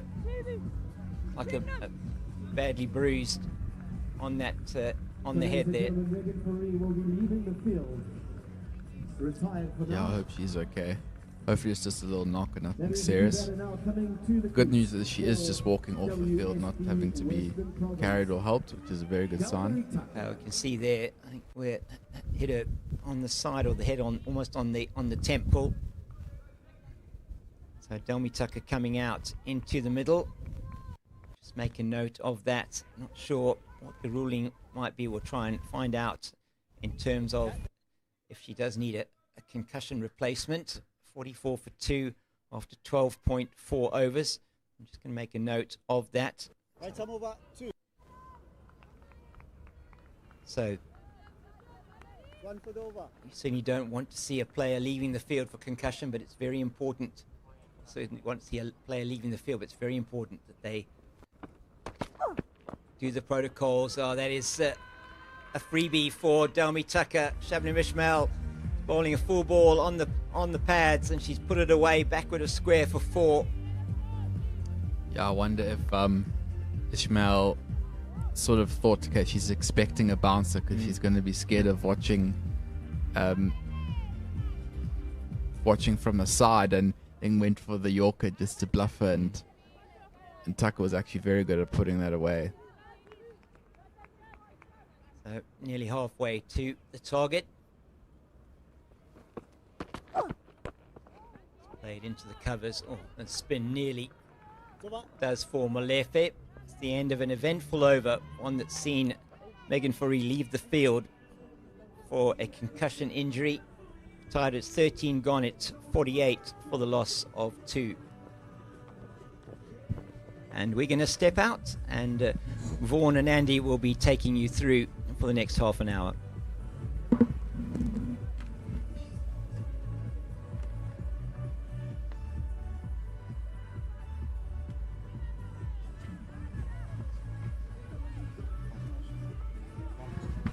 Thank you, gentlemen.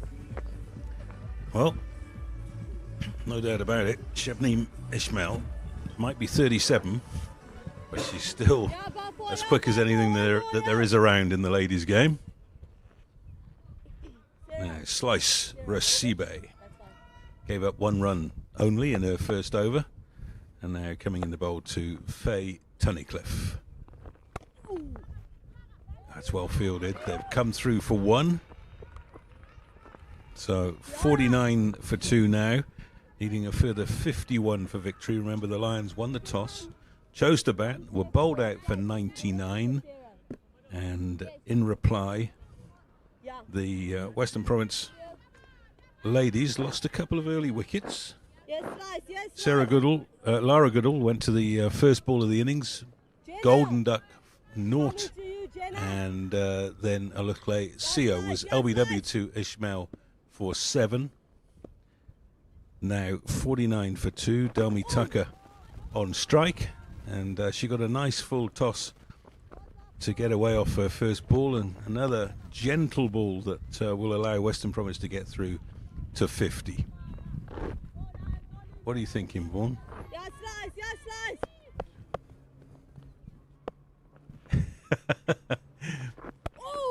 Yeah, I still think there's... Did you notice the pause at home there? That means he was thinking something he shouldn't have been.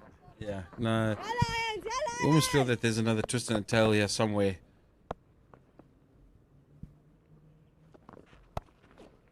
Yeah, shot well fielded again by those two at cover point and point. Well, we wish Megan Fourie a quick recovery. By the sounds of it, she's concussed. We'll have to find out about that. They call her Michi. She went to DF Malherbe in Geberge. They breed them tough there, so I'm sure she'll be fine, but not the first person to be hit by the pace of Ishmael during a glittering career. Yes, pretty nice and fast.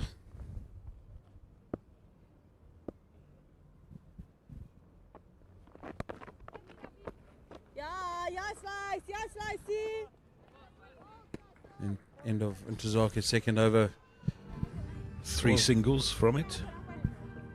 Score 51 for 2 after 14.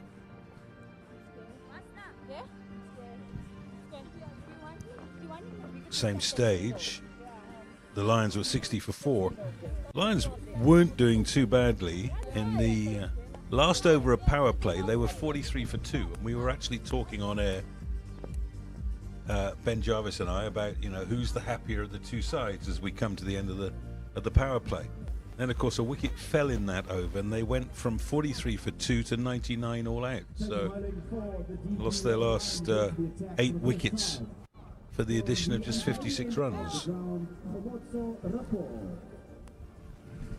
We see a change at the Mgani end. So Rapport coming into the attack.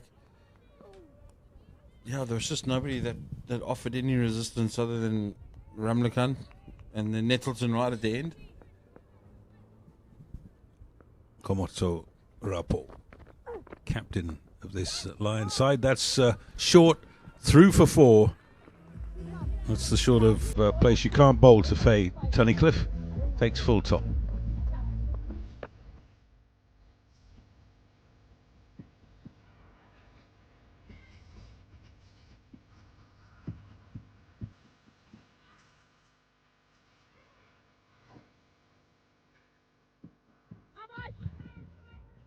Taking the mid wicket out, but also into the offside. Fulunlo goes to the cover sweeper area. With such a low total to defend, just can't afford boundaries of any sort.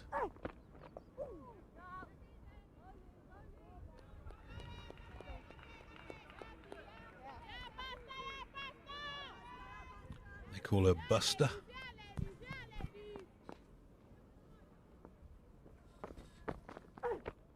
That's a bad ball.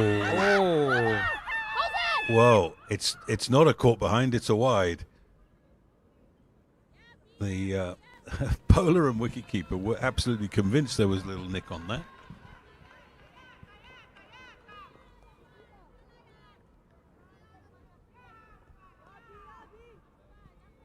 Normal service has been resumed. Well, they were convinced. I mean, everybody went up. One of those almost you think it might even have been off the face of the bat rather than a little nick. That's a good shot. Well fielded. Oh, great fielding. Malefi.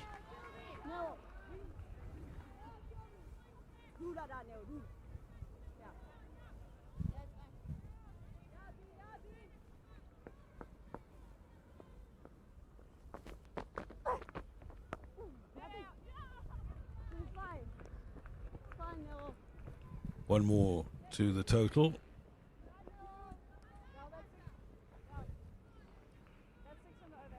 So with the wide, 6 off the over. Well, there it is again. You think that might have been face of the bat? It's definitely come off a bit of wood, I think.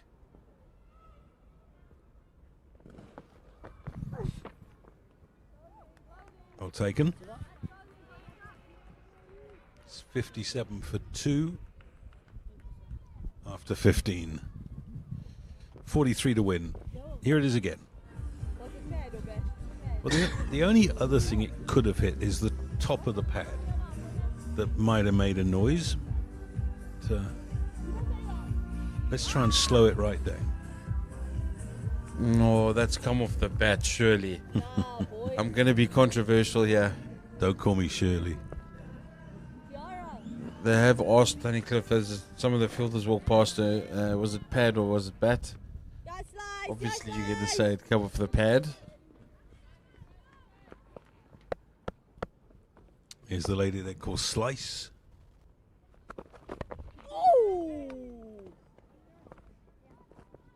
Well placed.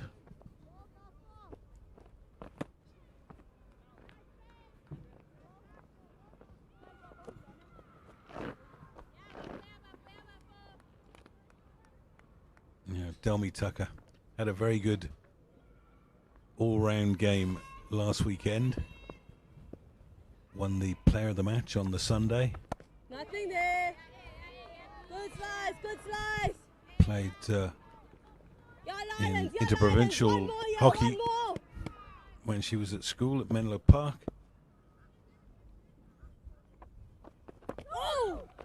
It's nicely played. Just be one. Played as a striker and said to me after that game last week that hockey was always her first love. She wanted to go on and do that, but things fell her way quicker in cricket, so here she is.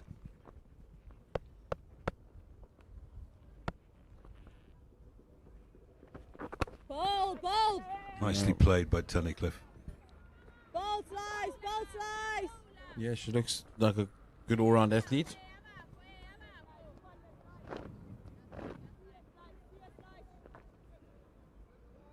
Hits the ball hard. Nothing there. Bowling slice, bowling slice. I slice, see.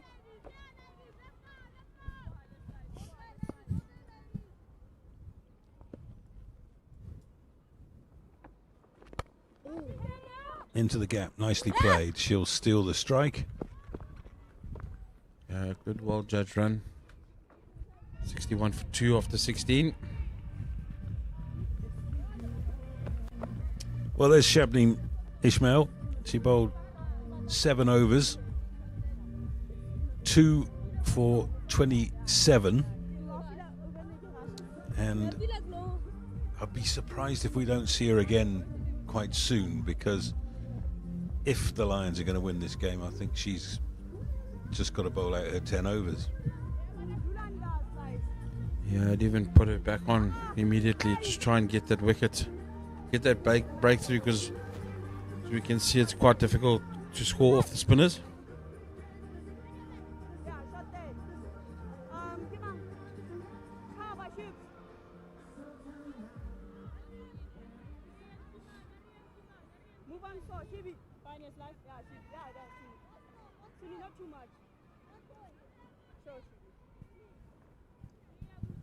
Oh, nobody back straight. It's a very restricting field. There's a mid-wicket on the boundary. Everybody else is saving one.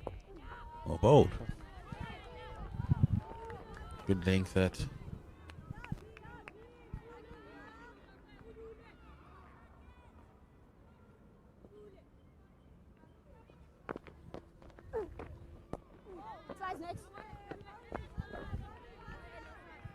I like this from Rapo, the captain, backing herself, trying to strangle a wicket. In the air, and just the one bounce to mid-wicket. Nearly creating a chance there. Feel they're catching it on the one bounce. Bowl a bad ball, you'll get a wicket. She's relaxed the field for Nettleton. For Tunnicliffe, I beg your pardon. Long on and long off in place.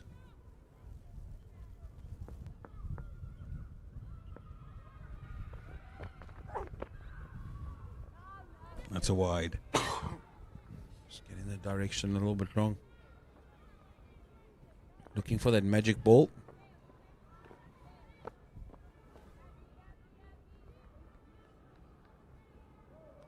Try and squeeze the wicket here somewhere.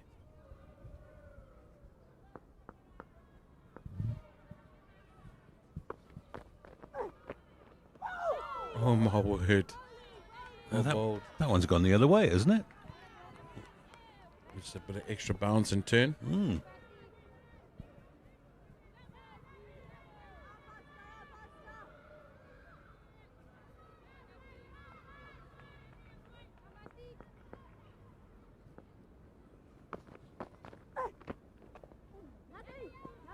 Yeah, good over. Just a single and a wide from it. 63 for 2. 17 overs gone. Let's have a look at that ball that went the other way. Yes, definitely. She's actually rolled that, hasn't she? Same stage. 70 for 6 were the Lions. That's where it all went wrong. Okay. This way. This way. That's fine.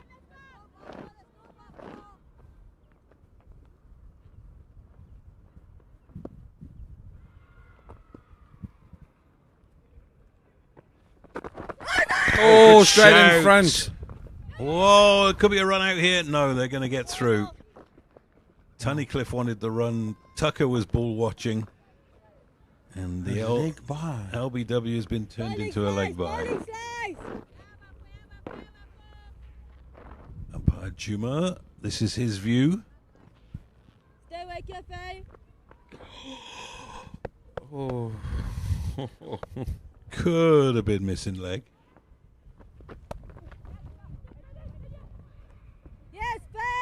Good work by Faye Carling at mid-wicket. He's going to have to hear that from me, is Juma. Now, where's it pitched? It's pitched on middle and it's turned. I reckon that's just missing.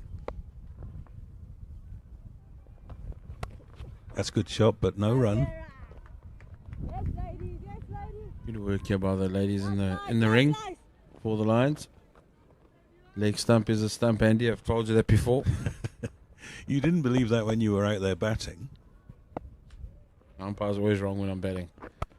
Or when anyone's batting, for that matter. Chance of 2 here if they push hard. No, they're not going to get it. That's Ishmael out there, and she's, of course, got the gun arm. So Tunnicliffe moves to 18.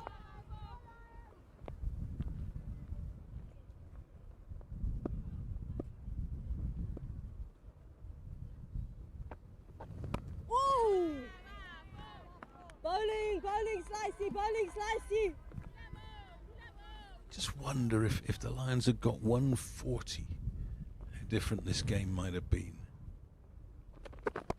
In the air and safe. That's well placed in the end. You got the other athletes at deep mid wicket. A little low. Not going to take her on for 2, are you? 3 runs off the over.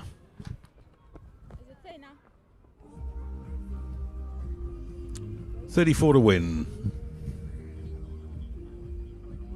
Run rate required tells us everything we need to know. 1.1. Was on our way.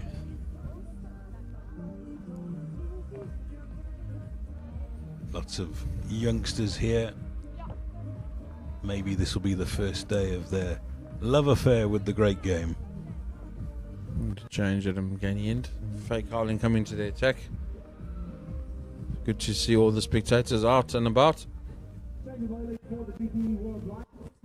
Right arm medium pacer.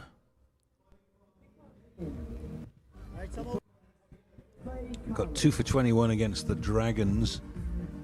2 for 23 against Western Province in the 50 over competition this year. And got a hat-trick against the Dolphins, also in the 50 over competition. And that was in December. It was the last 3 balls of the innings. You see that Kiwi lad who got 5 in 5 last week, Vaughan? Yes, I did actually. Couldn't believe it.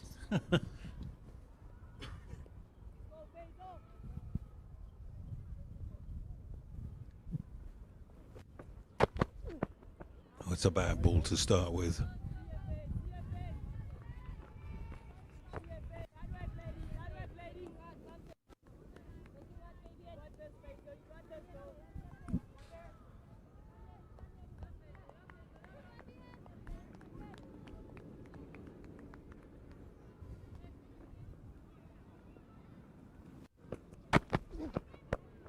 Oh, bold.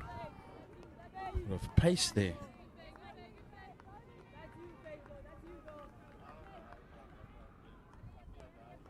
She'll be getting a few tips from mid-on. Shabnam Ishmael, lady who I see in the record books has delivered the fastest ever ball delivered by a woman in international cricket, 132 k's an hour. It's not shabby at all. It's not shabby.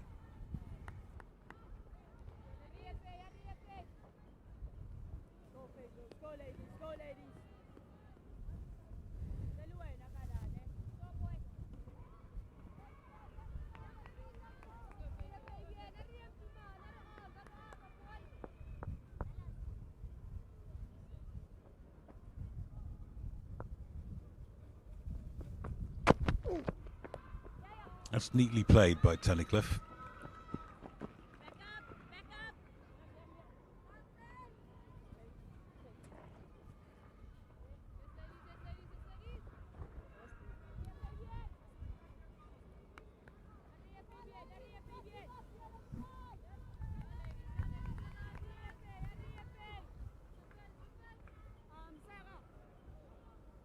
Almost feel something's going to happen here, Andy.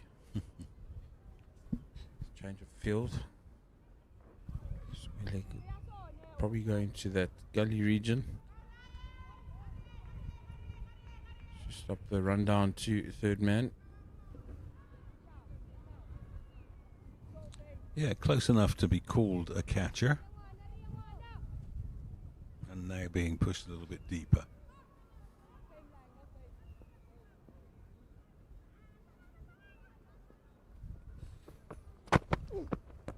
Full toss. Should be 2 here. Yeah, easy 2 in the end. And Keys with the good arm from Castle Corner.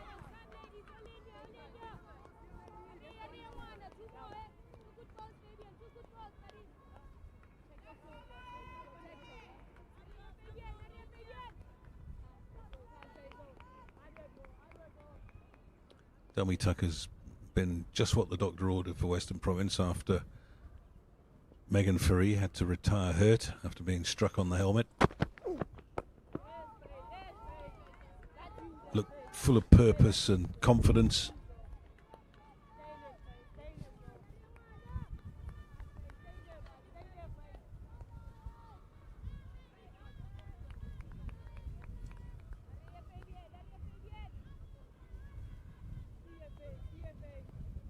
Happy to say that Megan Free has emerged from the dressing rooms. She's still got her pads on, which is a good thing. Yeah. End of the over. So 5 runs from it. 71 for 2.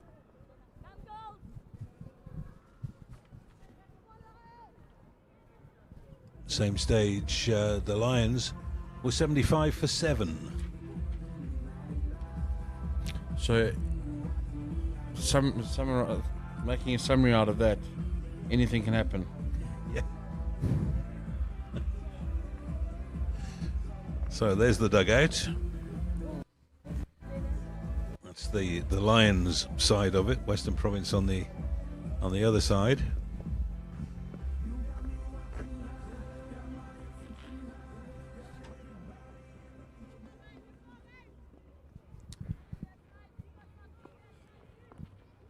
Faye Tunnicliffe on strike. She's a gym manager in real life.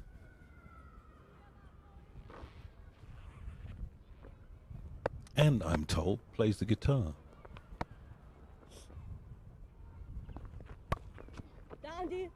Fielded. Very good fielding again from Diarra. She looks a good cricketer, doesn't she? Batted well. Fields like jaunty at backward point.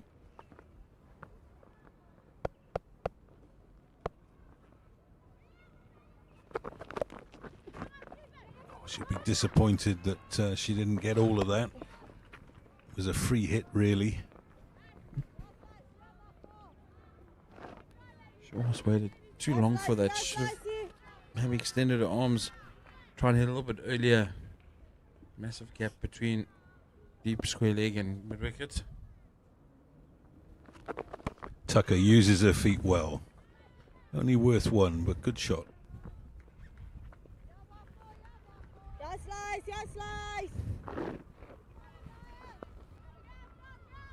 27 to win.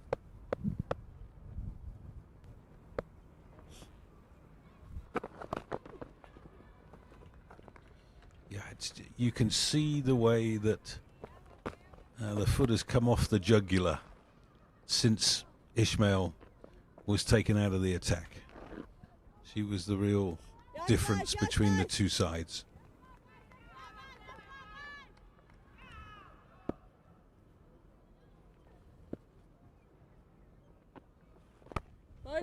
And it's not like these two are thrashing the ball to all parts. It's just that they're picking up 2, 3, 4 and over without really having to try too hard.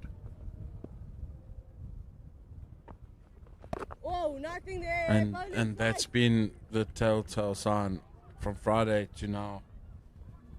When the Lions had bats in hand, unfortunately couldn't do it. So all they needed to do is just have 4 or 5 batters just try and bat through the innings, collecting your 2, 3, 4, 5 and over, and spending enough time in the middle. Like you say, if they scored 140 today, it would be totally different. And unfortunately only got to 99. You almost feel that they just never got going with those rotating of strike and eventually looking for those boundary options later on. They were always chasing the game from about 4 down, you think? Yeah, Sunette Filion-Low came in at 4 down and was looking quality and then just hold out to mid-off for no good reason. Cowling to continue. Starts with a full toss. There was a hand on that from Ishmael, but it was very firmly struck, and that's the first boundary for quite some time.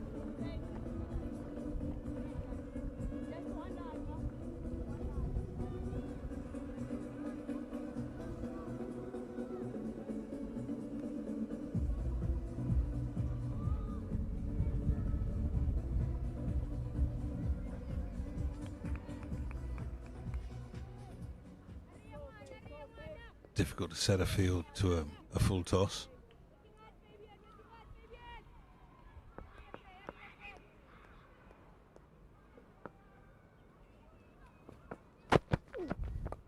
Sliced. Oh.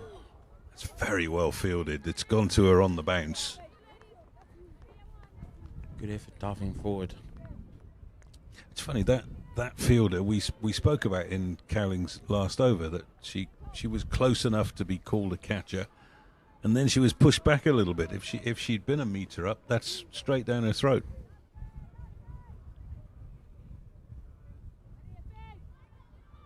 And they've got a third man, so she should be catching.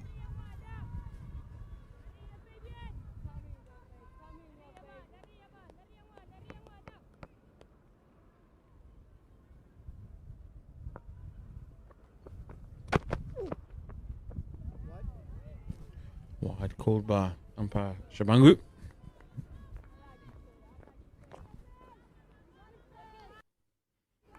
So it's a weekend of disappointment for the Lions. They did really well to get into both of the finals, and then I think froze a little bit in the floodlights on Friday, and something similar has happened in this day game today. Another full toss. That'll be another wide. And as you said earlier, there's no point bemoaning the fact that you haven't got your Proteas players. It's the same story for both sides, and you need the youngsters to step up in these circumstances. Yeah, that's when you start seeing who's got the mettle and who you can count on in situations.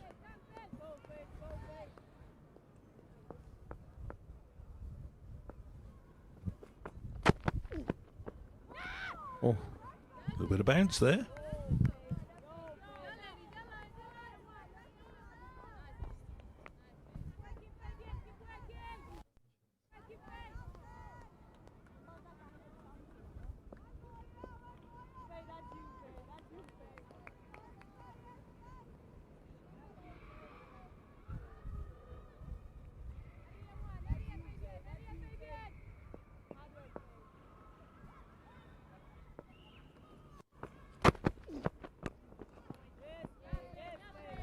Fielding phone bowling.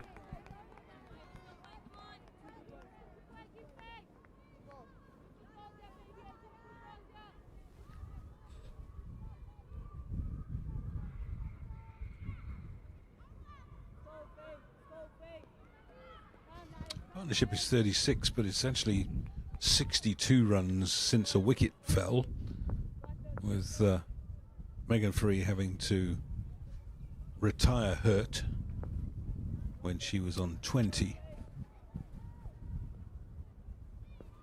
Ashley played pretty well until then.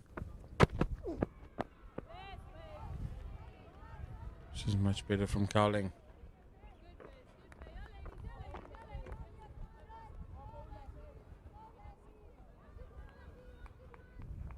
Takes it out of you though, but having to bowl 8 ball overs.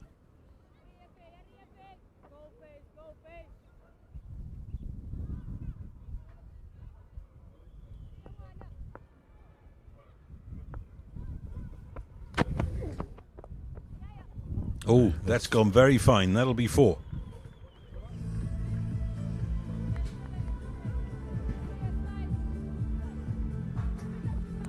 So 10 runs off the over in the end, and just 16 runs needed for Western Province to complete the double.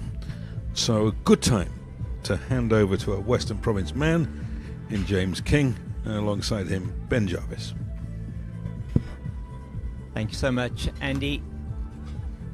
And here at Hollywoodbets Kingsmead, it is World Sports Betting Western Province that appear to be marching to victory over the DP World Lions. Rasiva Ntazake is going to continue from the Old Fort End.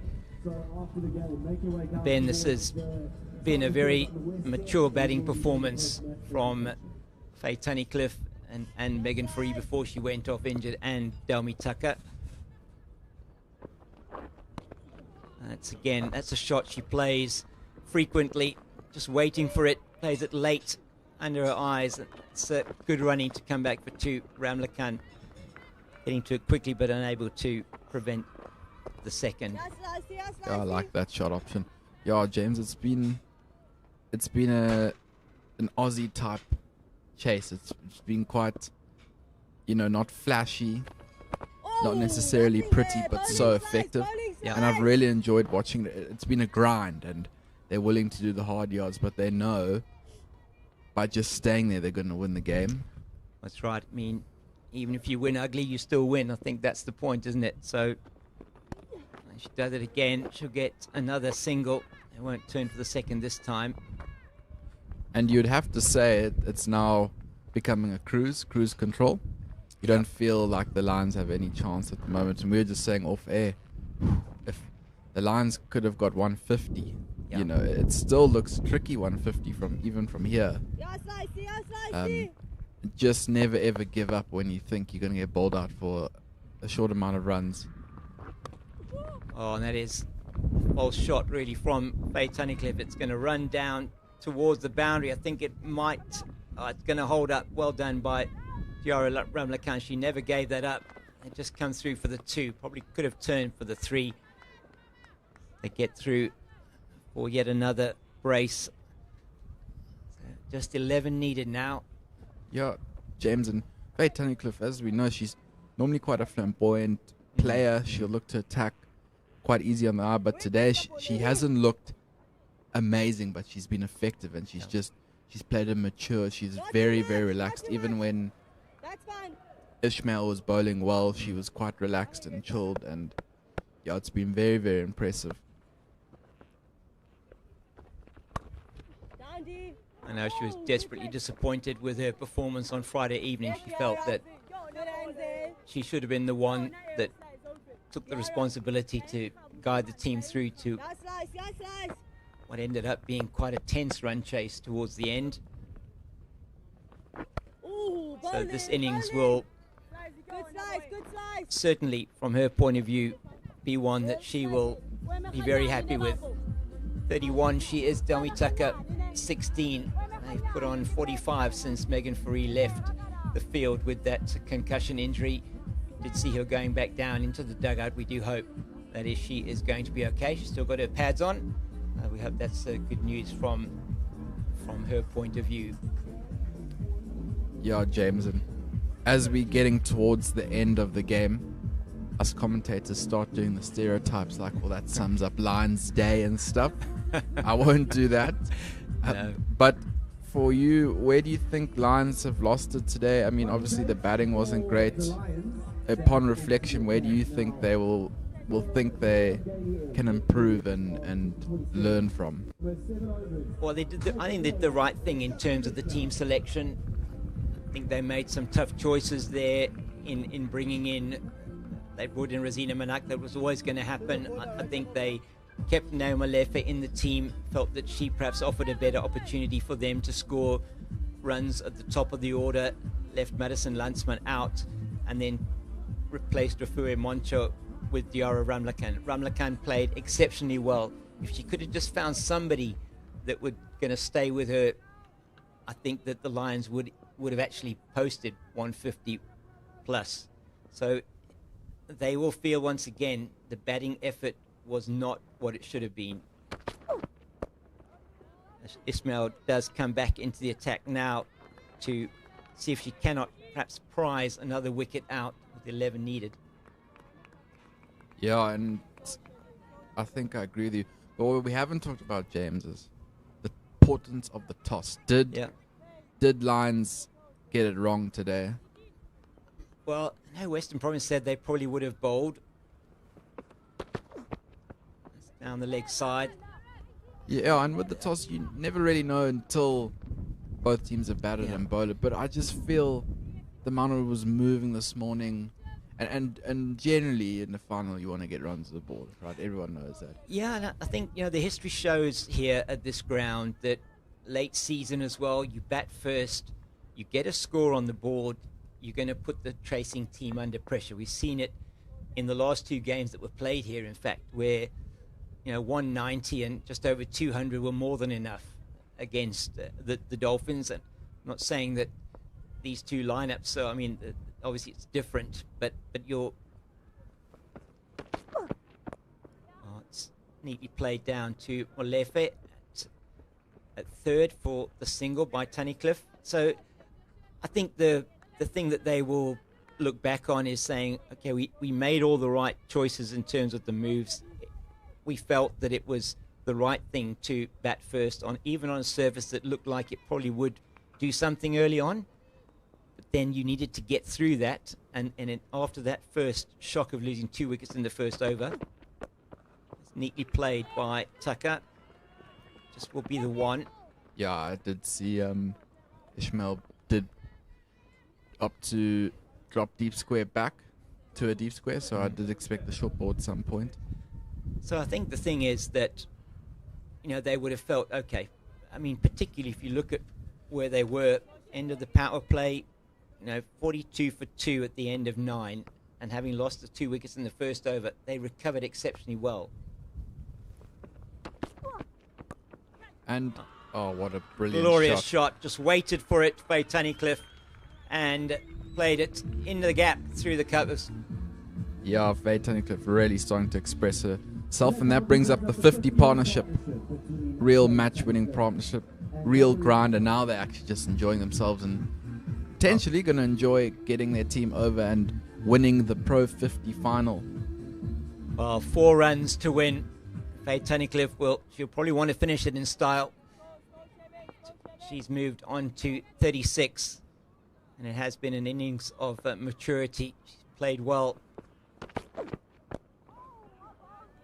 Yeah, James, and for me, final, because cricket's a long game, so, and that is the end of the over, 23rd over. Yeah, James, as I was saying, cricket's it's a long game, so 50 over game. I mean, we start here at 10, and if we played the full 100 overs, you're ending at 5:36 in the evening. And I just think it's a long game, but there's little moments that are key. And I feel those 2 wickets in the first over gave us a shock, so it must have given the Lions a shock. And ever since then, you always just felt they're a little bit behind the game. Yeah, and what happened was that getting towards the end of that power play, so in that 10th over, I mean, they'd done all the hard work, Jenna Evans and Diara Ramlakan.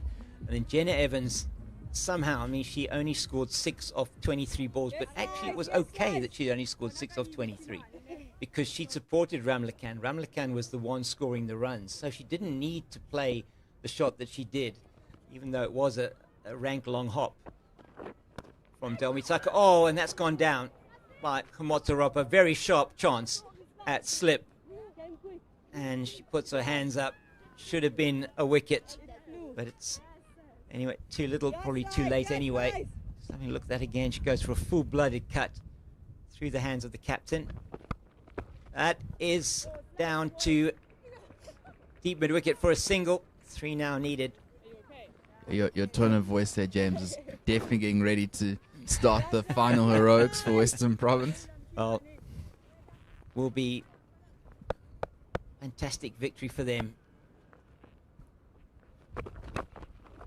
It's once again going down to Sinette Low. Not going to take on that arm for 2.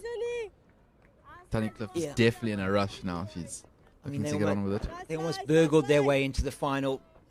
So they had a very bad defeat against Northwest a couple of weekends ago, then came down to Durban needing a bonus point win. Oh, bowling. They had a subpar performance in that first innings, saved by Kayla Reinecker, and then bowled brilliantly, led by Nasipo Vezi. To win with the bonus point, get into the final. They brought momentum into the final. They did the right thing on Friday. They're just going to take the one. So now just one to win. And they did everything right. They did everything right. And they've done everything right today. They lost the toss. Yes, Slicey. And once again, they bowled well. They fielded well. And they've batted well.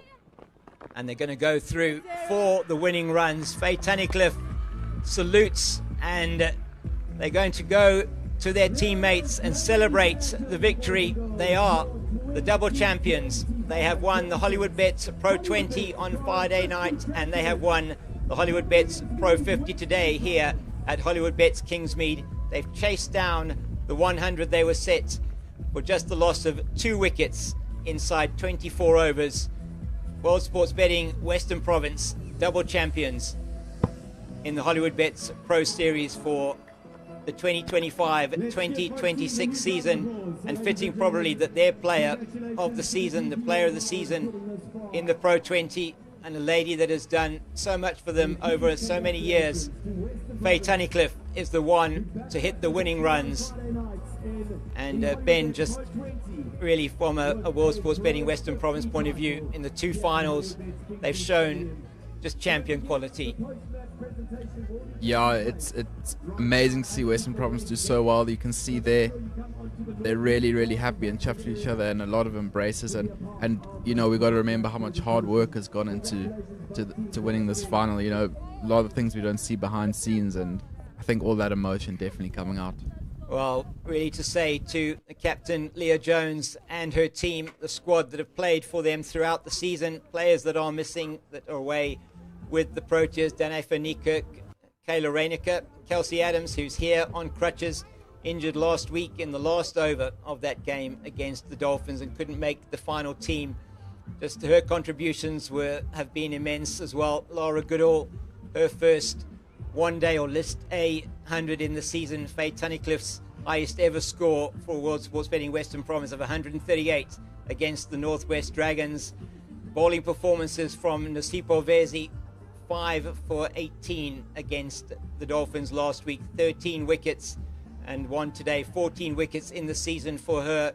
Just has been all-round brilliant performances from the team throughout the summer. Not to forget the captain, Leah Jones, might not have taken as many wickets as she would have wanted, but this season getting her career best with the bat on 3 separate occasions and scoring her first List A 50. And the young Mia Lawler coming in for her debut in women's cricket in the 25-26 season and being a standout performer in both the Pro 20 and the Pro 50. It has been a season in which they would have felt they underperformed in the Pro 50, but have now come good right at the end of the season and taken the title. And that's the important thing, James. Doesn't matter how you win the comp, just matters that you win it. And from a Lions point of view, they'll be devastated to do all the hard work in the league stage of the competition and do the hard graft. But that is sport and that is life. I think they'll have a lot to learn from, and it's such a good experience for all these young players being part of a final, and this is really promoting and growing the women's game, you know, playing at a venue like Kingsmead and the spectacle that it is, and it's really a privilege to be part of it and to witness it. And yeah, it's been really, really good competitive cricket, which has been the best thing, and these are, after all, the future and current Proteas, so yeah, lovely to see. Yeah, your point really well made there, Ben, that these players out there in yellow, they can be incredibly proud of the performances they put in throughout the season. Stars have been born in their team, as we see John O'Leaf Wright just embracing his players. Relebogile Mkhize, she's one for the future, the left armour. Faye Cowling, can't say too much about how well Faye has done with the ball and with the bat. An exciting prospect, led so well in the 50 over by Komotso Rapport, and in the 20 over by Raisibe and Tazake. Youngsters like Diara Ramlakan, 18 years of age, coming through, Neo Malefe, and some of the others as well that have come through the team in this season. Really, you do expect that they are going to be a force to be reckoned with, as they always have been in women's cricket in South Africa. But it's a time for the World Sports Betting Western Province ladies to just celebrate, and they're taking a moment to reflect on what they've achieved here. And I'm sure that coach Claire Blanche, who's in New Zealand with the Proteas, we hope that she's been able to watch this performance as well, ably supported by her deputies Vuyani Parafini and Linton Phillips, just to the entire team there as well. They've done such a great job with these ladies throughout the season. It really has been excellent to see how they performed in these two finals. To Hollywoodbets, we just want to say thank you as well for their support of women's pro cricket in this country. So we're just waiting for the presentation party, and we will just continue here until we cross to the Sekhapoe down there. And it has been a wonderful weekend of cricket here at Hollywoodbets Kingsmead, and despite the fact that the home team has not been in either of these two finals, I want to say thank you to the people that have come out, to the crowds that have been here, and particularly to the sponsors, Hollywoodbets, for what they have done in terms of their sponsorship and in terms of their support of women's cricket. It is the double champions, World Sports Betting Western Province, that will receive the trophy shortly in front of the grass banks. Going down there, short lovely scenes here. John O'Leaf Wright from the Gauteng the Lions Cricket Union, just saying congratulations to all the Western Province players and their support staff. Lovely to see the support and the work that's been done up there with the Lions team and the players that have come through, and you just feel that women's cricket is on absolutely the right trajectory here in South Africa. Domestic game, whilst these finals may not have delivered us the run fest perhaps that we were looking for, they have been both times World Sports Betting Western Province come through chasing low targets under difficult conditions. We're going to go down now to the presentation shortly, and from us here on commentary, from myself, James King, from Ben Jarvis, from Andy Capistano and Vaughan van Jaarsveld, it's been our privilege to bring you the matches here over this weekend, and for us, for the last time, it's goodbye.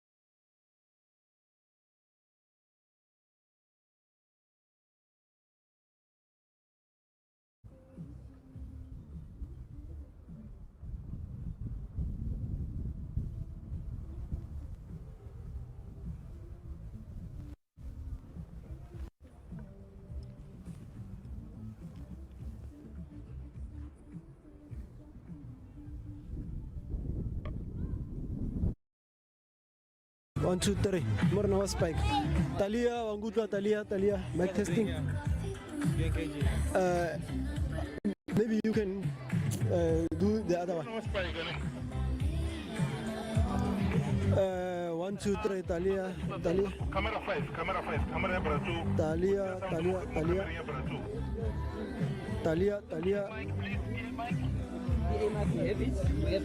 We have. Rashapo.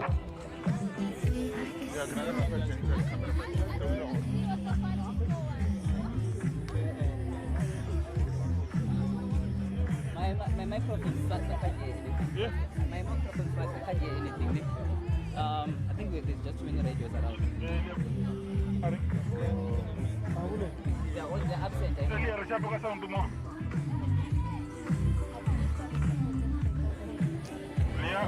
Rashapo ka sound camera 5.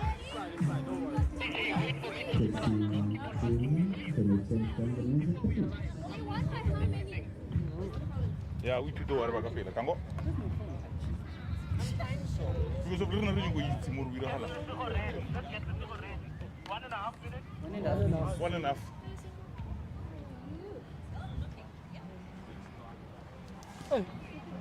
Quem é filho? Como foi on? Cool. Check out. Sorry.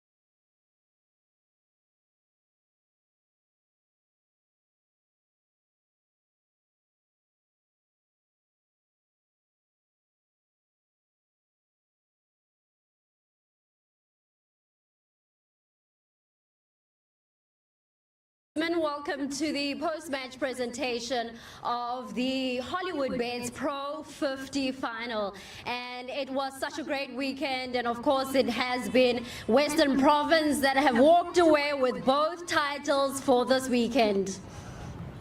Please do give them a round of applause. And now Cricket South Africa would like to thank all their loyal fans that continue to support the women and also domestic cricket throughout the country. And to our dignitaries that are joining us this afternoon, we've got the CSA Executive for Domestic Cricket, Mr. Edward Khoza.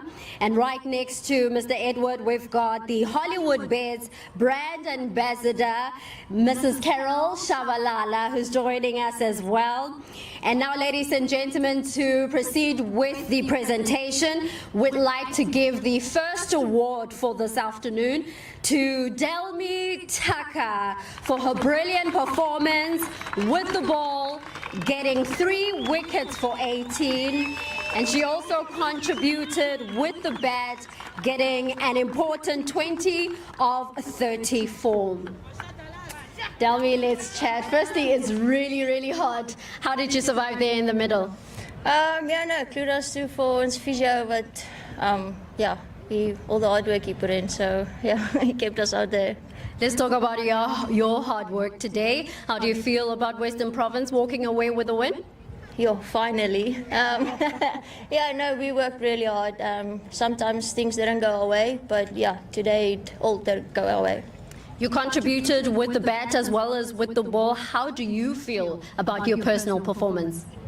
I'm really happy I could have contributed. And they struggled a little bit, but happy today came off really well, and the team did really well. You were also supported by Caitlin. It's good to see her being able to play in the back end of the competition. How pleased are you to see her perform so well as well, getting 3 wickets? I'm never out doubting Caitlin. If there's someone I want to walk next to, it's definitely her. Well, congratulations once again. Delmi Taka, ladies and gentlemen. Brilliant performance from her with bat and with ball.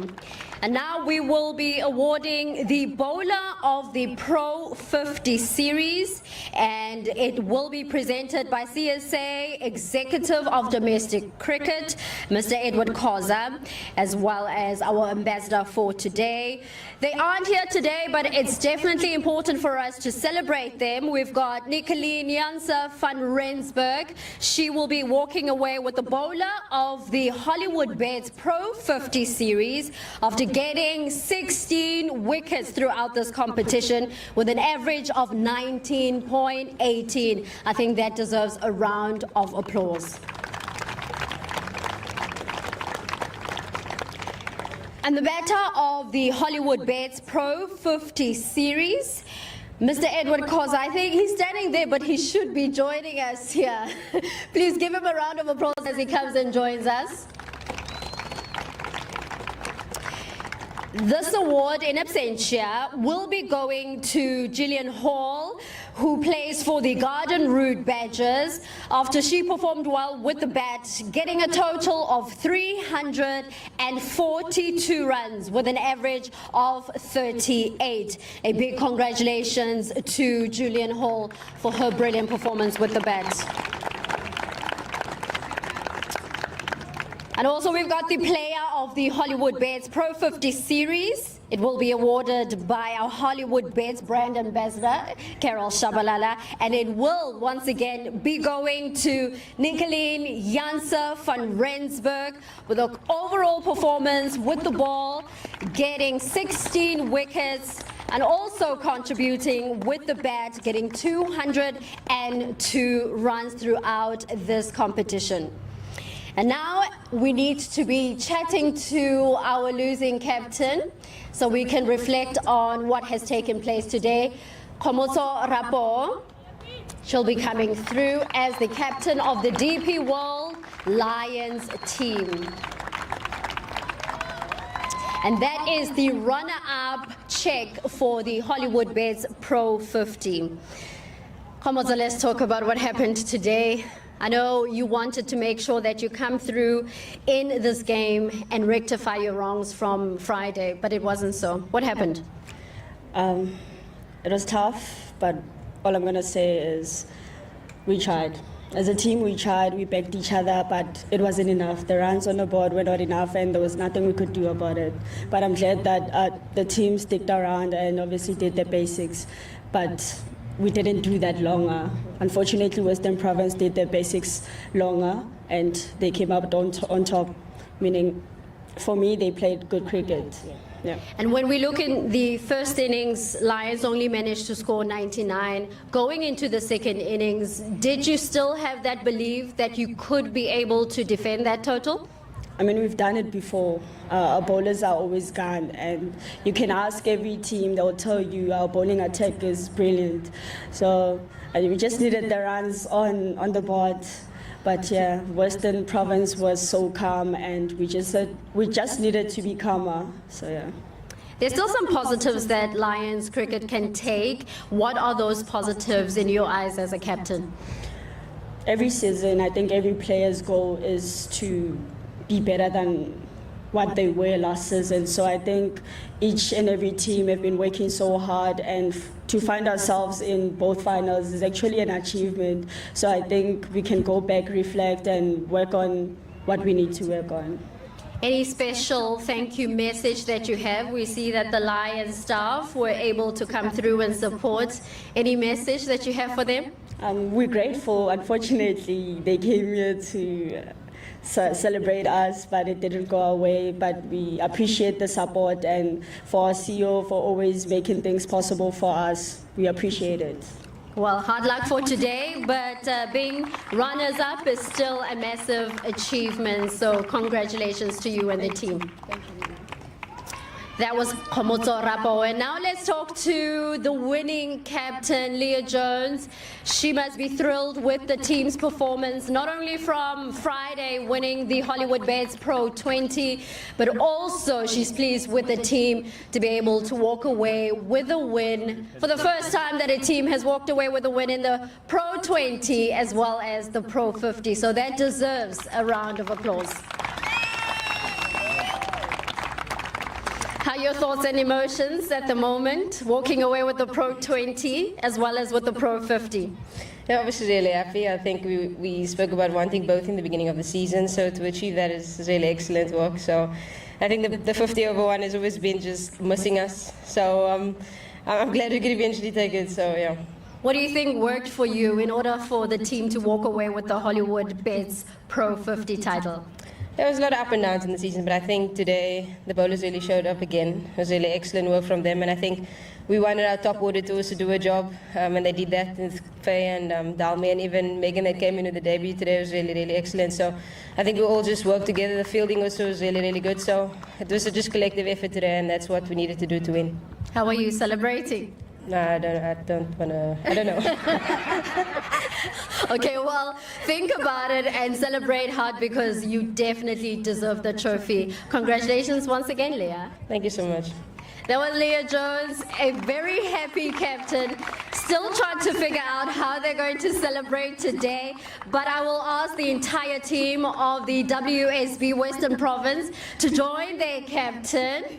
Faye Cliff already celebrating. And ladies and gentlemen, this brings us to the end of the Hollywoodbets Pro50 competition. And it is the Western Province that walks away with the trophy for 2025-2026 season. Congratulations to the team, to the staff, and also a massive thank you to Hollywoodbets for backing the women's game.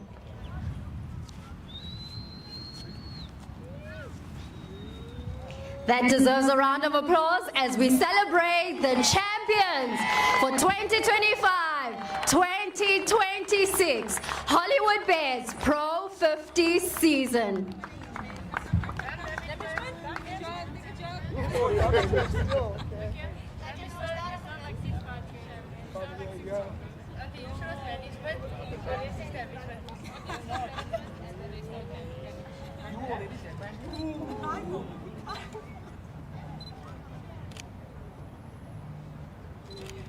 Right, let's have a celebrate one.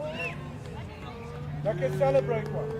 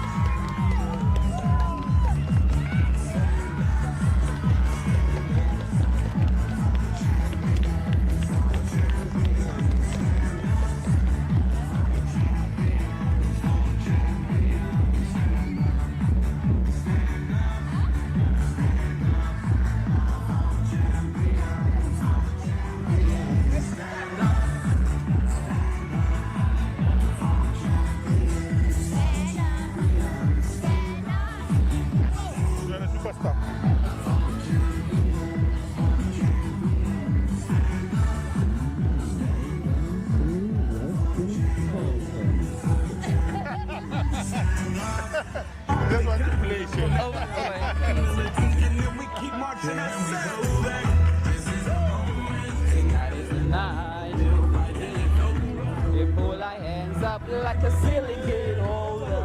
Eh?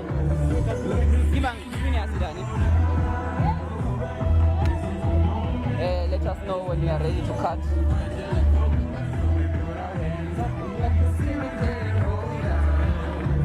Yarubala, I know I'm very, very sick. Mira.